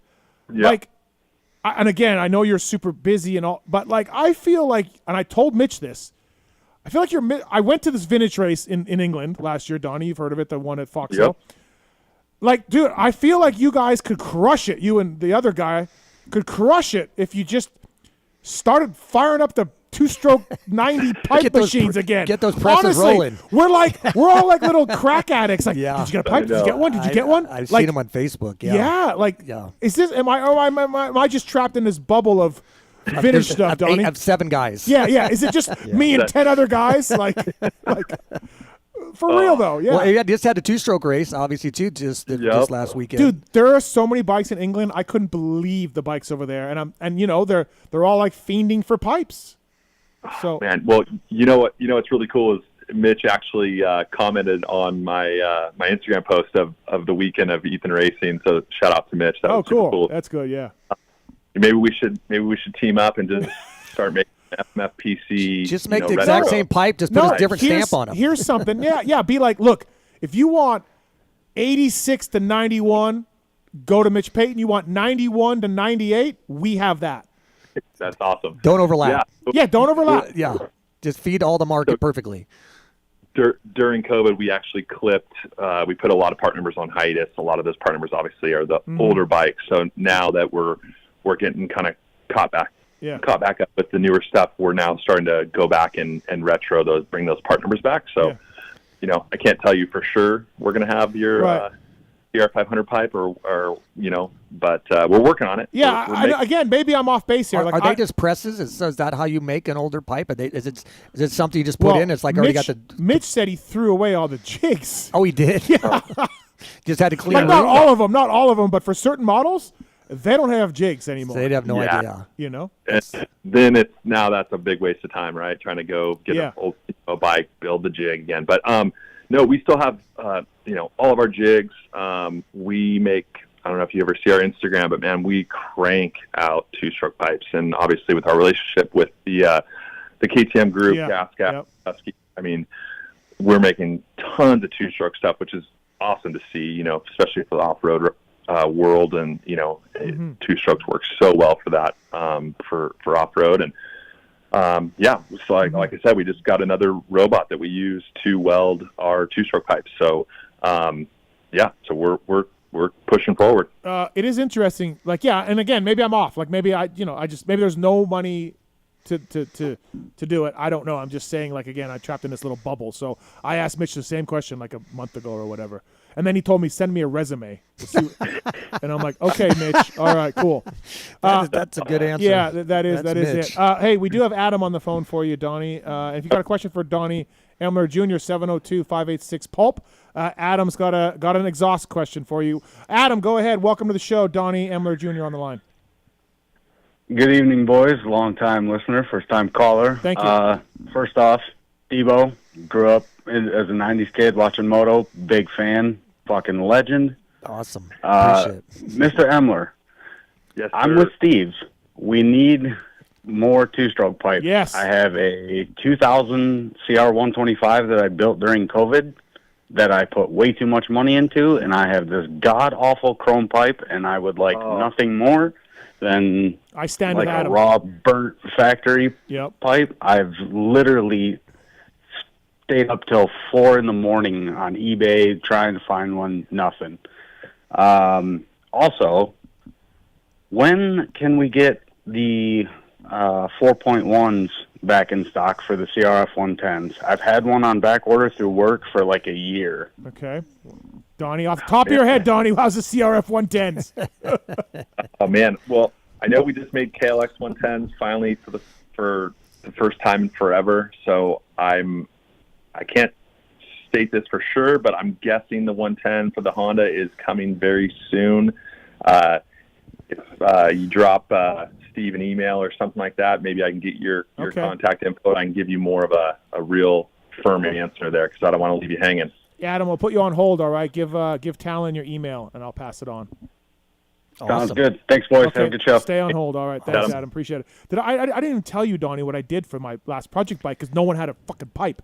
So it was a 90s YZ125. It came with an FMF platinum pipe on it. It wasn't in bad shape at all. But, Donnie, I don't like platinum pipes on vintage bikes. Don't like it. So Don't like it. I happened to be scrolling Instagram. Cody Schock was taking a platinum pipe and grinding it and using torch and a grinder and whatever else he does to make it into like a normal pipe. Why am I saying normal? Like a factory. Yeah, factory looking pipe. Yeah. So you can buff that out or what? Yeah, you can. So I hit Cody up and was like, "How do you do that?" And he told me, and I'm like, "That sounds like a lot of work." He's like, "I'll do your pipe." So just for shipping, he only didn't charge me a thing. Cody Schock. Wow. He took my pipe and made it into a factory-looking pipe, and now I have an FMF factory pipe that looks totally normal. With the grinder and a torch? Torch, grinder, all of it. You know, I was with, actually last week, I was doing some testing on KTM 125 stuff with Mo. Oh, okay, at Rock Forest. Yep. And he took one of our factory pipes and he like vapor blasted it. Oh. And then went and torched like the welded areas Yeah. and it gave it this insane like matte look. Yeah. And I mean, if you know Ryan Morris, like everything's got to be like Sano, to the nines. Yeah. So, but I was like, whoa, that's like a pretty cool deal. I'm like, how long did it take you? He's like, oh, it was like 10 minutes in the vapor blast. So I was like, oh, that's rad. Yeah, that's actually not a bad idea, the vapor blast. So I don't know if vapor blast will take off the plating, but it'll- obviously we were kind of the first ones to do the plating on the two strokes, and that's actually like when FMF like really took off. Because when we did the plating, you know, obviously, you know, we didn't always have, you know, the factory riders and the factory teams, and you know, Mitch was, you know, doing the factory, you know, raw and plated pipes. So we decided for the guy that's riding in the desert, you know, or just riding, like taking care of unplated pipes is kind of a pain. Yeah. So we nickel plated them, and you know, at first it was kind of like when we came out with our Power Bomb or Mega Bomb, right? Everyone's like, oh, why are you guys doing that? Blah blah blah. But then it took off, and now everyone has a resonance chamber on their headers. The plating took off, like everyone. You could wipe it down. Danny, you remember that? It was like when they did that, it blew everybody's minds. Yeah. I do remember that. And I'd forgotten that until you brought that up. Yeah, that's when it was huge. Because everybody, like you said, taking care of a pipe was a lot of work. Yeah. So, boom, all of a sudden you got a pipe that's going to be clean, and all you got to do is wipe it down. And, Donnie, I think you're right. Like, you look at that thing and the FMF rad valve, like, you had to have this rad valve for the early 90 RMs. They made the bike alive. And then you add the platinum sort of thing coming out, and FMF really came back around then. Like, that was it. People loved it. It like the brand instantly just wheelied from there. Like from the nickel plating, like I could honestly say that really turned the corner for us. And then so it's cool stories like that, right? Yeah. That, yep. First you're like, I don't know if this is gonna. It's like our 4.1, blue. We're known for always having we have a trademark, so no one else can ever have a blue muffler. Oh, I didn't know that. Okay. But, we started that, and, at first people were like, I don't know. It's like, purple, blue, like on bikes. And and that's how it's like, you just know that's FMF if you see it, right? So, so it's cool things like that throughout the timeline of FMF, of things that have kind of shaped the company. And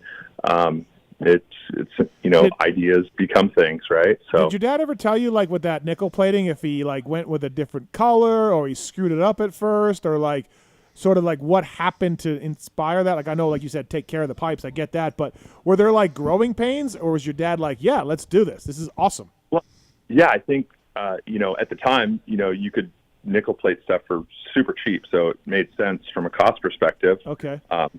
Adding a little bit obviously to the cost of the product, because if you don't plate it, it's just raw. But it was just an idea of like, hey, no one wants to. Dirt bikes are already a lot of maintenance anyways. Like, and then here's one less thing you have to do: just spray your bike down, dry it off. It's not going to rust. I don't know if he went through reiterations of trying to figure out if chrome's better than nickel plating. Yeah, I wonder. I remember we did used to, I think, chrome our Banshee pipes, because, the Glamis guys really like the shiny stuff. Mm-hmm. So, I mean, super cool. Over 50 years, we've been doing this, so and you think about that power bomb and the 4-strokes when that thing came out, which like it wasn't just for show, it worked, right? And that thing was fucking awesome when that came out. And it's, again, one of those things where like people are like, why are you doing this? Like, it's everyone's so used to like doing the same thing, and then all of a sudden FMF comes out with this, and next thing you know, everyone's got their own version of their resonance chamber, whether it's stock OE pipe or an aftermarket exhaust. Yeah. So, little D here on the show, brought to you by the folks at Wiseco FMF Racing. So I got a friend in the industry that works with the Star guys, and he's just like, holy Jesus, the product they go through. So when Brad Hoffman calls your phone, Donnie, are you like, oh no, like how much goddamn product must they go through? Send them to voicemail. Yeah, you mean for their football team? For the 54-man team they have. Yeah. They're honestly, they're pretty good. I mean, they're not even scared to like. They'll repack their own mufflers. I mean, obviously all the race stuff comes back to us. But like practice stuff, I mean, they're just like, just send us, packing. We'll repack these things. This year's a little bit different because like Eli's running a different muffler than in Coop. And then, at a couple of the rounds, we did the pink exhaust for special for the guys when they ran the retro 50-year anniversary thing. So, I mean, it's definitely a lot of product. Don't get me wrong. Oh, I'm sure. And the 250 guys have two different versions that they go back and forth with, so trying to keep up on all that. But honestly, taking care of Star and our teams here is a lot easier than taking care of teams like the Husky factory team and MXGP, because we have to send that we can't go back and forth, right? Where everyone else is sending stuff back, we're refurbishing it, making it look brand new. Their stuff, it's like literally like, we don't want to see it again because we're not paying shipping to go back and forth. So we have to make a lot of product for the guys over there. And I think they have Ginolfi probably knows, what is it, 17 rounds of 20 rounds. 20 rounds. 20 rounds. Yeah. So 3 guys, 20 rounds. I mean, you can only imagine it's probably upwards of 100 systems. Yeah, practice all day Saturday. Yeah. Qualifying race on Saturday. Yeah. How quick did you sell all those pink limited edition systems? That was obviously when marketing projects go really well, it's like this is what is like so much fun. I had no idea like how this was going to go. It could either flopped, an FMF pink exhaust. And I was telling myself, I'm like, man, are people going to, bite for this, But then I'm like, well, Alpine Stars and everyone else is making purple boots and, Pink is back, baby. Pink is back. Yeah. Well, and sport always has been so different than every other action sports industry, right? Like it goes the other direction. Have always been cool in our sport. They've never died. So, I was like, all right, we're going to make 25 for the 250, 25 for the 450. We're going to number these things. We're going to come in a bitch and box, laser, Donny Emler signature on the can. And I'm just going to hope that they're going to sell. They sold out in 36 hours. So I'm sure. It was super cool. I had to like stop some guys because they were trying to buy like 2 of them. Oh, yeah. What they were going to do, they're just going to turn around and sell them. Yeah, absolutely. So we had to like clip a couple of those guys, but no, super fun to try it and do it. And obviously having a team that you can also throw them on and no, that works out. Great idea. And when I saw that, I was like, because I've got your muffler, and then Decal Works maybe the purple sticker for it, right? So I tore off the sticker and put the purple FMF, replica of the sticker, and I'm like, that looks really good, and like it matches the bike because I got purple rims and purple shit.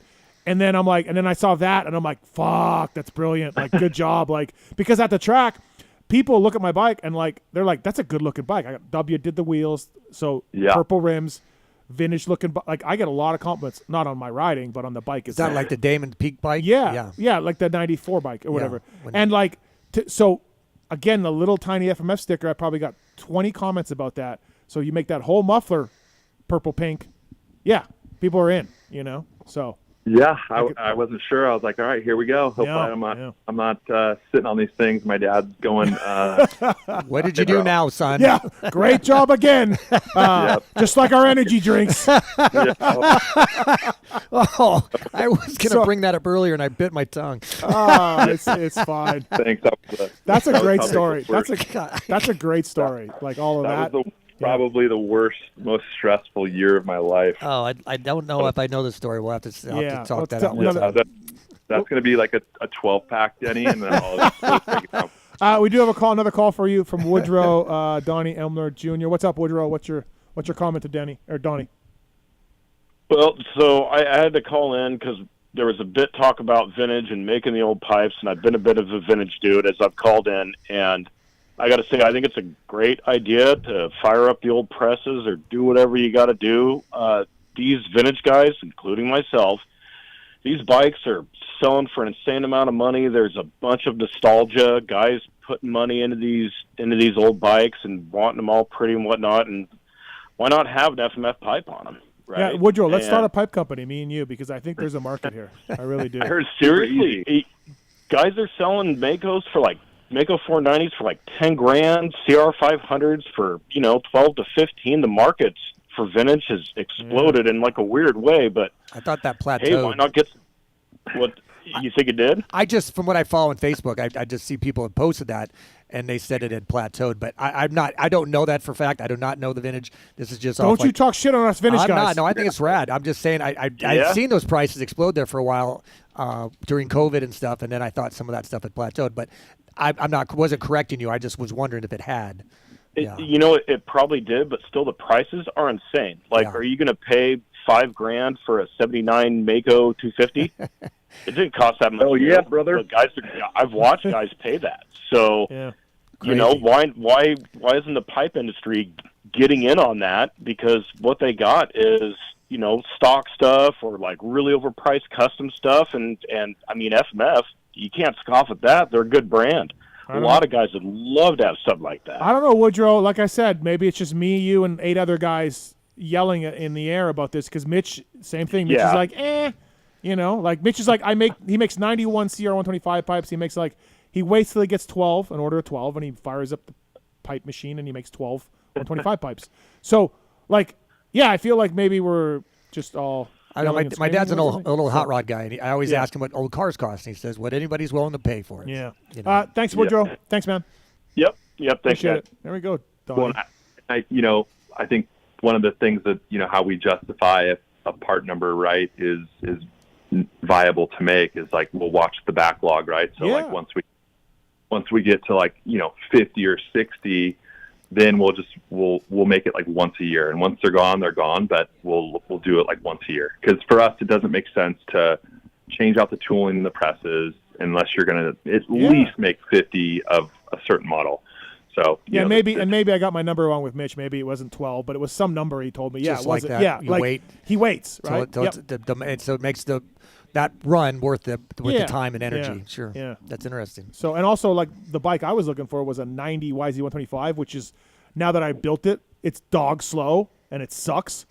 So, like, I think people are like, that's not a popular vintage bike. The 97 was really slow too. Yeah. Steve's got a question about the FMF bicycle, Donnie. Go ahead, Steve. Oh. Hey, thanks, guys. Donnie, I know you guys had made like the vintage BMX bikes, but I think like in early 2000s, you guys even had some high-end like aluminum, race frames that were pretty rad. I'm kind of curious like what the story is behind that, and then are there like any other sectors that you wish you had tapped into besides BMX, or always wanted to but just couldn't? Well, so back in the 70s, I've got some great photos, but my dad had a factory FMF BMX racing team. He was one of the ones that first made an aluminum BMX bike, and so you'll see some of those still floating around. Those vintage guys, collectors, and all that kind of stuff that are, trying to keep those things pristine. So I wish I had one. So if you come across one, shoot me a text. But yeah, so in the 2000s, a company came to us and wanted to bring back the FMF BMX division. So we did like a licensing deal, made a really good product, and it kind of fizzled out. I think just BMX in general at the time wasn't doing as hot. A lot of BMX tracks were closing, but now it's kind of made a revamp. Like you see those SE bikes, all the kids are wheeling them all over the place, especially down by me. But yeah, so I mean, is there something I wish we would have tapped into? I don't know. The BMX thing for me is still really cool. I think it's kind of a dying industry with lack of tracks and that kind of stuff. But definitely some good memories for sure. Cool. Thanks, Steve. Awesome. Thanks guys. Take care. Appreciate it. Donnie, thank you for the time, man, on the show. Glad things are cooking around at FMF. Always a good time for sure. I wanted to, real quick, Yeah. Debo, Ginolfi, good hanging with you guys for a little bit on the phone. Denny, I'm glad you're alive. Appreciate it, brother. Great hearing your voice. Think the world of you. Know that, and hopefully we'll get our paths will cross sooner than later. I wanted to real quick shout out June 8th for the people in SoCal. I am part of the Kirk Caselli Foundation, and we are throwing our 10th annual Dofo Winery fundraiser. So nice. If you're in the area, cruise out. It's in Temecula wine country. We fundraise. We obviously the money goes back to our safety foundation for off-road riders. And so yeah, if you guys are in town, love to have you guys out. Awesome, man. Cool. Thank you again for the support of the show. Check out the FMF guys for the drop and more. Always interesting to talk to you, man. Thank you. Thank you, guys. Later, D. Thanks, Donnie. Bye. That's Donny Emler Jr., everybody, from the Weiss, brought to you by Weisco. Good guy. Great guy. And really good at marketing. He is. He's incredible. Good marketing. Yeah. So I mean, the stuff he does, and it's always fun to hang out with, and he's got stories upon stories, obviously. So. X-Brown Goggle Tear-Off's coming up. Race Tech Rant, motorsport.com, tweet at Tallon as well. But it's time. Denny, you got stabbed. Crazy, man. Crazy. So did you think you were going to die? Well, like I know I asked you this, but it was crazy. I mean, I don't know. But you passed out, right? Yeah, after I got stabbed, I was out in the street, and the cops were coming. Let's go back. We should go back. Probably start. Well, first of all, so I was probably 12 or 13 when I first heard of Denny, and it was maybe Krusty or something, and it was just a line where it was like, "Sex is 90% of my life." Yes. So that's my first intro to Denny, and then you go missing is another part where you surface again. Yeah. And then you get stabbed. So like the three big things that when I think of you now is sex is 90% of your life. You're missing at some point in your life, and you've been stabbed. But he won a lot of arena crosses and a championship. These are the things I remember. The three I just named. Because when you're already tied into moto and you know people from moto, it's like, look, you remember the things that are not moto. Yeah, that's a good point. You know, I grew up idolizing Dogger, and all I can think about is all of the Dogger stories.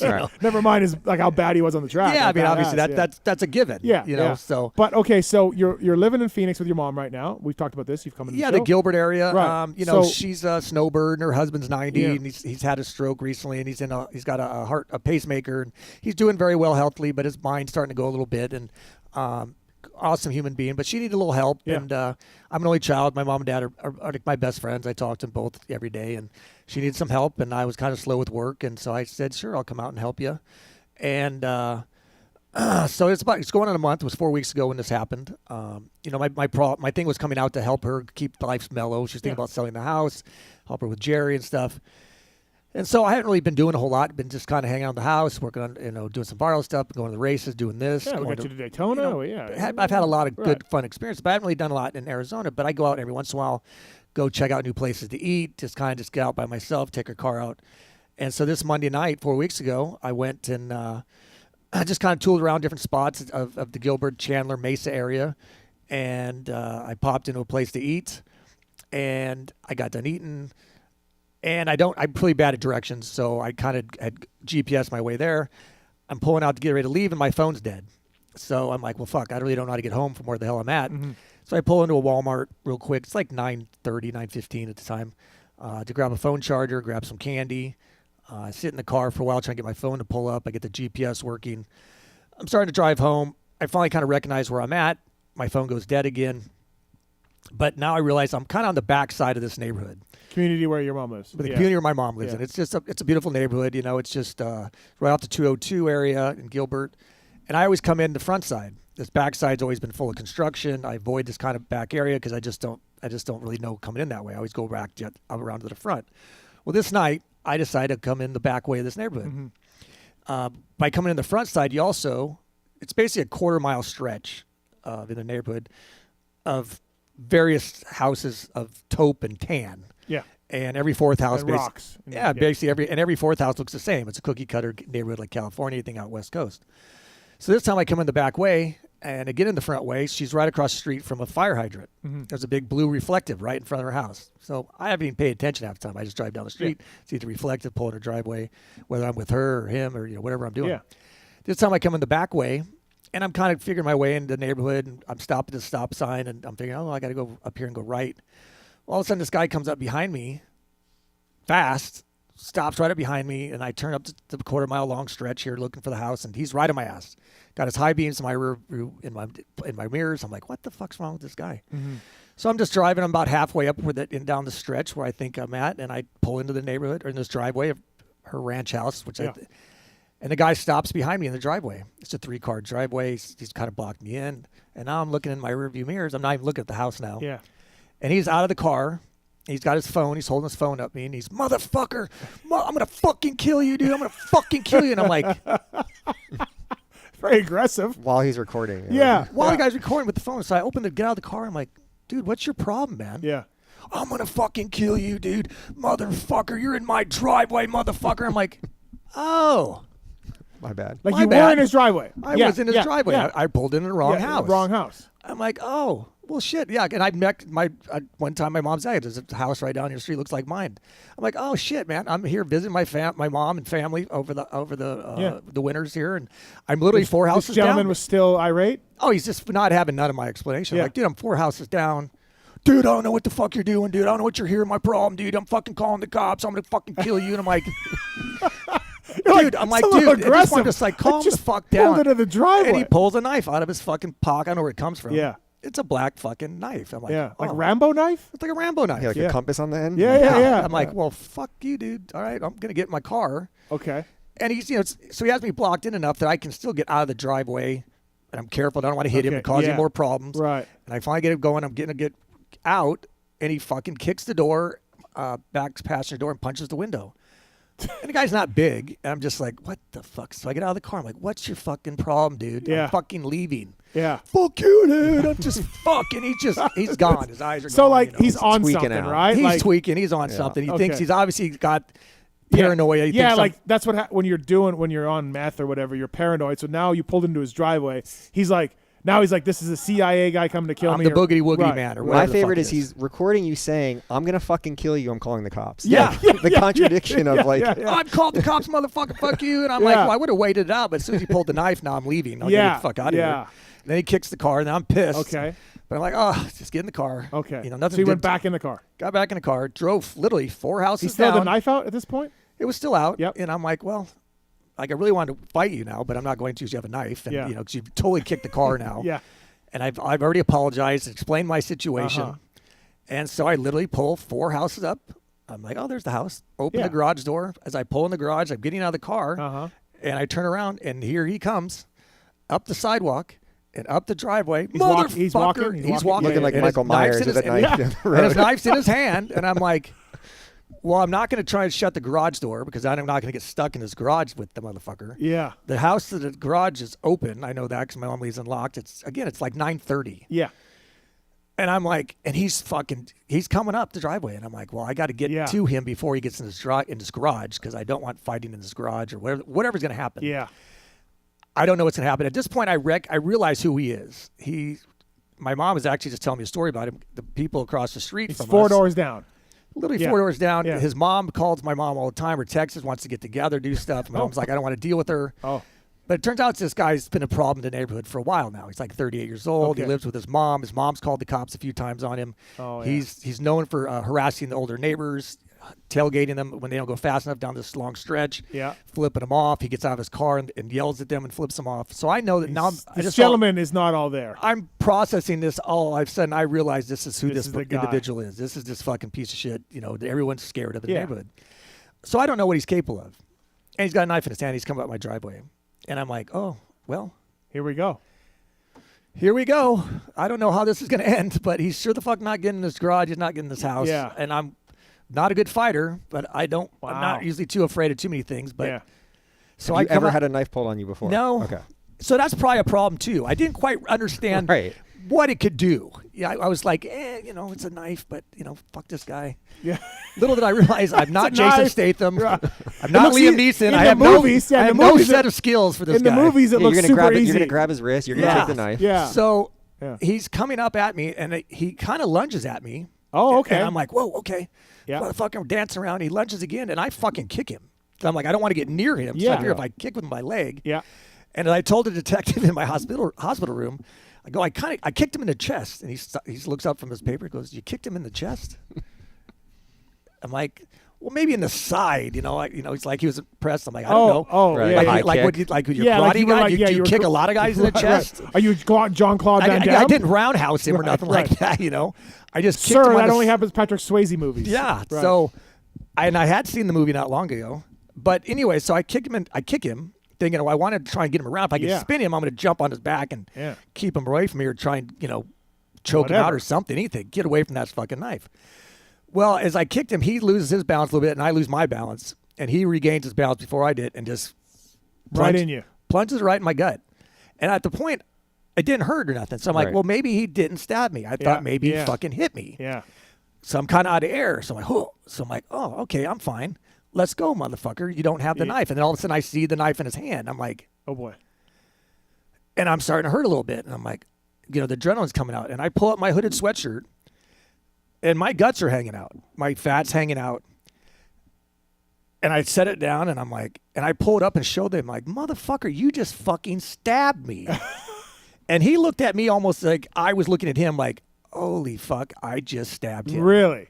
Like, I know he wanted to. Yes. But you do something to that magnitude. If you had not done it before, you might be a little shocked by it. In fact, it was serrated. It pulled my insides out. Oh.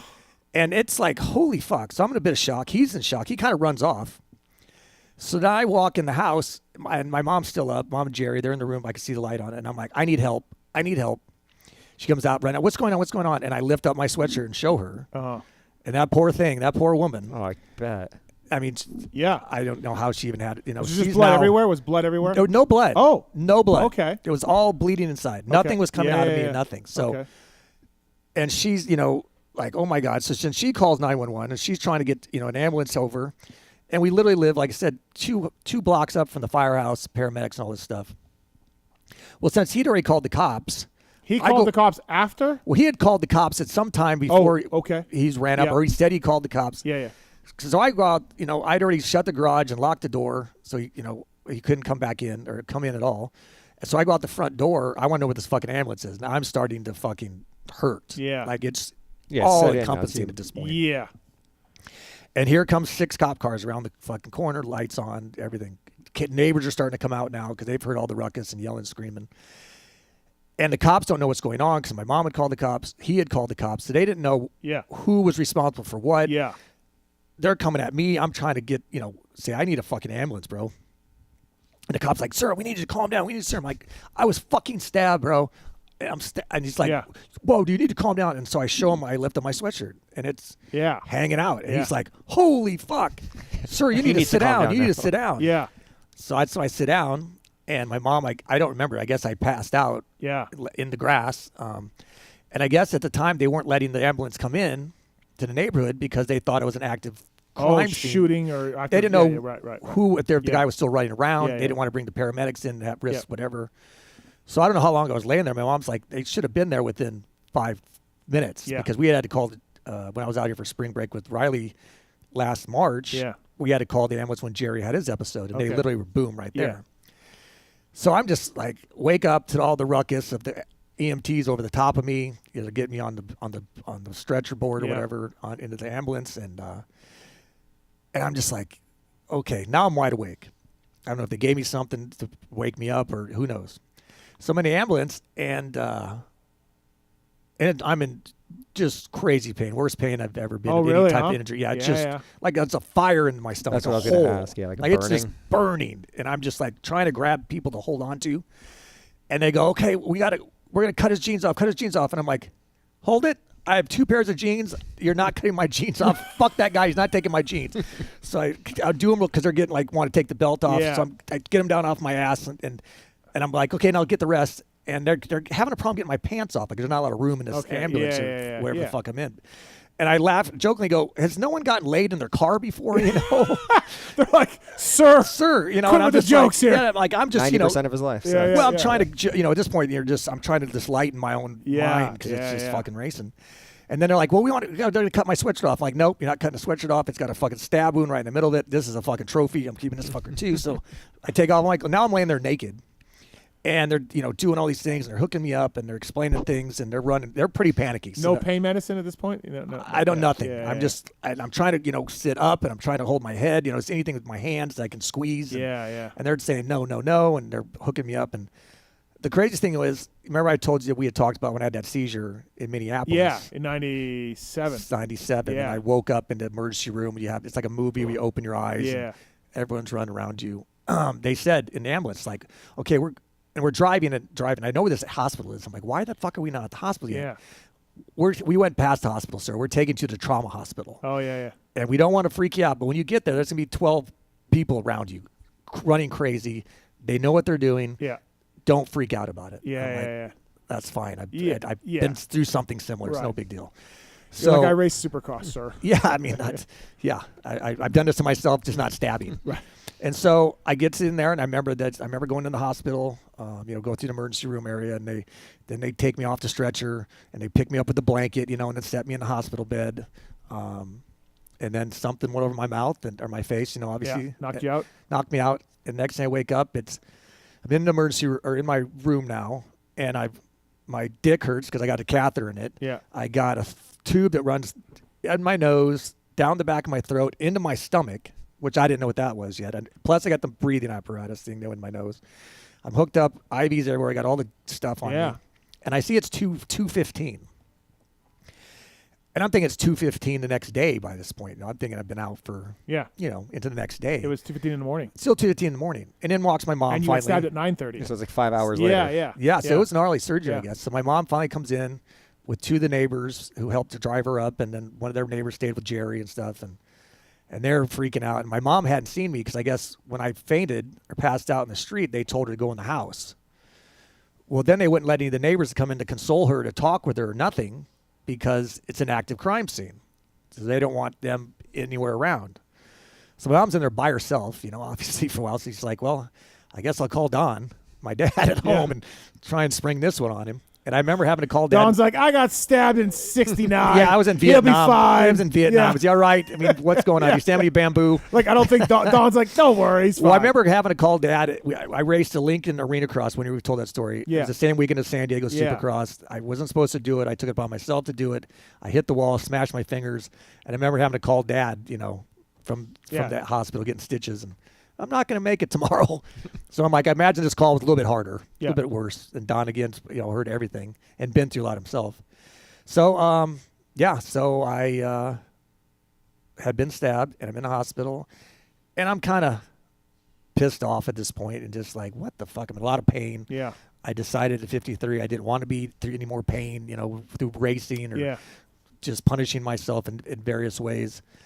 And I want to get the fuck out of there. I'm thinking, bones, you break a bone, you're out of within 2 to 3 days. Mm-hmm. But I remember the nurse telling me that morning, the night nurse, and it was like she's there till 7. She's like, okay, well, doctors can come in. They're going to want you to get up and be walking around and be because that's kind of the new thing rather than just laying around a lot.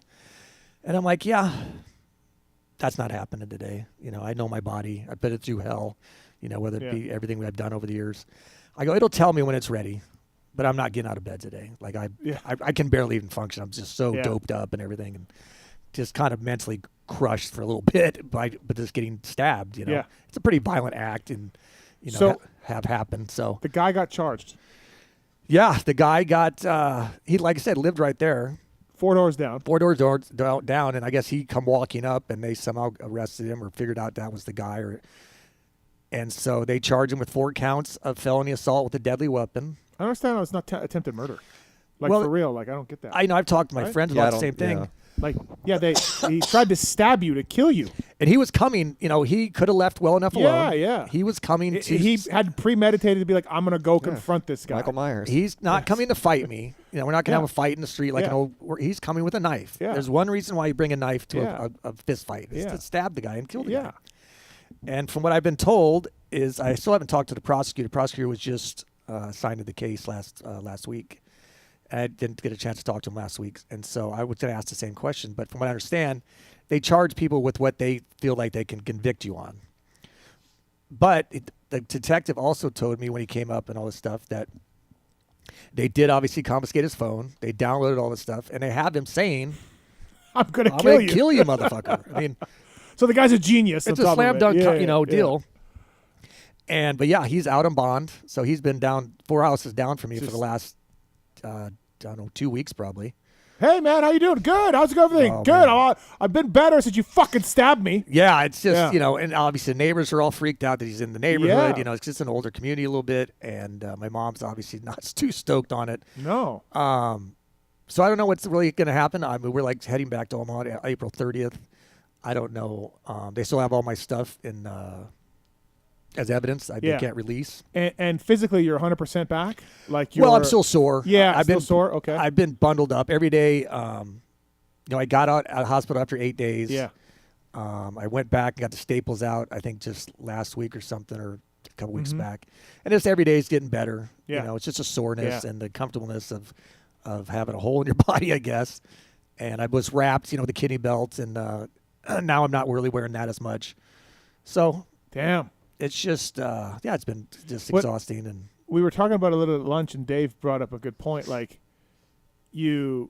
phone died.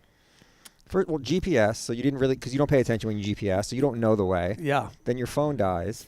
And I go in the back way. And you go in the back way. You get confused pulling the wrong driveway of the guy who happens to be behind you at the time. Like, what are the odds? He was behind you with the high beams on. And you pulled in his driveway. Yeah. So he's already out of his mind. And he's then you pull in his driveway. Yeah. Now he's convinced I'm the boogeyman. You're the boogeyman. Yeah. It's just all the things that Dave said had to fall into line. In the wrong way for you. In the wrong way for this to happen. Oh yeah, I had to stop thinking about that. Right. Because obviously you're not going to. I wasn't sleeping very well at first, And now I'm just kind of just like, I can't think about it, let it bother me. But yeah, Yeah, I mean, yeah. literally, if I didn't stop, my phone didn't die. If I didn't know where I was at, if I just would have gone in the front entrance. The front entrance. You So know? maybe MapQuest from now on, no more GPS. Yeah, we'll just print I mean, it out. I'm just gonna get a map, just act like we're traveling the road from the '80s. But yeah, so yeah, and so the guy is out, and he's gonna.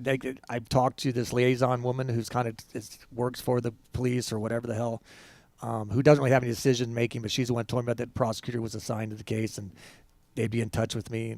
But obviously, they're like, well, they might do a plea deal. If they do a plea deal, they got to ask me about it if I accept it or not. And I basically told them, like, a plea deal is to basically prevent all the stress and going to court and the time, but it's a slam dunk case. So he's not going to plead anything less than the full fucking charges. This fucker better be in jail for a good amount of time. He's got priors, right? He has priors. He has priors. You know, so it's kind of just a freaky deal. And so I'll just kind of just let it process play out and see what happens. Like I said, I'm looking forward to talking to the prosecutor and seeing what their plan is or what they're going to do with it. And so, dude, crazy. And then, chaos just finds me. I try to stay away from it as much as I can. Even my buddies are like, when Denny becomes a sound of reason, when we're all hanging out, things are definitely changed. My life's been way mellower. It's been great in Arizona. Let's get stabbed on a Monday night. Yeah, let's. So after obviously you're good now, but like after being stabbed, is it kind of like a street cred thing? Like, I've been stabbed, or are you more like a victim? Like, oh my God, I've been stabbed. No, it's street cred. Like, I'm going to tell Steve, we can literally never argue about anything because, Steve, you don't like the donations? You realize I've been stabbed, Steve. That's what I'm saying. That's RJ spending $5,000 of his own money. Yeah. Welcome to the donations, well, everybody. I've been stabbed. That's all. So it's crazy. I don't know. It just adds to the crazy chaos stories of my life, and I'm glad. I'm very fortunate. I'm glad you're all right. I was very thankful to the nurses. Everything was thank you, please, thank you. Everything was absolutely. awesome. It's these doctors and nurses that are like heroes. They're amazing. They're amazing, and that's what kind of pisses me off a little bit because we live in the day and age where just the internet experts, they Google and they know more than doctors and nurses, and they know better and they know this, and then you in a situation like you are where you get stabbed and you're like, these people's lives are devoted to healing me. Yeah. And that's all they care about. And this is their job. And all you idiots that question doctors and nurses and they're doing it wrong, like these people are here to save you. Yeah, I mean, I thanked them every time they left the room. Yeah, thank you. Absolutely. Appreciate it. Tell everybody you work with you. You've been awesome. Thank Firemen, you. cops, doctors, nurses. Yeah, so they did a great job. The doctor said basically, like I said, there's a 45-degree angle where the knife went in. There's a scar about there and around my belly button, just a little hacked up. But that's where they had to open me up and take everything out and just kind of lay it out and go, okay, what's been nicked, what's been slashed. I don't have to have a shit in a bag, thank God. I mean, there's so many things that could have gone wrong that did not. Yeah.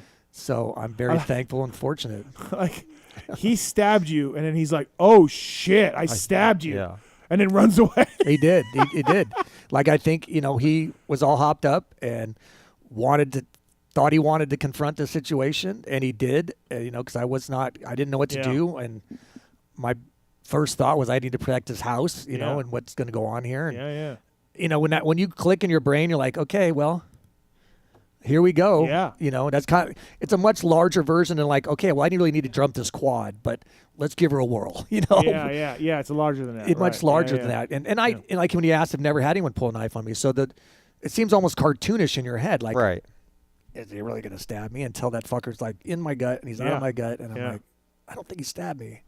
And then you see it. And you're like, oh, he did stab me. Oh. And then people are like, you should have a gun. And I'm like, that makes sense as well. And so what if I unload a clip on him in my driveway or in my mom's driveway and I miss and it goes in the neighbor's house or something like that? All the tough guys that say you need a gun. Like, I don't think it's necessarily tough, but who knows? I mean, I just know that the things that could have gone wrong. No, but like I'm saying, the tough guys that like you got to pull a gun on, you got to shoot that thing, man. Yeah, you got to shoot another human being. Are you ready for that? Carrying a gun is one thing. Yeah. Like, are you ready to shoot somebody? I would have just much rather fought the guy. We had a normal street fight. Right. And even when Riley got in trouble one day when in school, he was getting bullied all the time, and I'd said, hey, he was like in elementary school or junior high. I'm like, if this kid gives you any more shit, just walk up to him and punch him in the fucking face. Yeah. Just fucking hit him. Mm-hmm. What's he going to do? You're junior high. It's white kids out in fucking West Omaha. Right. And so he did it one night at a party, and so the cops, Michelle calls me and he goes, yeah, the cops need us to meet at the police station where he punched a kid. I'm like, oh, cops. Well, good for him. The other parents decided to press charges. Oh, wow. And so we went up and talked to the cop, and the cop was like, well, thank God. It's nice that this is what finally kids are dealing with instead of all the other shit I see. Yeah. Cyberbullying and knives and guns and these stupid idiot kids at junior high. He goes, these kids just had a fight, and everything's cool, right? And I'm like, yeah. We all probably got in fights growing up. Yeah, it's not that, so it's... No, Dave? No? Okay. But, yeah, the knife thing just caught me totally by surprise, and thank God we didn't live in Omaha. So, if this happened there, it would have been much different. Yeah, I think... Glad you're all right. Yeah. I hope I never get stabbed, and obviously that totally sucks, but I think I'd be probably pissed off of the inconvenience of it all, which I feel like that's kind of where you were at. Like, I'm fucking stabbed, and I got to heal this thing, and like... Everything was going well. I was really excited to go to St. Louis. I was excited to go to Nashville. Everything was kind of banging. And, and again, we've all raced. We know what it feels like to get hurt. It sucks. It's probably the biggest reason why we all stop racing is because crashing blows. And here I'm in there with a fucking stab wound. Yeah. Of all things. Yeah. And I had nothing to do with it other than just timing. Yeah. Like I didn't encourage it. I just did everything I could to get away from it. Yeah. And it just chased me down, Yeah. I mean, if you get beat up, you get beat up. But yeah, stabbing, it's just like, oh, what a bitch. Like, why stab me? Yeah. And it wasn't, and I was just like, I didn't know what to do. It's like, oh, okay, I have to defend this house. And okay. Crazy. I should probably take some fighting lessons, karate lessons. I've got my buddies on Facebook that phone. We need to get you some hand-to-hand combat classes. Jean-Claude Van Damme. Well, glad you're all right. Thank you for the story, and I'm glad you're in. So, yeah, thanks. And this just worked out that way. We had this already planned. Yeah. And so we got an exclusive on the stabbing story, PulpMX. Yeah, I mean it's not as crazy. It's not exciting. It's like almost like when people when I went missing, they're like, oh man, I bet you was some crazy stuff. It really wasn't that great a story. Finds out you're not good with directions. Yeah. That's the worst thing. Don't get lost. Pulp20 is the code to save at ProFilter and Maxima. Thank you to Maxima and ProFilter. Great company.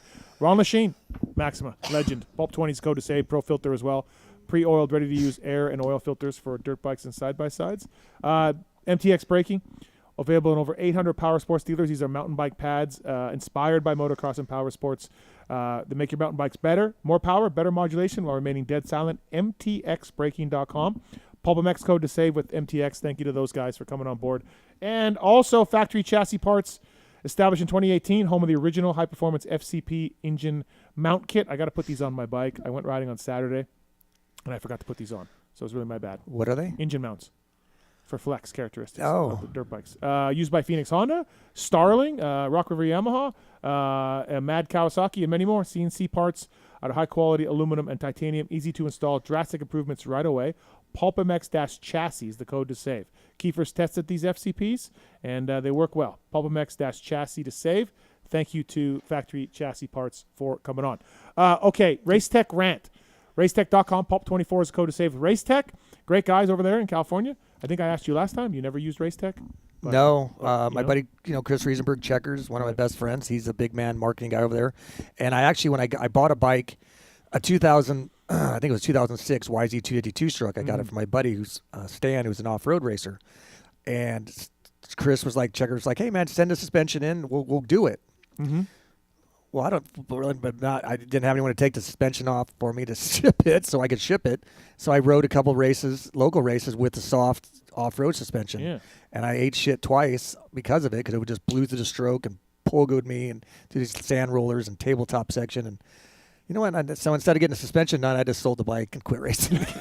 Jesus. I thought the story was going somewhere else. Yeah, no, I just went, fuck this. I like that. That was that was one of the times, last times I rode a bike and crashed and saw lightning bolts and said, why am I doing this? All right, Dave, Racetech Rant, you got one. Yeah, I think it's more of like an educational piece than it is all right. a Sounds rant. Good. But in my world, with dealing with a lot of amateurs and sponsorships and all that, I see a lot of kids that, get sponsored, whether it's a discount, totally free or whatever, and they post a picture and it's usually just maybe product in a box, and it's kind of more like stoking themselves out, like, oh, thanks so much for hooking me up. Look what I got. Yeah, like, look what I got. Where I think everybody just, in a world of marketing, as we heard Evan Ferry earlier talk about, like, social media for these kids seem to be life. I would suggest taking the time to come up with some kind of creative photo, like, let this be your template to showcase it.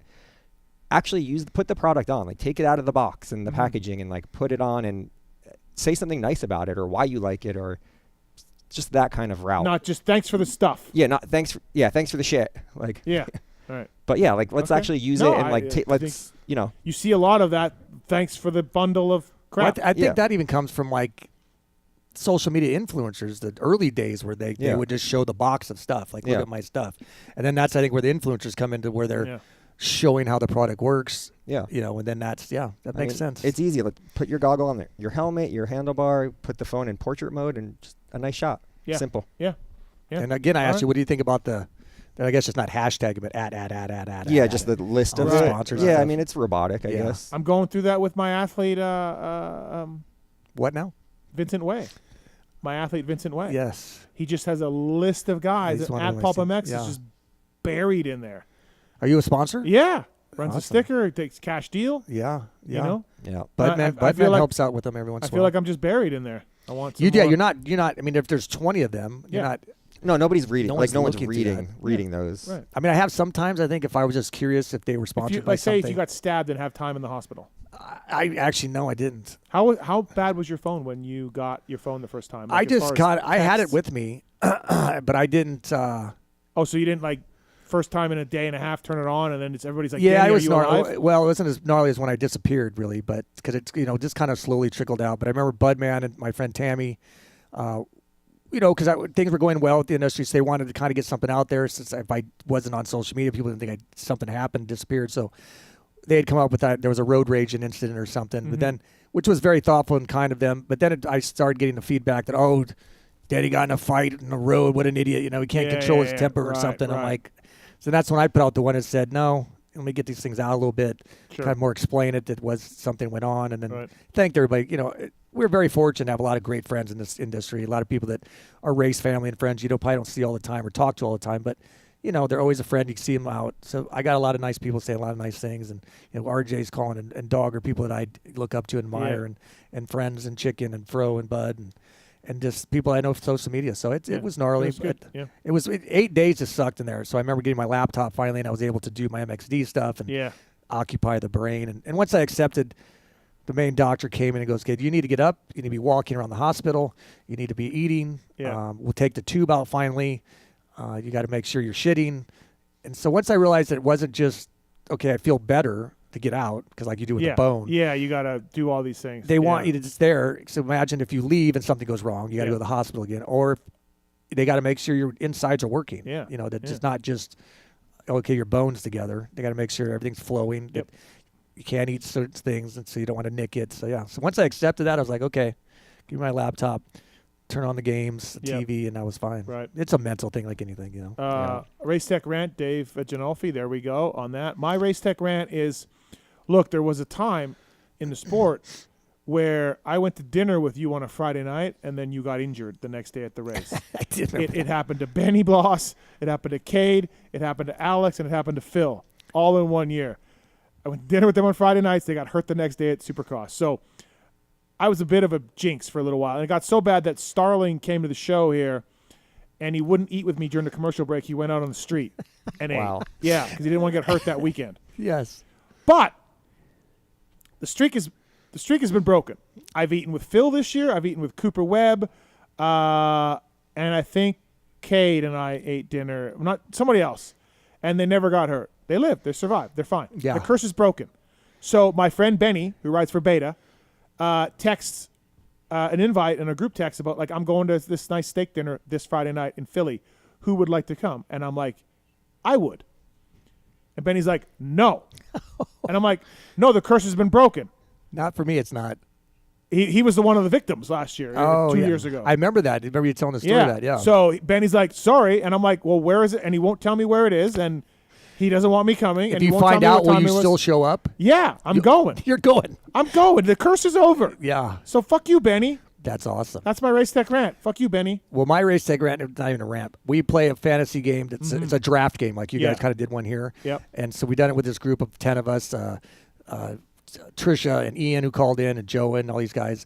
And so last year, my buddy Ian, for 2 seasons, this is our third season, I think, of doing this draft. Everybody that Ian drafted, we have like segments. You draft players throughout. Yeah. They get his riders were all getting hurt. Oh, okay. All getting hurt. Yeah. Like it was like if Ian drafted you, you're not going to make. Out. You're not. You're going to get hurt. Yeah. So now the curse has been passed to Trisha. Oh. And she's had, you name a rider's hurt, she has him on their team.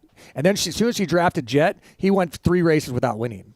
Oh, wow. So that's like, we're into segment 3. So her first segment, second segment. So she's had 2 riders hurt each segment. Jeez. She is the curse. And it's real. Yeah. Well, Marks, you know, you're winning the draft. The draft. Yes. Right now. Yeah. Thanks. 3 races to go. Thanks for nothing, Lopes. I don't need you, apparently.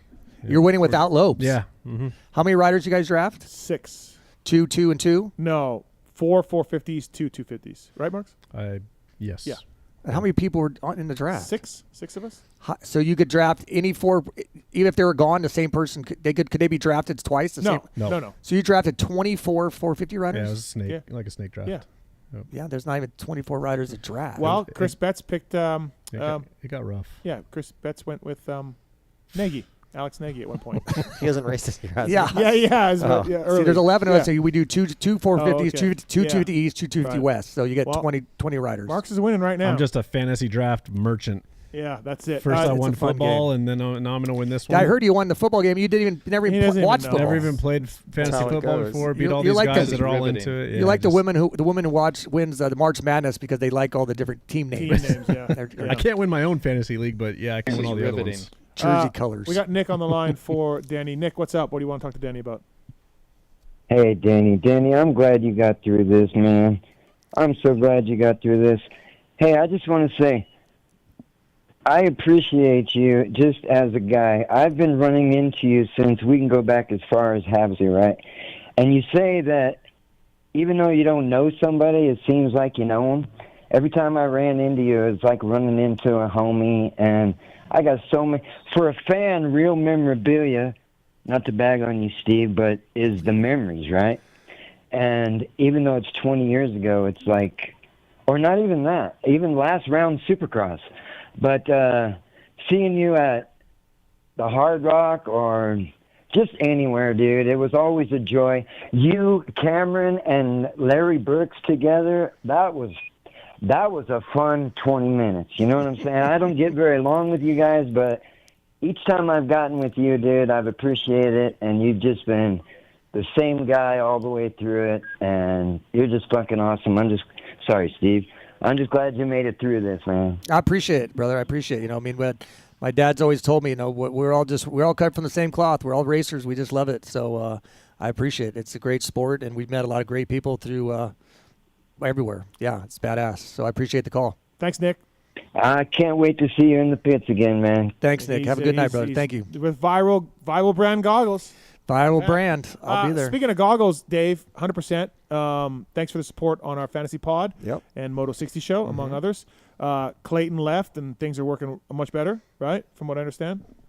Yeah. I mean, Clayton's a great guy, though. No, I'm bugging you. I obviously. know. But hey, he's listening. So the last time you were in, you were doing like marketing for 100%. Yeah. And then, thank God, you guys made some staff changes. You started going to the races as a goggle guy. I know you don't like that term, but doing Jets goggles. Last summer, yeah. Yeah, last summer. And I was like, I remember you being like, I'm doing this. I don't know if I'm doing it next year. They need me, and I'm here to step up. And you obviously did a good job. I was doing all of them. And now you're back all of them. Yeah. So I'm a little surprised that because, you're not in this for the limelight. You are not a look at me guy. Right. Bra. You're not a bro. Bra. Like, I don't think I am. Jet. No, you're not that way. So you're not doing it to be like, I'm Jet's guy. Right. So I was surprised to see you carry on this year with it. But yeah, I guess just take us through that a little bit. Yeah, like we talked about it last year. Like, I mean, don't get me wrong. Like, I love this industry. I love being able to travel. I'm not like complaining about it. But I have a wife who I actually like. Yeah. 2 kids who I enjoy. Like, So like leaving them is really hard on. It's on them. Newlyweds, are you? Yeah. No, 12 years. But I'm kidding. But yeah, so anyway, they asked me to do this last summer. And step to the plate. Right. If I'm gonna do it, I'm gonna do it right. I'm gonna enjoy it. As you said, some turnover in the company happened, and they needed me to come do all of it, all the guys or whatever. So here I am. I mean, 14 rounds in. So you just did Jet and Lawrence Brothers, or just Jet last year, right? Correct, just Jet. And that's summer. where I was like saying one guy. Yeah, every time I saw you, just one guy. One guy. I'm like, because I did goggles right for a bunch of guys, and I'm just like, there's Dave, one guy. Yeah. Anyways, did they say, hey, will you do this for everybody? Did you say, I will do it for everybody? Did they say, can you please? Or like, was it a mutual thing? Like Yeah, I mean, it was just, we were in a position that they needed somebody that had the experience and kind of like, I think like you said, like, I'm not in it for like, look at me kind of thing. Like, you're not like Knowles and these guys. No, I'm kidding. Like I'm friends with them, but I don't need to be like, no, I don't know. No. So yeah, I think it was just a good fit. Yeah. So you were fine with keeping doing it, like 31 races, no problem, like all that. Yeah. No, I'm happy. And so, to are do you it. doing any marketing and sales? Anything like? Nothing sales, but I mean, still the same kind of marketing do stuff. Kind of some marketing during the week. Yeah. I mean, we have a great team. I mean, all the guys in there on our creative team and stuff do an awesome job, and Mark and Ludo have a good hold on what they're doing. Yeah. So it all you're works. In Salt Lake City, you said. I'm in Salt Lake. So where's they're based out of? San Diego. San Diego. Then that's what I thought. Yeah. Yeah, it definitely would be different if you had to go to an office 5 days a week and then travel. Yeah, that would be tough. But yeah, since I get to work from home and my wife gets to work from home, like you're still getting time. Yeah. People don't understand, like Friday and Sunday are full days traveling. You know what I mean? Like those are 3 days. Like you're there's working. Race day and then there's the travel days that count as a full day, and like so you're working. And I was joking with you. I think I went to 3 rounds or 2 rounds, and I was like, man, this traveling sucks. Yeah, Denny was back on the grind, being like, holy shit. Yeah. No, I like I know a lot of people don't like airports, but I like being in an airport. I like just kind of people watching and like wondering like why is that person here? Like what steps led them to get here? What I think about is like, so you just think of people wake up on Monday to Friday and they work 9 to 5 and they have jobs at offices and UPS and FedEx and whatever. Every time I go to the airport, it's thousands of people. So what do you all do for a living that you're flying today? Right. Like what's putting them on their adventure? What's putting them on their adventure? Vacation? Are you a shower curtain? Are you Dale? Dale? Are you Dale? Yeah. Thank you for that. Getting that. You're welcome. So like, what are you doing? What are all you doing? Yeah. No, I like that. Even like going to the gym, I like kind of just like, what's this person's journey that brought them here? Is it somebody talk shit about them, about their weight, about their appearance, or like, I don't know. I just, it's fun for me. I think about that too, but I think at this point I'm over it.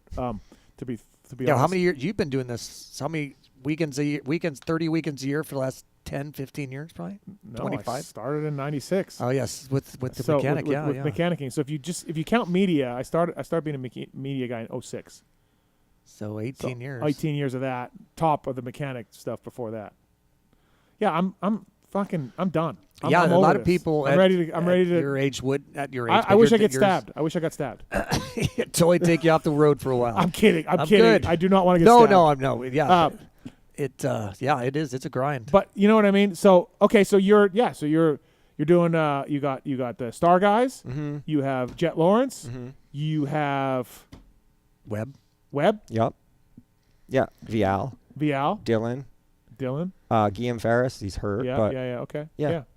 No, we have a good team. I mean, I think we have the right guys that fit what we're doing. And you help out Marsh a little bit, our guy Marsh. Oh, yeah. Well, yep. Okay, so you're back. Like, that's different from the last time you were in, I think. It's way different. And but like I said, I love the company. I love the people I work with, so I'm happy to help when they need it. Yeah. What year did you move to Salt Lake from? 2000 from New Jersey, 2015. And what took you to Salt Lake? So I worked for Scott Goggles for like 6 or 7 years, and they were based out of there. Yep. So, all right, Dave Ginolfi, everybody, arena cross legend. I can't believe we never met before. It's wild. I mean, you guys have the arena cross roots. Yeah, I mean, I guess I was out of the industry. When he got into the industry, I was kind of out of the industry. Don't you think he's a way better champion than Daniel Blair? Let's not get into that guy, I tell you. Right? Main event moto. Rocky Ridge Trucks, your ultimate off-road vehicle capable of getting down and dirty. Rocky Ridge is a rich history and has been building custom vehicles since 1983. They partner with the best OEMs, Chevy, GMC, Ford, Jeep, Nissan, Ram. They're bringing the ultimate turnkey custom truck on the market. Each vehicle easily financed through your local dealership, and best of all, retains the factory warranty. Say goodbye to the hassles of do-it-yourself customization. No more waiting for parts, compromising ride quality, or risking voiding your warranty. Drive the vehicle you've always dreamed of. RockyRidgeTrucks.com. Please check it out, RockyRidgeTrucks.com. And again, super cool deal where you can buy a factory truck from these guys. Well, that's how crazy. I mean, that's how big Arena Cross was. Gotten to the point they had a national series and 2 regional series. Yeah. I mean, that's a lot of racers who are racing and spectators who are doing watching well and and venues and all of that, right? I mean, that's I didn't really put that two and two together. So we're sitting here and we were talking earlier when we grabbed some pizza about, hoping Arena Cross grows bigger, and they're on one night a week for 15 events or 12 events. And then, I remember at the peak of Arena Cross when we raced 72 main events, Friday, Saturday nights. Then they got bigger. Then they went to the regionals. So I don't know how many rounds you guys had for that. 6, 7, 8. Yeah, I mean, and you raced Friday and Saturday nights, right? Yeah, both classes. Yeah, both. So yeah, and the way they did the regional was like I could race that. They called it the lights class then, I think, but like I could race all of them on the 250. Yeah, but like only 8 of these were my region and 8 of these were Daniel's region, but we still raced each other the whole entire series, both classes, both nights. Oh, you raced against each other? Yeah. Every weekend. Mm-hmm. But yet you were considered, one was considered east, one was considered west. Yeah. I didn't realize that. So there were never separate events. No. You just picked which region you wanted to be. Was it based on where you lived? No, just because he was out in California and New Jersey. Yeah, you just sign up for what region you wanted. Because remember back in Supercross days, that's why I could run east or whatever. Yeah. They changed all that. Just when Button right? all of a sudden moved to like Jersey or something for run east. Yeah. By the way, the Pulp LCQ Challenge next Friday in Denver. Denny will be there. Verb Moto guys are streaming it. We have one race to go. Marks, if you could put the standings up. One race to go. Top 17 go to the race. 5 wild cards. Of my choosing. Are they still battling for those final bottom spots for 17? Yeah, I looked at them last week. Marks standings. is going to put the thing up on the thing. Yeah, the thing on the thing. So technical. Right now, Cade was out of it last weekend, and I was asking him if he was going to throw a main, and he said no, he wasn't. But he didn't make the main this week and got in. So he is the 17th spot guy with 70 points. Ty Masterpool moved into the top 17 as well with 73. Bumping out of the top 17 is Josh Hill, 69 points. So making the main for Josh, good for him, 100th main of his career, bad for my race. So he's not in the top 17 right now. Joel Whiteman is an Australian kid. He's 68 points. Cody Kopp is 64, and Lane Shaw is 64. Has Reitman been racing even these last? No, he only raced in the first half. Yeah, so he's out already then. Yeah. And Josh could show up at Philly then. And how do you pay points? Fifth? What's fifth place? Fifth is 25 points. It's just 25, 22? Yep. Oh, okay. Just like the way it goes down. If Cade gets in at Philly and does well, though, Josh is back into your race. Not if Josh doesn't show up. Right, I'm saying if Josh isn't there. If Josh isn't there, Josh won't accumulate points. But if Josh does show up and gets fifth in the last chance, he could jump all the way up. Yeah, he jumps up all the way. Right. Yeah. So Cade's in right now. And then the top 17, it's Cartwright is leading, 172. Tristan Lane, Slaughter, A-Rod, Mitchell Harrison, Cheyenne Harmon, Starling. After that, then Moran's, Rodbell, Harlan, Simonson, Robin, Shorthand. They're all in, like no matter what, pretty much. It's going to come down to Meshi, Masterpool, Cade, Josh Hill if he shows up. But you still have the 5 wild cards that you can pick. Yeah. Are you going to go outside the box? I think I'm going 250 guys with wild cards. Kyle Chisholm or something? No. Fuck that. I think I'm going 250 guys for wild cards. Welton's going to be one of them, yeah. I like Welton. He's been having a good year. Henry Miller, good year. But aren't they making mains and making money? Yeah, they're almost like top 10 in points. Yeah, but they're full privateers, so I really like that part of it. Is Marshall full privateer? Yeah, that Rock River team, you pay for everything. Oh. They just take your bikes around. Oh. Yeah. Yeah, I'm a fan of Marshall's. Like I said, I used to race some of the Iowa races and stuff. So, so stay tuned. One race to go, and then the field will be set. Buy the tickets on PulpMX.com. I'm telling you, Marks, we're way back of where we need to be. Get that money rolling in. Yeah. Oh, of the bike, right? The bike. And we're giving away 2024 YZ450. When will they start? When will you guys start coming up with your prop bets? That next week. That was some awesome ones. Those are great. Yeah. Checkers doing the air wheelie. rocket air wheelie. So please check it out. Yeah. And I know Varo wants to get in on that as well. We got so be a part of it, support it. 20 cool prizes as well going back. Great so deal. If you don't win the bike, you can win some other cool shit. I look forward to it. Are we allowed to spectate? Am I allowed to go watch that race? Yeah, you have a credential. You're fine. But we'll be streaming it on Verb if you're at home. Everybody else cannot go watch it. No. You got to clarify that. You can't sit in the stands. You'll get that question. It's not a live, not a spectator. Yeah. Event. So if you don't have a credential, you can't do it. But watch it on Verb. Yeah, YouTube. Yeah, I watched it last It was year. great. It was great last year. Yeah, it worked out all right, right? Yeah, it was good. It was one camera like on the whole thing, right? Or did it follow? No, I think it had more than one I remember camera. it was just really dry. I remember. Yeah. Is that the one where Wageman? No, that was 2 years ago. Years that ago? was Salt Lake because we didn't do it at Denver because it Oh, got that's windy. what I remember. Yeah, and then Wageman died. Yeah, I saw the video of that. I was there for that. That was the one camera. Yeah. Last year's, I think we had multiple cameras from the guys at Verb. So, all right, X Brand goggle tear-offs. I mean, honestly, Marks. I mean, it's the number one. It's the Choice of Champions goggles. Yeah. But we're not doing them. No, yeah, we got them. I mean, we can skip them if you want, but yeah. Oh, the Lakers lost. X Brand goggles. Let's do this. Okay. It's the X Brand Tear-Off segment. 15-second rapid X Brand goggles. Craig DeLong, X Brand athlete. Freddie Noren, Chisholm, McElrath. Last week, Is it McElrath? It's not McElrath? Either one. Last week, That's Dave. the correct one. Which one is? I've heard it both ways. Yeah, I think it's McElrath. Is it? Last week, Dave, X Brand goggles in the 250 main. Positions between 10 and 22. We had 6 guys in there. It's awesome. A lot of Congratulations. privateers. Yeah. All right. Let's give away a lot of goggles. You can take your Jet Lawrence and shove it up your ass. I think Yeah. I think we were close to having half the top 10. I mean, hey, you're gonna throw stats. I'm gonna throw stats. X Brand goggles. Pulp Show 24 is the code to save. The Lucid goggle looks great. Look at that FXR goggle too, and look at that Alpine Star goggle. They look just like the Lucid.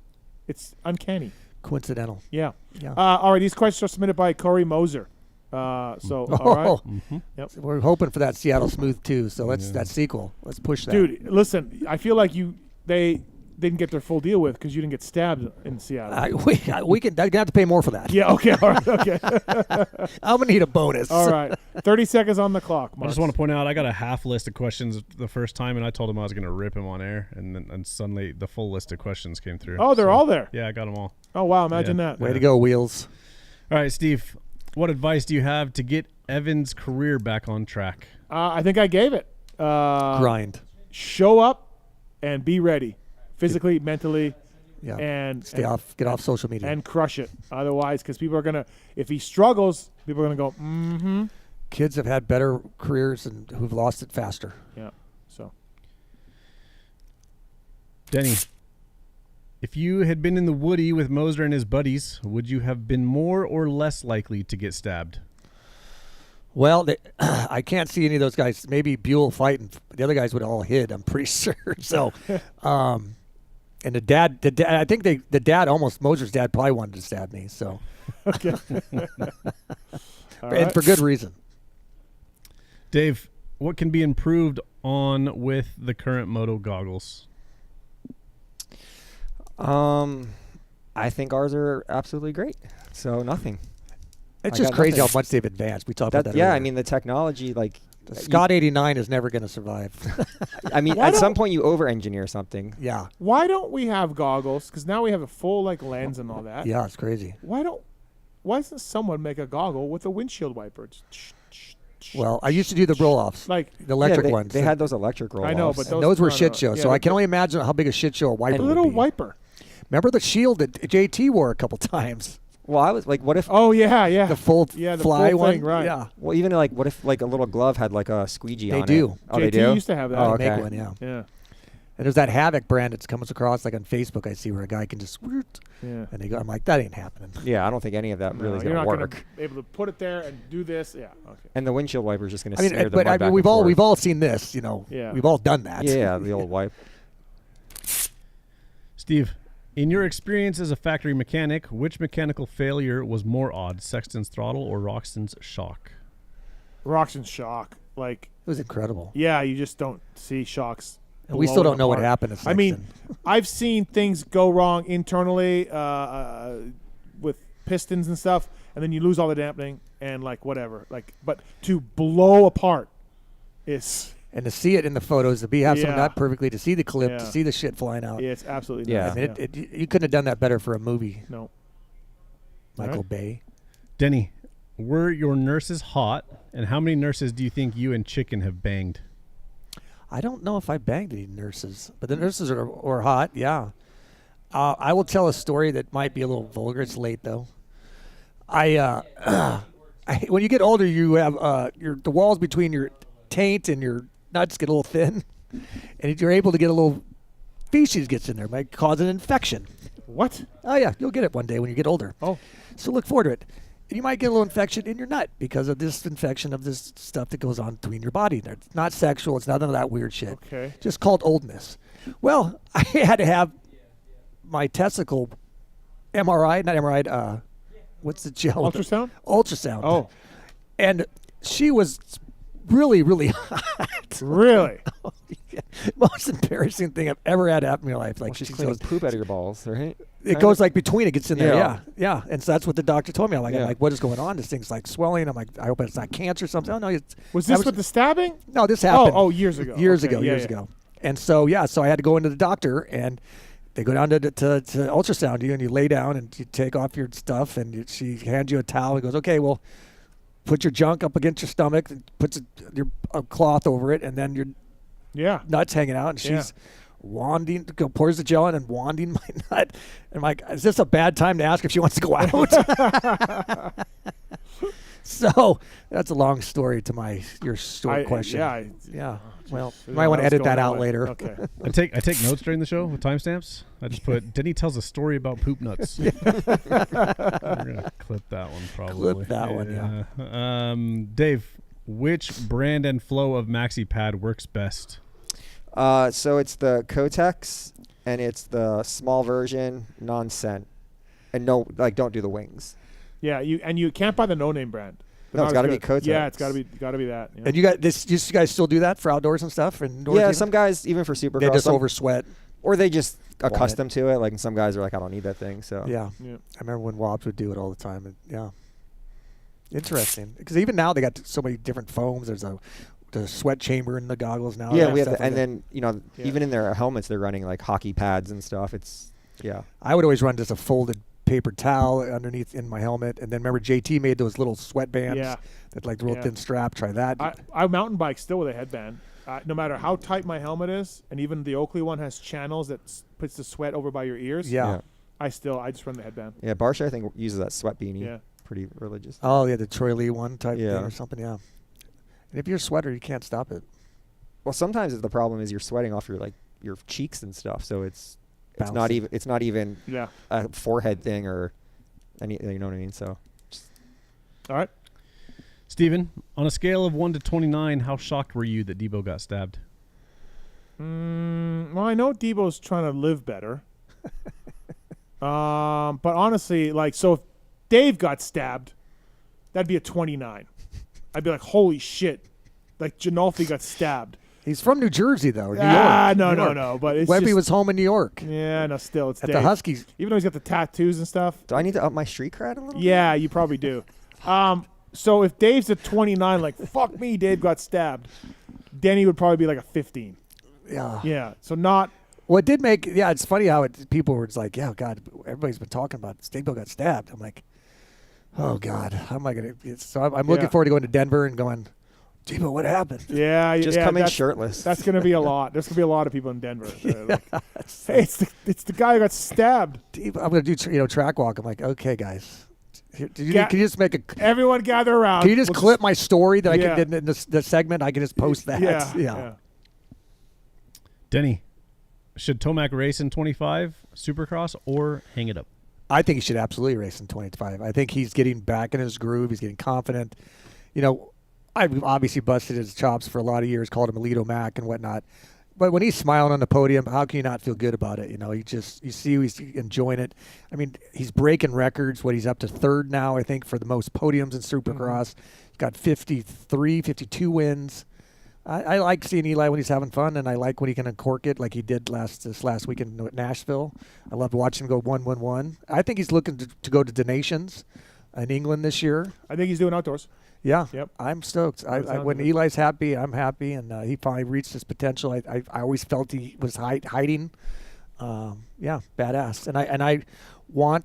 I'm a fan of Jet, but I've said many times, I'm not ready for Jet to start winning everything. Yeah. So I want Eli to keep him honest and be around. Sure. All right, last one for Dave. Dave, what's the closest you've come to being stabbed? Honestly, I really don't get in much confrontation. So Steve being thinking it'd be like a 29 is pretty accurate. Yeah. And that's crazy. I mean, I've been in confrontations. I've been with buddies who.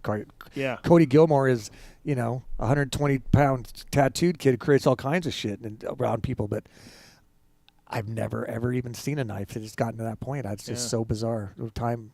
All the chaos I've been around. Yeah, no, I've gotten a lot of hockey fights, but nobody's gonna pull a knife on you. Well, they got a hockey skate. Yeah, but you're not gonna get you're just gonna drop your gloves and kind of try to wrestle each other and beat the shit out of each other. So. And in fact, I had to come all the way out to Arizona to get it to happen. X Brown Goggles, choice of champions everywhere, Dave.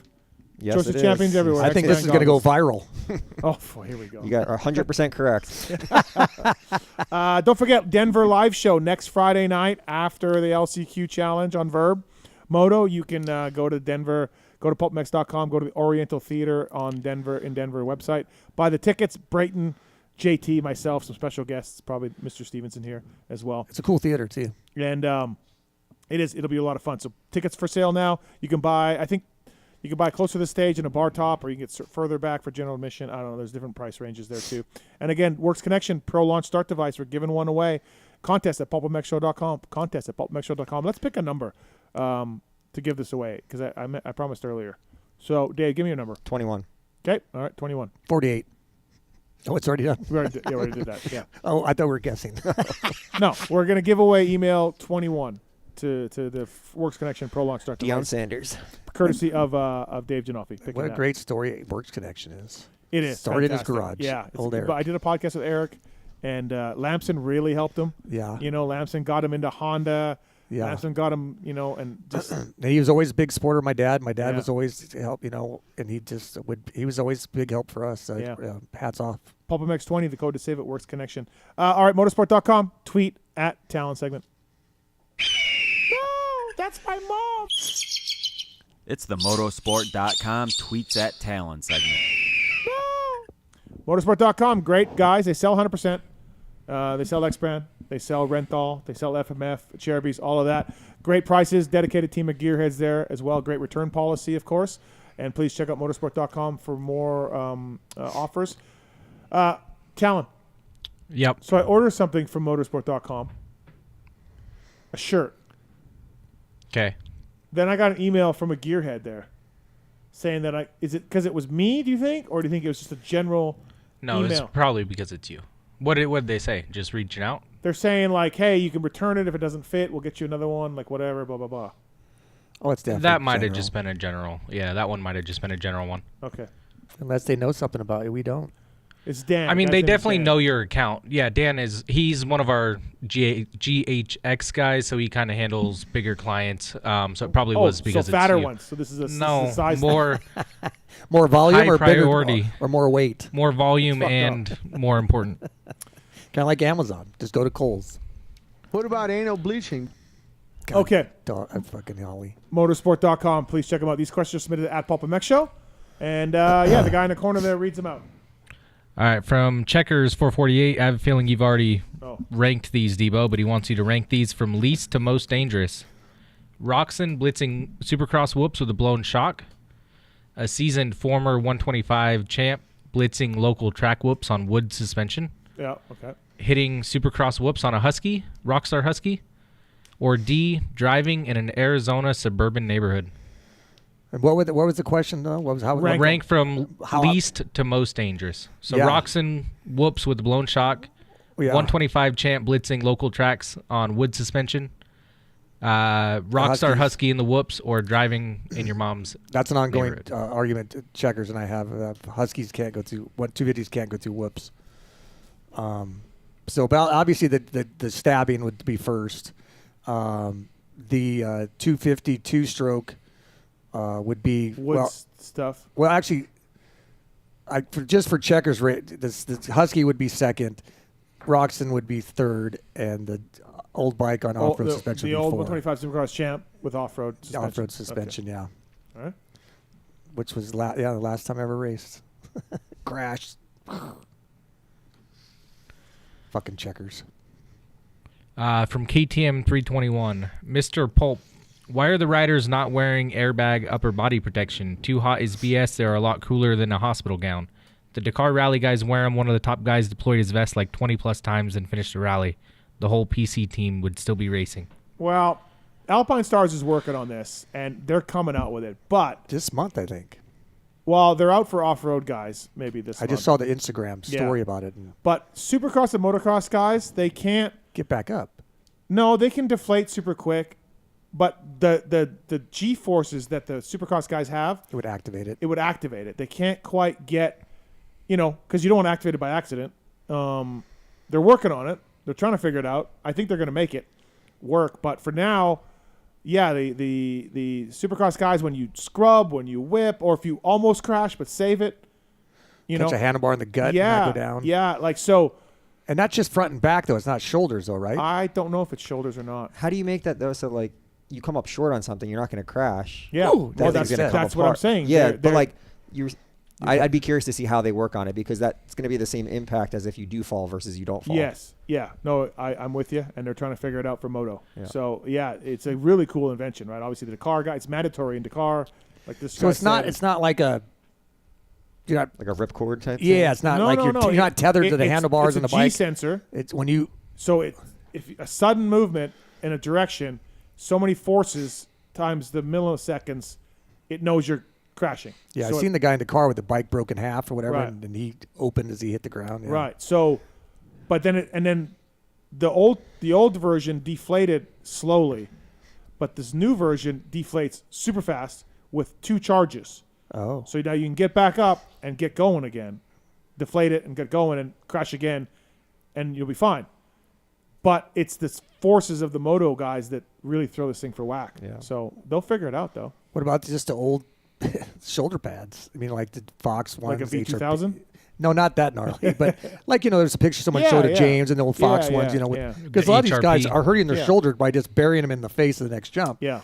Those things definitely, I used to wear the old HRPs. I mean, look, Kennard and Ferrandis, they race now with full chest pros. I mean, I never wore Ferrandis anything. Still does, I stopped wearing them all, but.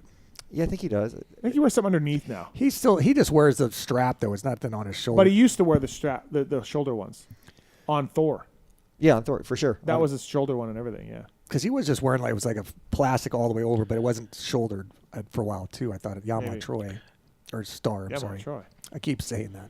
Jesus. Were kidney belts a myth? What? Were kidney belts like a myth, like the prevention of them? No, I wore them. I wore them too as a kid, but was there any Do we have any scientific proof? I felt naked not wearing when I came back, in 05, 06 with Loretta's on a 450. I was like, I didn't wear them because no one was wearing them, and I'm like, I could feel my kidneys bouncing. So okay, well, Depot said his kidneys were. But bouncing. then again, I just I had the breathe right strip running earlier too. That worked. So. I'm with you, Dave. Like, what was the science, and did we have any proof? Everyone's kidneys are just fine now. Debo believes in them so much he still wears one. Yeah, I've been wearing one up till just today, actually. Oh, look at this, Tallon. I just got an email. My order has shipped from motorsport.com. Wow. Good luck. They're the whole shot provider in outdoors, right? Yeah. And who used to own that and run that place? It's the guy, kind of a heavy set, dark skin, dark hair. Dave? I don't know. All right, next question. Scott NZ411. With Kenny's shock, what would be the rebuild time? Kenny says it's had 3 hours on it, which would be nearly 6 rounds of Supercross. How often do factories rebuild and replace shocks, and is HEP on the same time frame? Yeah, you would change the oil every race, probably. And did he mean 3 hours on the shock body? No, 3 hours on the shock body, yes. But not the whole, not the innards or nothing. No, yeah. Yeah. 3 hours on the body. And so the body itself exploded. Yeah, the seams the external reservoir where the bladder is broke, not the body where the shock valving and the shock shaft goes. Yeah, Yep. Yeah. I mean, is that just something like built on a Friday versus built on a Monday? I don't know, dude. Yeah, super weird, right? Some things just. And people were saying on social media it's happened. He's had shock issue before on the Suzuki as well. McElrath had a shock issue. Oh, he did, yeah. But it didn't blow up or anything. It was a different shock issue, though. Yeah.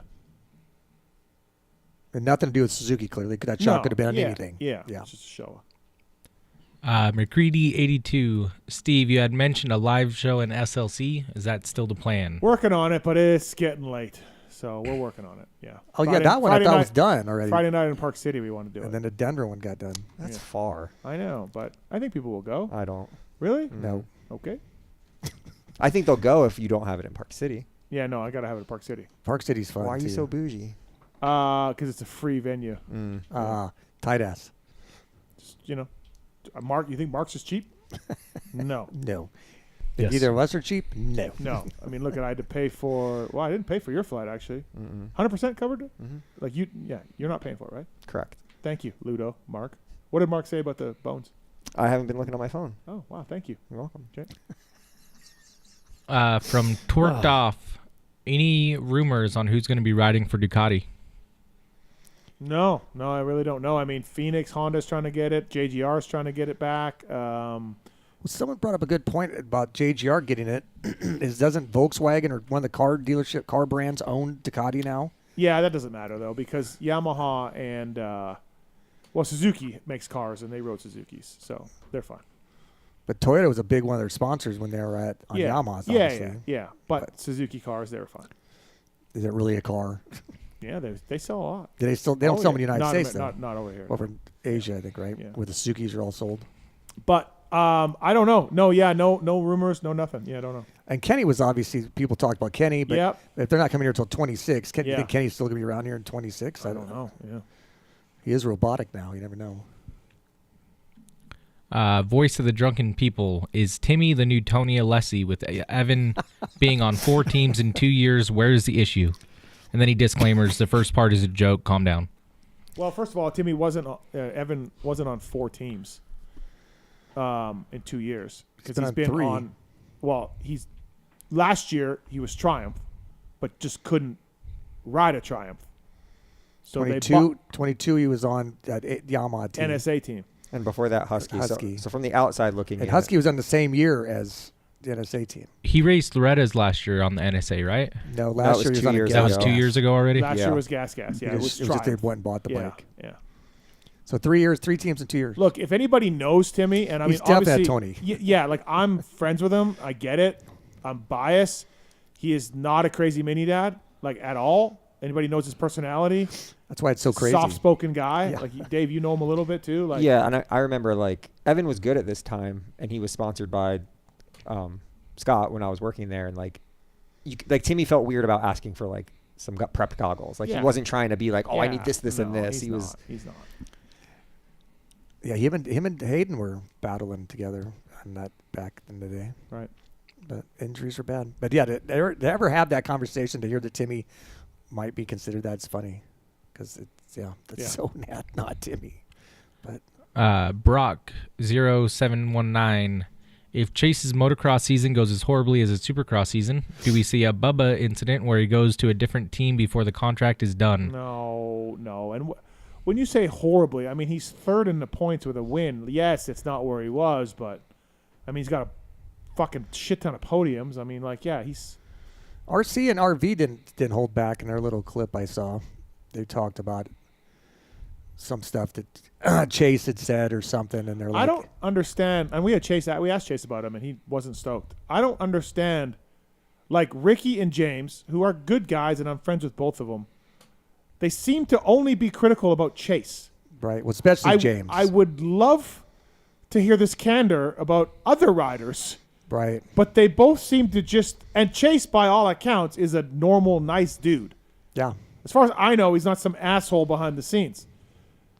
But they have it critically out for Chase, and I can't figure it out. Like, Chase came on here and said, "But Ricky's story about the Star Yamaha is not true."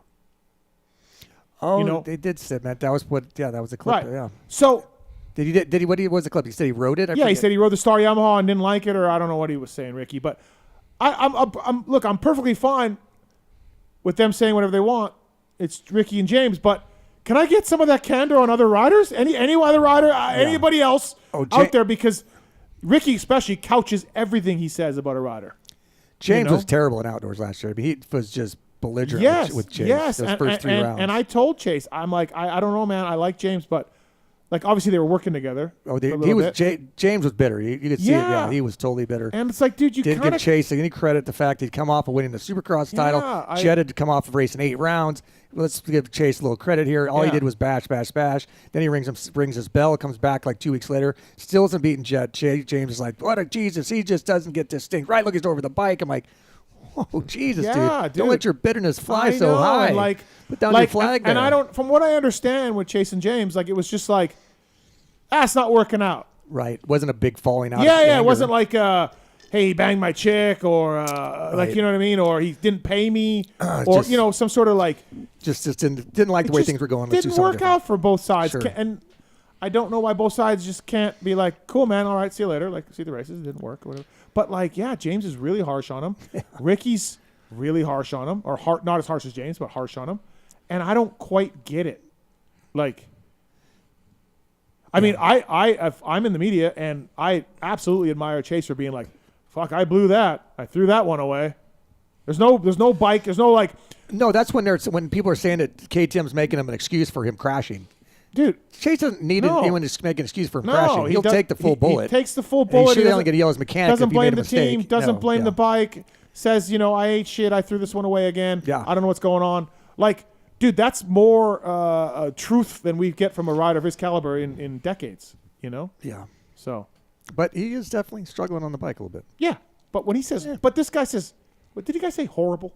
Mm-hmm. Yeah. It's not horrible to me. No, it's not horrible. Right. Racing's just really tough, and that's what's so impressive about Cooper. Yeah. This is why our sport sucks. Like, you run 8th in NASCAR all year, you're a hero. Right. Oh, yeah. You never win a race all year, but you get 8th. You're a hero. In our sport, you don't win. Yeah. You're horrible. Yeah. Like, what? I suggested Ty Matchpool get the factory filling right. I mean, that's just, whatever the type. It's like somebody flashbacks like, dude, all he did was run 7th and 8th last year. So you're saying if you don't get you can't. If you run 7th, 8th, you don't deserve a factory ride. Then there's gonna be a lot of fucking riders unemployed. Yeah, no, it's like, let's get real. But let's get real. Cowie's not putting Time Master Spoon. No. I liked factory fill-ins. I think that's cool. Too. It's a great addition to the sport. It's great for it. People getting on board with it. I mean, I'm with 2 words, Sean Hamblin. I mean, that was just great and fun and cool. Right. Paul Carpenter even got a shot at Cowie. And a lot of guys, they picked up Ben LeMay and put him on a factory Yamaha at Washugo one year. You're not picking them up for them to win. You're picking them up to give them a shot at it. They already got the budget spent. Yeah. They're on the road. Cowie did that off-road guy a couple of years ago. Yeah. They did Fabry and Iswa. Oh, yeah. But Dietrich was pretty good there. Yeah, he was. At one point. And they're not doing anything, right? This summer, it's just Jason? It's just Jason. Yeah. It's so weird. So, all right. J Marks 867 with Reedy debating on racing Loretta's. Who do you have, Brownie or Reed? I didn't know. Brownie. I didn't know Reedy was trying Loretta's. He put a teaser on but Instagram. Mike Brown will kick his ass. Yeah, he would definitely kick his ass. I'm putting Andrew Short. Beating Brownie, yes. Yeah. And Shorty's in. I think if his kid makes it or something. Okay. He did post that. He said, I had fun. He qualified. Or he rode the area, I think. He said, his son's going to race. If his son races, I would really look forward to going racing with him. If Turd races, that's what he calls his kid. Turd? Turd. T-E-R-D? Yeah, T-U-R-R-D. Look at his social. That could have been it. Turd had a good day today. I'm just. Well, it's better than drifting. Thank you.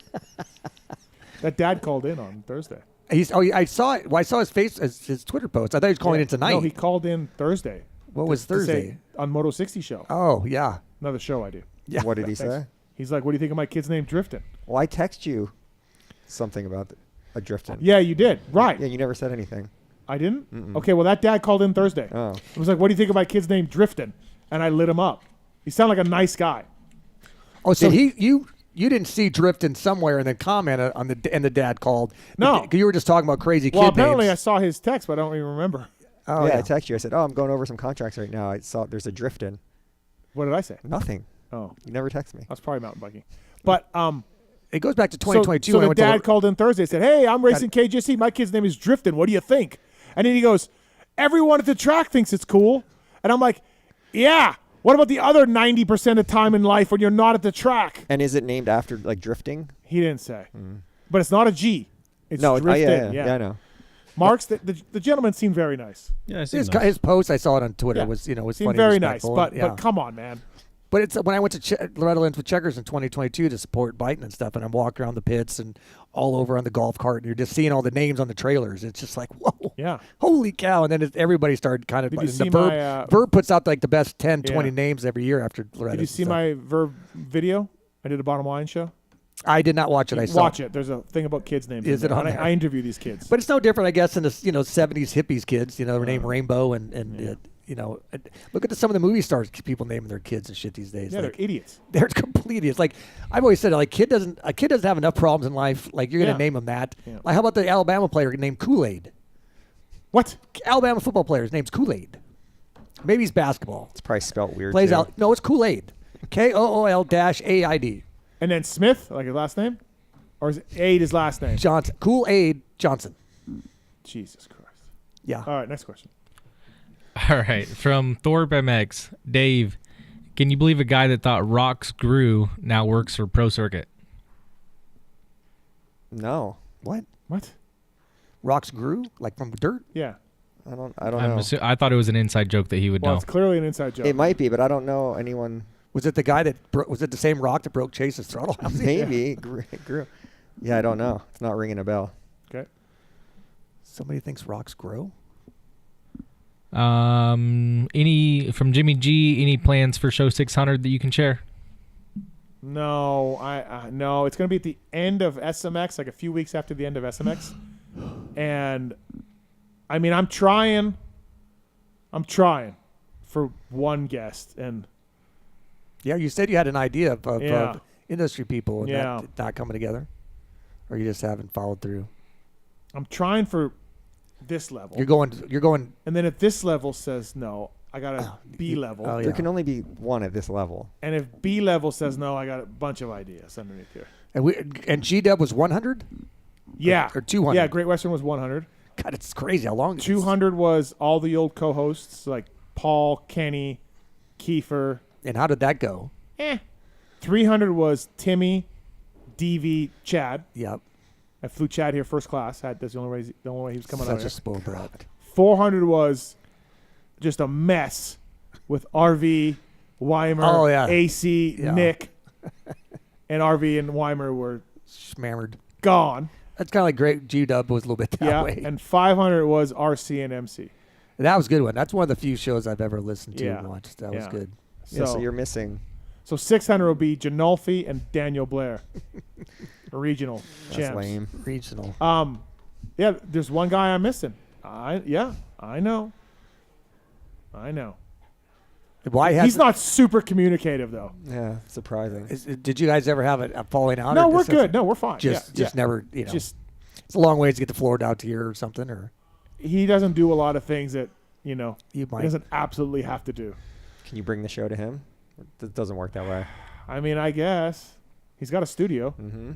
Yeah, it's cool. He does this stuff. He says some funny shit sometimes. He had me laughing about something the other day. So make it happen. All right, we got a few left. John M 317. Okay, sorry, Tallon. Okay. I'm trying to ask the good questions here, Steve. Denny, Crusty Demons of Dirt was a defining movie for our generation. I assume they sold a ton of these. Did any of you guys get money for appearing, or was it just cool to be in it? And did you guys ever think we should be getting paid for this? Yeah, no, it was rad. They made a lot of money. Ton of money. I mean, John and Dana are awesome people, and I remember when it first came about. But they did pay expenses, right? Oh yes. Okay. Brian Manley was funny. Okay. You're friends with them, and Damian Sanders. They made these snowboard videos, their lifestyle. So they wanted to do it for moto, and I immediately said, "There's no fucking way it's going to happen in moto. It's still too closed off and simple-minded and stuff." And so we filmed for probably 2 years before it finally came out. I think in '96 when it came out. I think. And it was just insane. Yeah. I mean, the parties were awesome. I mean, the parties were insane. Awesome. The premier parties, and then obviously the Club Rubber parties that spawned from that, from Damian Sanders. We'd go down every Monday night. That's the old story from the Nationals. Fro would have a limo with all of us. MC had a Wait, the Club Rubber guys were the crusty guys? Damian Sanders, the snowboarder, Club Pimp and Ho parties. For the I had no idea it was a moto thing. Exact same thing. Yeah. Yes, that's why we'd all go down there. They treat us like kings. We just got wherever we wanted to go. Yep. In that huge bitchin' theater down there in Santa Ana or Orange County area. And so and then then two was when we did the helicopter deal in '96. Brazil or something? They did Brazil for number Brazil 2? was 3. Oh, 3. 2 was when we all went to the helicopter. We flew the jet. We're all in pimp clothes. We flew the jet to Vegas, then helicopter to Glamis, rode in the dunes. Then we helicoptered back to Vegas. They paid for a whole 2 days or 1 day, just wide open there. And then we went to Brazil for a week, me and Seth and Carrie Hart. That was great for me to go to Brazil for, What year was that? Brazil? Yeah. Were you done racing by then? Were you arena cross guy? I was arena cross by then. Okay. Yeah. But it is funny, look, they came up with the idea, that's cool, but to not pay anybody is kind of... I didn't even they made, would you say millions? Oh, I'd have to say. Probably. I think so, right? It was the biggest thing to ever happen at the moto, and that's what... I remember Mitch and all those guys hated it. Yeah. And then they seen how big it was getting and how much it had changed the sport and how... look at all the things Krusty spawned. Then Moto Triple X comes out. Yeah. Original Krusty spawned freestyle. It spawned pit bike racing. It spawned so much crazy shit. And then eventually Fro and MC realized, because remember Lawrence Lewis, his roommate, that's when they started doing Clutch Films and MC was doing his own videos that we were in those.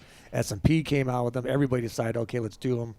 But those first 3 were just unbelievable. Yeah. Unbelievable. They should have paid you guys, though. Yeah, I didn't at the time. You're just so pumped to kind of be a part of it. You probably had no idea what they were making, but that's what I think. And they they had the snowboard. There was no way they made that much money in the snowboard videos. It was already. Did you watch those Crusty Demons and all? Yes. That? Oh yeah. That's where I first saw Denny. Right, Sex. Right? Yeah. No, they. I mean, I remember the Seth crash in the dunes. Ragdoll. Yeah, we just rewound that and just kept. We must watch it 30 times. When first time you. I was there at Deandra the very first time Seth showed up. They showed up to film everybody, and Seth just shows up with the back, and he drove all the way from New Jersey, because that's where he was from. He wanted to be in the movies, and he contacted John and Dana and said, "I want to be in the movies." Like, well, okay, we're going to show up. So he drives to California in his pickup, and he's on some clapped out bike, and everything we did, or Jeremy did, or Rhino did, or Fro did, he tried. Really? It's all in the movie. Yeah, he's crashing, and that's what made him famous and made the films famous, because he just didn't know any better. He was just so stoked to be there. He was probably early 20s, so he felt no pain. Yeah. And then that's when he jumped off the cliff, and then slowly you could see Seth realizing pain hurts. Yeah. Is he still around?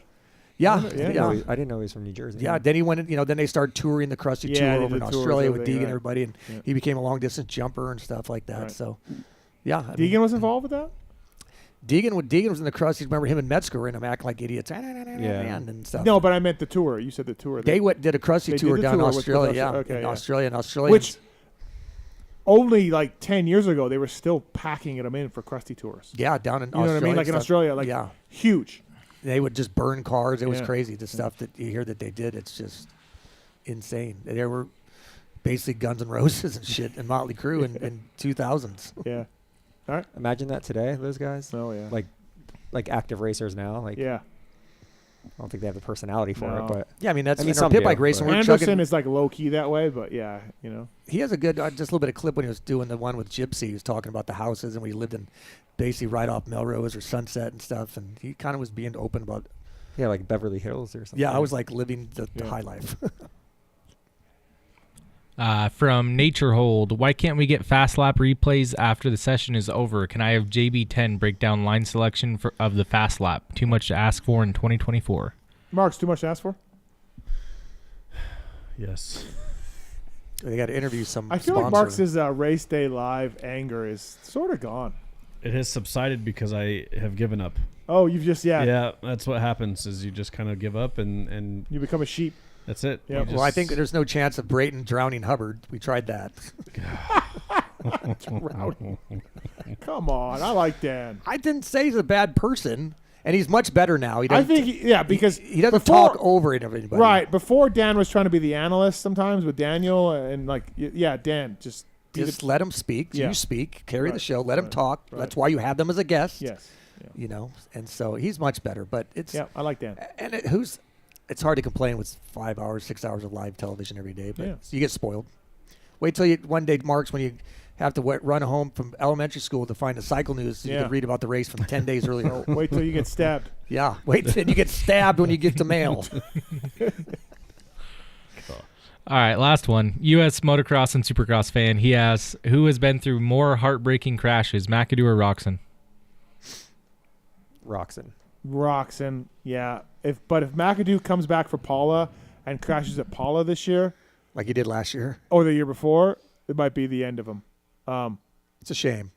I say Roczen because, dude, literally, the record books would have changed. Oh, 100%. He was so good that year. He was unbelievable. That grenade in the yellow Fox gear on the Honda changed the whole entire aspect of the sport. Yeah, and I think it changed his attitude too, where he wasn't a machine with his training and everything after. Like, he's just sort of like, holy shit, I got stabbed and I'm still alive. Yeah, I'm still here, so. He was rewriting everything. Yes. Yeah. The year before when the way he handled Dunge. Yeah, like the outdoors that season. Yeah, on the RCH Suzuki, he unbelievable. Right. Yeah. So we'll go Roczen.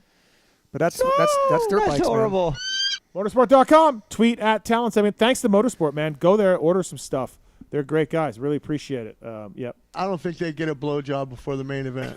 Okay, here we go. RJ Hampshire, Evan Ferry, Phil Nicoletti, Donny Emler Jr. Best interview tonight, Dave. Probably RJ. I liked RJ. Denny? RJ was good. Evan was well spoken for everything. Little D, I always like Little D and hearing stories and stuff that I'd never heard. So what's the best one? So I'll go with Little D. Okay. I like when you guys were talking pipes. That's always interesting. RJ's a writer, so I've probably heard a version of those stories somewhere. I like. And Phil. Phil's fantastic. Phil's great. Phil was great. I'll go with Phil. Marks? Poop balls. Okay. Tallon? I'll go Little D. Okay. Yeah. Fantastic. Really good to have you guys in studio, man. Thank you, Dave. Thanks. Yes, appreciate thanks it. Yeah, for having me out. 100%. Pulp 30 is the code to save at 100%. Yep. On anything, goggles, mountain bike wear, glasses. You got it. You gave me some hyper lights. Are those the ones downstairs? Hypercraft Square. Hypercraft what? Square. Hypercraft Square. It's crazy. What about the hyper lights? You keep using that thing, but we have Hypercraft. Yep. Which I gave you, and then this Hypercraft Square is a different version of it. There's no hyper light. Hyperlight's a wakeboard. Okay. It is, isn't it? Well, thank you for the Hypercraft Squares. I mean, they're very light. They are. Yeah. That's why I think I know, they're nothing. And when did blades come back into fashion again? Did they? Well, that's kind of like what you guys had on. Is that just for sports or just hanging out? It's the ones I was wearing today. It's like a mix. Like we have it in both categories. No, you can't wear those as casual. The ones I had on today. I've seen people doing it. I know, but you can't. Couple years. You can't. No, I looked good in the pool in them, I think, but hey. Okay. Yeah, I can't believe I missed pool day. You did. You missed pool time. Gosh, damn. But thanks for coming in. Appreciate it. for Always sure. fun. Come back though. Let's do this again. And we'll see you at Philly this weekend. Yes, sir. Day race. So, Denny, glad you didn't die. Yeah, me too. Yeah, and that would suck if you died. Crazy how. But if you did die, you weren't on the show that long. I might have the last interview with you if you had died. Probably. Did you? Because you didn't do any other. I hadn't done nothing since. So that would have been. It was basically show. A month ago, right? By the same time, I think. It would have been a priceless show. Yeah, you could have put it in the archives forever. Yep. Denny's last show. Yeah. Well, it's still early. I still got to fly home. Those Boeings haven't been doing well. But you made it. So. But that guy had the video of it, so he's one-upping you. Yeah. Yeah. He does it. It's like, I killed this guy. What's the gentleman's first name? I don't know. I'd like to put out his whole name, so if anyone wants to stop by and visit him, I can give you his address. No, as well. Let's not do that. I think his name's Eric, I believe. Crazy Eric. Crazy Erratic Eric. Erratic Eric. Insane Eric. Meth head Eric. Okay. No, man. Thank you. Thanks for coming in. Always good. I appreciate these 3 visits with everybody hanging out. Yeah, this will be the last one probably because you're going back to Omaha. Yeah, I mean, unless you got a little bit more expensive tickets, so we'll see. See if we can do Spirit Air. Yeah. Would you come out on Spirit? Was an Allegiance the one? You literally have to pay for your boarding pass. Yeah. Spirit's great. I never think I've ever been on Spirit. Frontier, Spirit. That's all. Yeah. I've been on Frontier before, but yeah. So no, I appreciate he's coming out. I love talking moto. That one big fan. Love the sport and. Always a great thing. I'm watching every Saturday, Sunday. I like talking with JT about the MXGP stuff. Yeah. Nice seeing Mr. Ginolfi here. And so appreciate it, and glad you didn't die. I appreciate it. Yeah. It's you don't really think about how it could have been that way, but you don't ever think that way. If you did die, also, I'm not giving back your helmet. That's mine. I don't know. You might want to auction it off. Might be worth $5-10. Yeah, that's another thing. Yeah, if you died, what is the value of that thing? Yeah, it's pretty. It's a G-Dub helmet. So the that's what I'm value's up saying. there within Yeah. Damn. nearly the 60s or 70s. I could have had the last interview and one of Denny's race helmets. You could have actually packaged them together. Yeah. Could have. Damn. Brought in Moser. He could have told stories. Have a whole wake. We could have had a whole podcast thing. Yeah. Next time, I'm just going to fake it and just write it out, see what happens. You almost did that time. Yeah, exactly. So thanks for coming in. Appreciate it. Denny Stephenson, 1990 Supercross champion. And again, use the codes to save. PulpMXShow.com. Thank you to those guys. Thanks. I hope this show goes viral. Oh, boy. Thanks to all the companies on board with us. Use the codes to save. We'll appreciate it. Next week, it is Michael Lindsay in studio after Philly. Michael Lindsay will be in studio next week. So appreciate it. Dave Ginolfi, Denny Stephenson. I'm Steve Mathis. Thanks to Travis Marks, Tallon, Swizz, Roto, Pookie, everybody else. See you next week. And he was ramming my guy, dude. There's something I want to get off my chest, and it's about that summer when you went away to community college. I got an offer to do Playgirl magazine, and I did it. I did a full spread for Playgirl magazine. I mean spread, man. I pulled my butt apart and stuff, and I was totally nude, and it was weird. I mean, you probably didn't hear about it because I went under the name of Mike Honcho, but I just wanted you to know that. If you could hear me, if it got into your brain somehow, that I spread my butt cheeks as Mike Honcho.